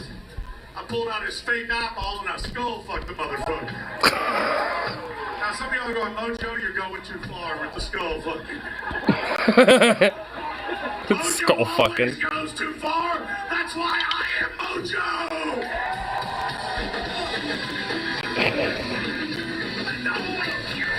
Yeah, there's only live versions of the song. There's like a 2017, 18, and 19 version. Yeah, so there's only live versions of Donald Trump Can Suck My Dick. That's the name of the song.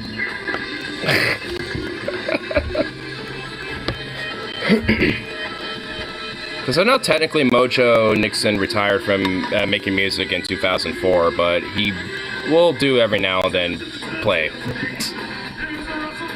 I guess this song is another proof of that.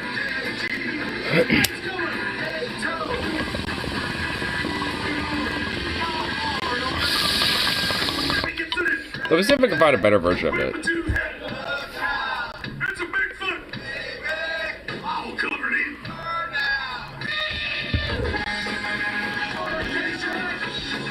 After seeing Scotland's side dish, haggis, I'd like to issue an apology to England. Wait, what's this? What is this? What is this, dude? It looks like some weird organ that is like... It looks like some sort of like piece of like a gut that was like stuffed with a meat and then they like bursted the gut. Like, what is that? Like, that's what Scotland's got going for it? Like, Scotland, what the fuck? What the fuck, Scotland? Sheep meat, I'm pretty sure. I'm fine with sheep meat. But, like, bruh. Here, see if this is a better version of the song. Give me an L. L. Give me a U. U. Give me a C. C. Give me a K. K. What's that spell? Fuck. What's that spell? Fuck. What's that spell? Fuck. The guy recording is obviously drunk.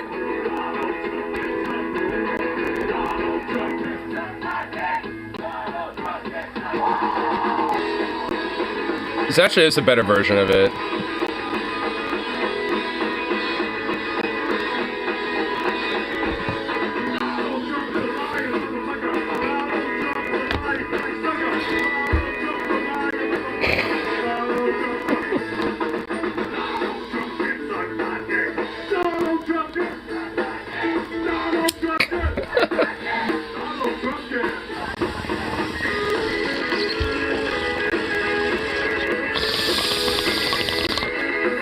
Especially how much he's really in love with his doctor.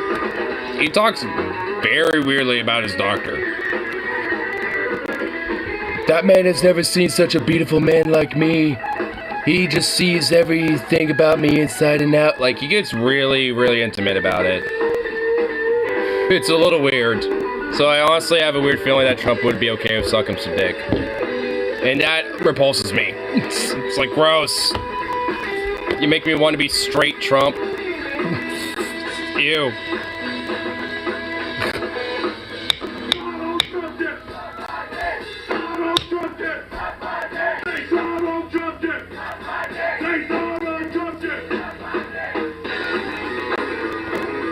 Trump. Waltz with me, Ignore. No!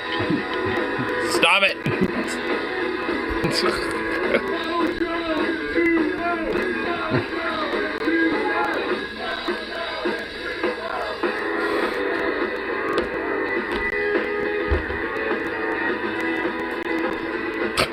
And there's just like one of the few comments on it. Trump hated the song so much, it created a pandemic. Now no one can go to a concert and listen to it.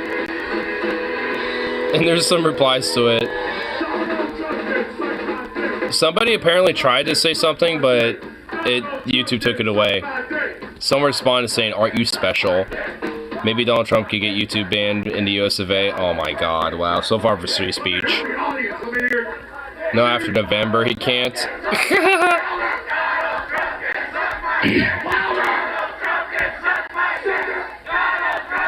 I like when people get the crowd involved, at least when it comes to the bands that do it.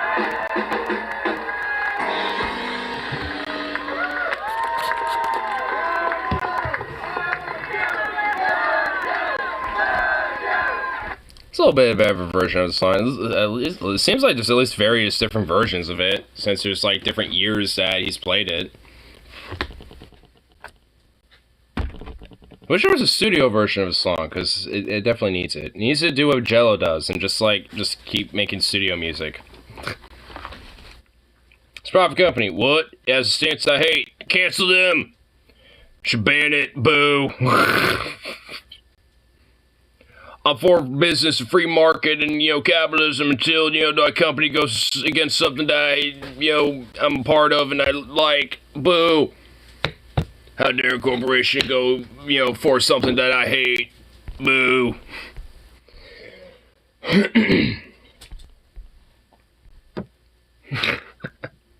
But that's why I like Mojo Nixon a lot. I mean, I actually was looking at his Wikipedia page, and it just made me think that Mojo Nixon, especially for a rockabilly, outlaw country blues artist, it makes me more vindicated that, more classic country is just better. Just honestly. Because he's also an actor, apparently. And honestly, it's Rose, and I know you would know this, especially with, DFF and this minor relation to it, because they did a movie commentary on the Mario Bros. Movie. Guess who was Toad in that movie? It was Mojo Nixon, the guy we were just listening to, and the guy that I that I play music every now and then. He did some acting shit, and apparently he was Toad in that fucking horrible Mario Bros. Movie and shit, somehow. And I'm just like, what? It's what the fuck? And then 1990s also saw Nixon appear in further 5 films, including Super Mario Bros. 1993, Car 54, Where Are You, 1994. At least just some different shit, amongst other things. And I was just like, what?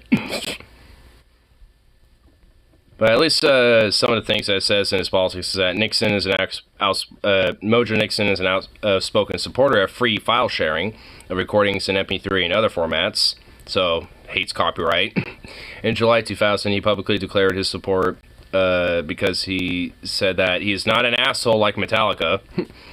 In 2000, referring to the whole Napster thing, basically. In October 2009, several of his albums were available free on Amazon.com in MP3 format for a limited time as a part of promotion for his CD Whiskey Rebellion. Nixon is self-described libertarian syndicalist anarchist and has supported Democratic Party, so whatever that, I don't know how much that really, is, true in a sense of I will donate to them or whatever the fuck, or just they're better than the other freaks. I don't know what that necessarily inherently means, I guess. But yeah, so honestly, just a dude who's just based as fuck, honestly.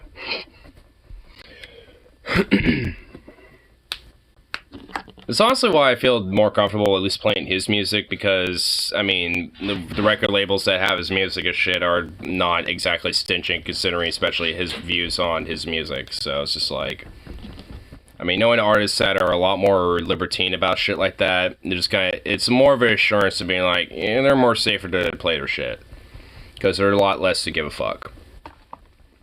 Another artist that has pretty much the same mentality about it is David Rovix. He's more of a folk artist in a sense, but does a lot of leftist music.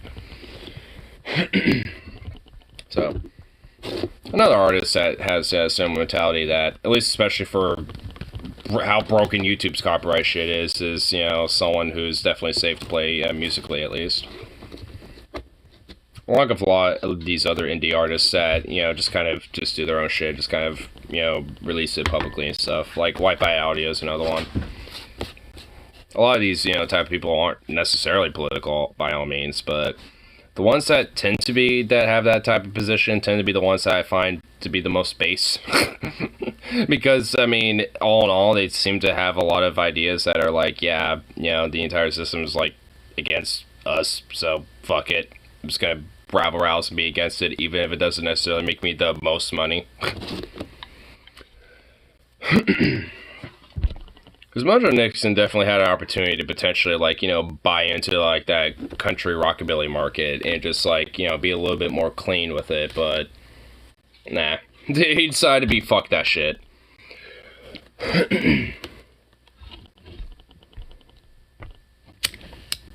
Yeah, I'll just play a little bit more of his stuff just because it happened to be on the topic. Man, some of a whore. Well, yeah, the lyrics are out in this song right off the bat just explains it. Man, I'm a son of a whore. It's like, yeah, right off the bat, right there. Yeah. Good luck having that on the radio.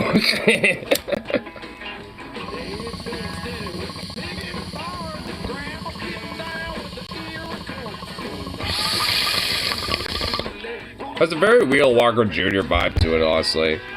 Well, I guess, if anything, Wheel Walker Jr. has a Mojo Nixon vibe. Very, very fucking raunchy, and I love it. It's when a country is actually good, when it's raunchy, fucking, uncensored in a sense that it's just like, yeah, fuck you. I'm gonna talk about how, you know, my daughter got, like, you know, fucking, you know, just like got, you know, like a little hootenanny or something at the bar and shit, and I come in and start beating everyone else inside the head of a fucking bat. And just make my daughter for being a, you know, horrible little son of a bitch or some shit, I don't know, like some random nonsense like that. It's just like, okay, I can at least vibe with it, because it's just not the, like, my F-150 and my beer and my wife left me, or whatever the fuck.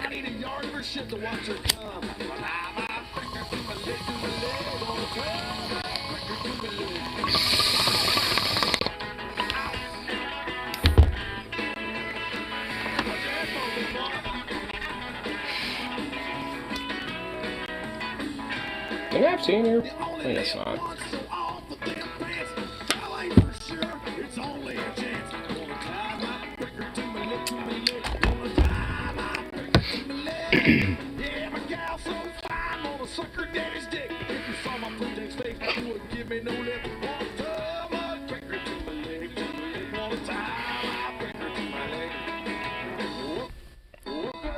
What in the fuck?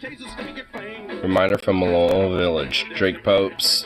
Queen Elizabeth poops. Scarlett Johansson poops. Your grandma poops. The teacher poops. The judge poops. What? The teeny tiny bugs make teeny tiny poops, so shut the fuck up. What? I guess this was in Portland somewhere? What the fuck? What? This is a thing, apparently.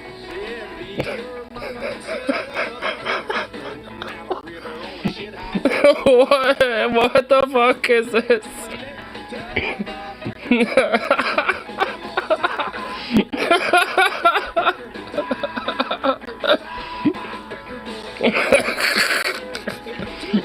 What the fuck, man? Like, what? I don't even get it. What, like, I don't even understand this.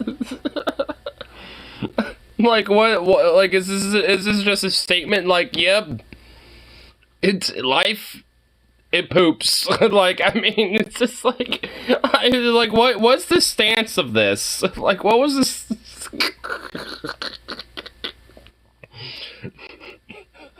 What gets me is like, and all the teeny tiny bugs make teeny tiny poops, so shut the fuck up. Like, the last little part of this is what's fucking getting me so much. Like, what the hell? Like, what type of, like, aggressive stance is this for? Like,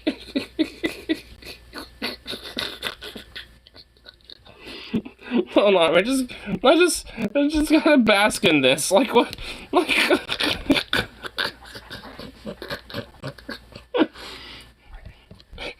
I like, hold on, wait, hold on, I just realized the judge poo-poos. Wait, so, like, Drake, Queen Elizabeth, Scarlett Johansson, your grandma, the teacher, all the teeny tiny bugs, they make poops. But the judge, he does some poo-poos. That's what the judge does. I like the slight difference there. What type of, what statement is this? Like, what statement is being made? I'm trying to, like, wrap my head around it. Like, is it because, like, maybe there's, like, I don't know, maybe it's because there's, like, a, you know, like, homeless problem in, like, just every city, let alone Portland, so there's chances that you might see, like, just some shit around, just unironically. Like, is it that or something? Because if so, maybe instead of saying, so shut the fuck up, maybe, like, advocating public bathrooms to be available, like, in different parks and, you know, different, like, block spaces or something. I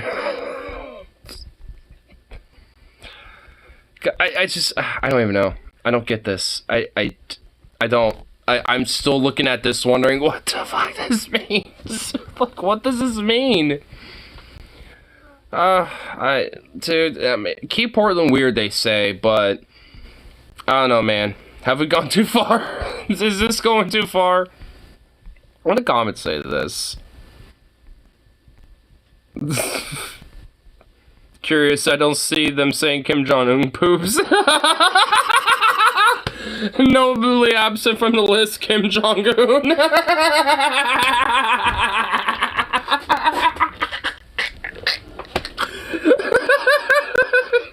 Because, oh yes, everyone knows Kim Jong-un never defecates, right? Yeah, I mean, you know, so they say.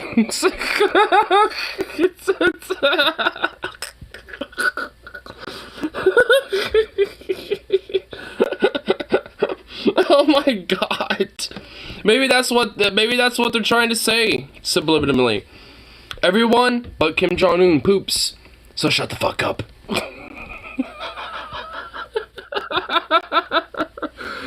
Oh my god, dude, yes. Oh man. I love Reddit sometimes. Jesus Christ. Fucking hell, man. Oh, what the fuck?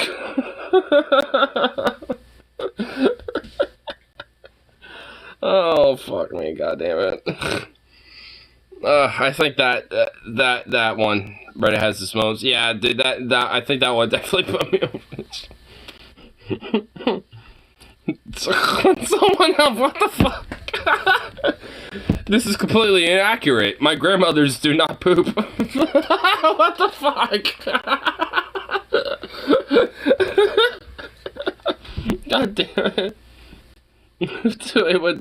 There's this other one that, who are they telling to shut the fuck up? Maybe I'm not understanding the larger point they might be trying to make. I don't think there is one, buddy. But it seems like they're trying to downplay how irritating seeing me feast on the street. I mean, maybe. I mean, that's the only thing I can think of. I never understand this because I have never pooped in my... I know. It's just... Huh. What a weird shit post. That's goddamn it, Reddit. Fuck you. Son of a bitch. Oh, man. Fucking hell, dude. This, oh my god, the comments are fucking gold. Dude, you know, Portland subreddit has some beautiful things, and this is one of them. This is one of them. It has some horrible things and some beautiful things. This is a beautiful thing. This is just like, I don't even know. Just like, what a statement. Oh my god. Fuck me, dude. I don't even know. I don't even know after that one. Wow. I don't even know, what, I mean, is it really just like, I mean, the only thing I could think of basically is like, oh, homeless people thus, like, you know, probably don't have access to bathrooms, thus, you know, probably are, you know, gonna find a corner or like a little alleyway to take a, you know, take a poo or piss in, right? Like, so you may or may not see something like that. It's like, so it's just basically being like, oh, guess what? It's the human biology, so get over it. It's like, I mean, not really. But it doesn't mean demonize people that have to, unfortunately, just be in that circumstance to be doing that. You know, like, actually maybe, you know, push for, like, hey, maybe we should have more public bathrooms available in parks, you know, like the waterfront, and maybe, like, high traffic, you know, pedestrian areas where there, you know, potentially is homeless. That could be in those areas. Because even for, like, everyday people like me, there's straight up been times I've been in downtown Portland, I'm like, fuck, I really actually do have to take a quick piss really quick. And I have to, like, and there are, like, a couple public bathroom areas, and it's, like, I have to basically, like, go to those little areas and, like, run, like, blocks away, like, split from my friend group, or, like, go well out of the way to go get to these places. And it's just, like, I mean, honestly, it could do, you know, some benefit to have more of these more accessible, and just have, like, every week, you know, some people hired in, you know, to just, like, you know, clean them out, like, every couple days or something. Like, I mean, shouldn't be such a hard thing to do, and, like, get, like, a couple, you know, like, a dozen or maybe, like, 100-something jobs out of it, too. So it's just like, I mean, shit. Can't be that fucking hard to, you know, put some money into, but, no. The Portland City Council is very well known for making sure shit gets done, yes. I mean, that in itself is a joke. I mean, that would make me fucking start balling off laughing for another reason. Fucking Portland City Council getting things done. Oh, man. Oh, I wish.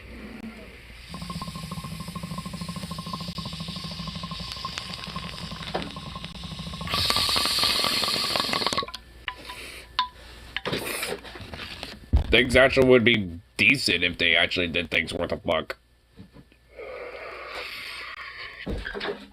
What are you doing? Excuse me? Yeah, you're staring at me with the sense of... Oh. Wow. Looking at me with a sense of guilt and doubling down with it. Wow. What are you... What is he doing?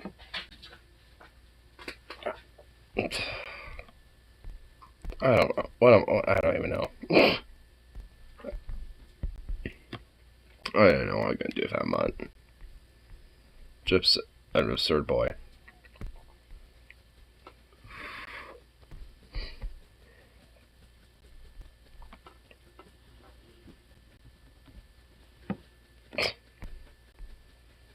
About to pass out, but enjoy the evening. Anyways, man. It's actually almost the 4:20 mark of the stream, so I think I'll probably wrap it up at that point. Just because, you know, it's a nice little number to round it all up to.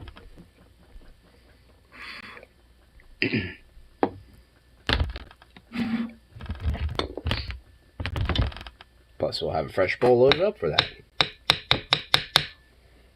Hell yeah.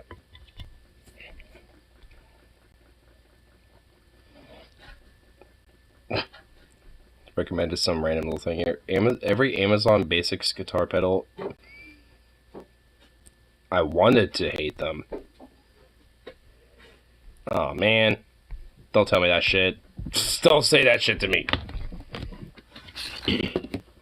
I guarantee you Amazon just stole the fucking, like,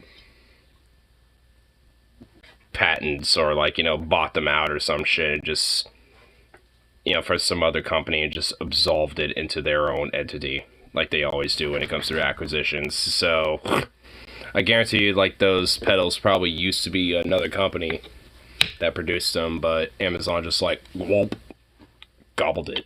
Just ate it. It's like, this is ours now. It's like, oh no, oh god. Jesus, no. Not another one. But alas, here we are. Of the damned Amazon. I mean, for real though, like, I mean, Amazon needs to be destroyed. Because, Jesus, like, the fact that they control and, like, gobble the fuck up out of everything is actually really insane.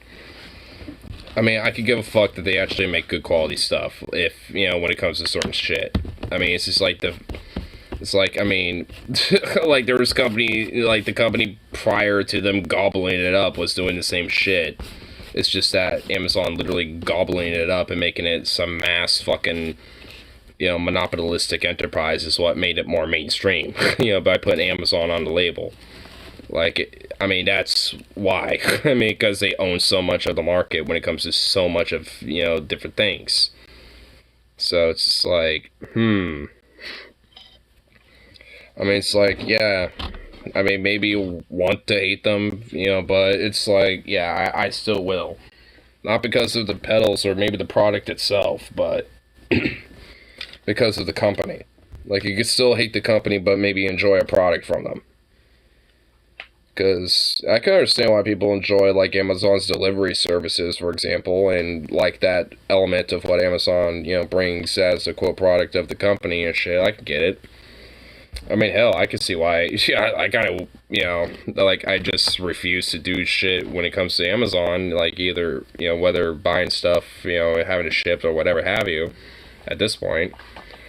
So it's just like, from that, it's like, I can see the benefits of maybe doing it anyway, but I'd rather wait a week or a couple days or legit, to have the time to wait, for something to show up, even though, I might have bought it like a week or two ago, technically, and still hasn't been shipped yet or something. It's like, I'd rather that, honestly, at least in my mind, because at the end of the day, I know I'm still going to get it.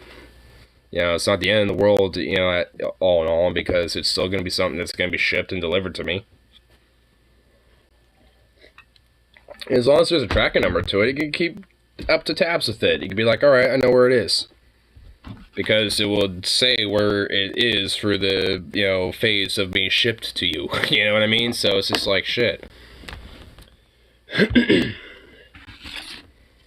I mean, the whole, like, same-day delivery thing and all that shit, sure, it'd be nice. But considering how Amazon is, not necessarily just to their workers, but also to, how they are when it comes to their acquisitions and basically wanting to have, like, a global, control on a lot of elements of economics and even governmental power. It's like, it's like, I'm allergic to that.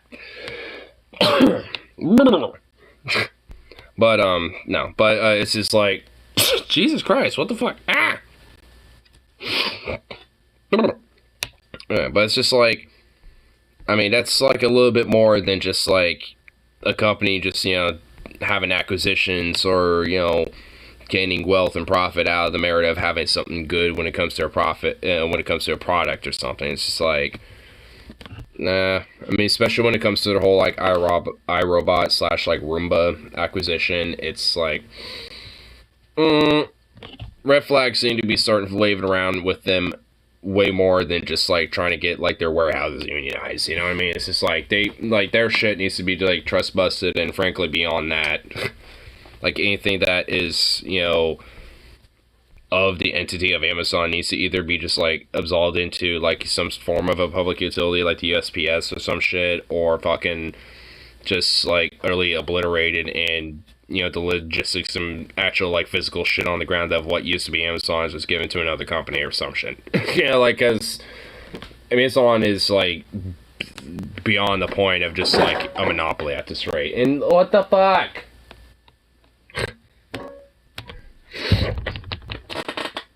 What are you doing? Excuse me? Hey, what are you doing? What is, like, under that sink that you want so badly? Here, I'll give you a little distraction. Here. Hey! Yeah, you. Come here.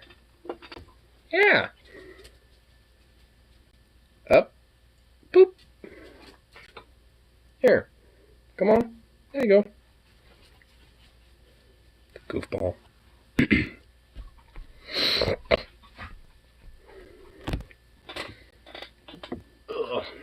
What a little goof. What a little goofball. A minute and a half to the 420 mark. Ugh. Be 420 already, damn it. Boo.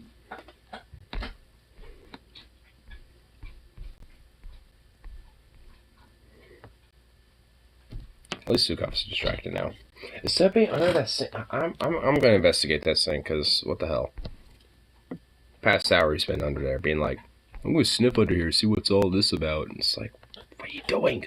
Stop it. Fucking little freaking mutt.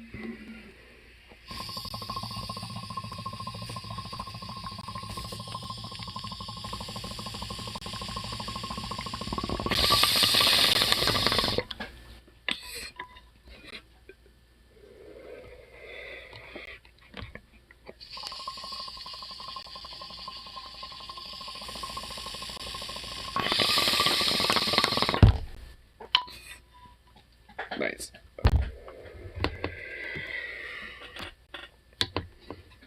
Anyway, call it good for the last little bit of the evening here.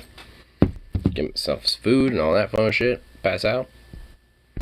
Then be back around for the next one. So, peace out. And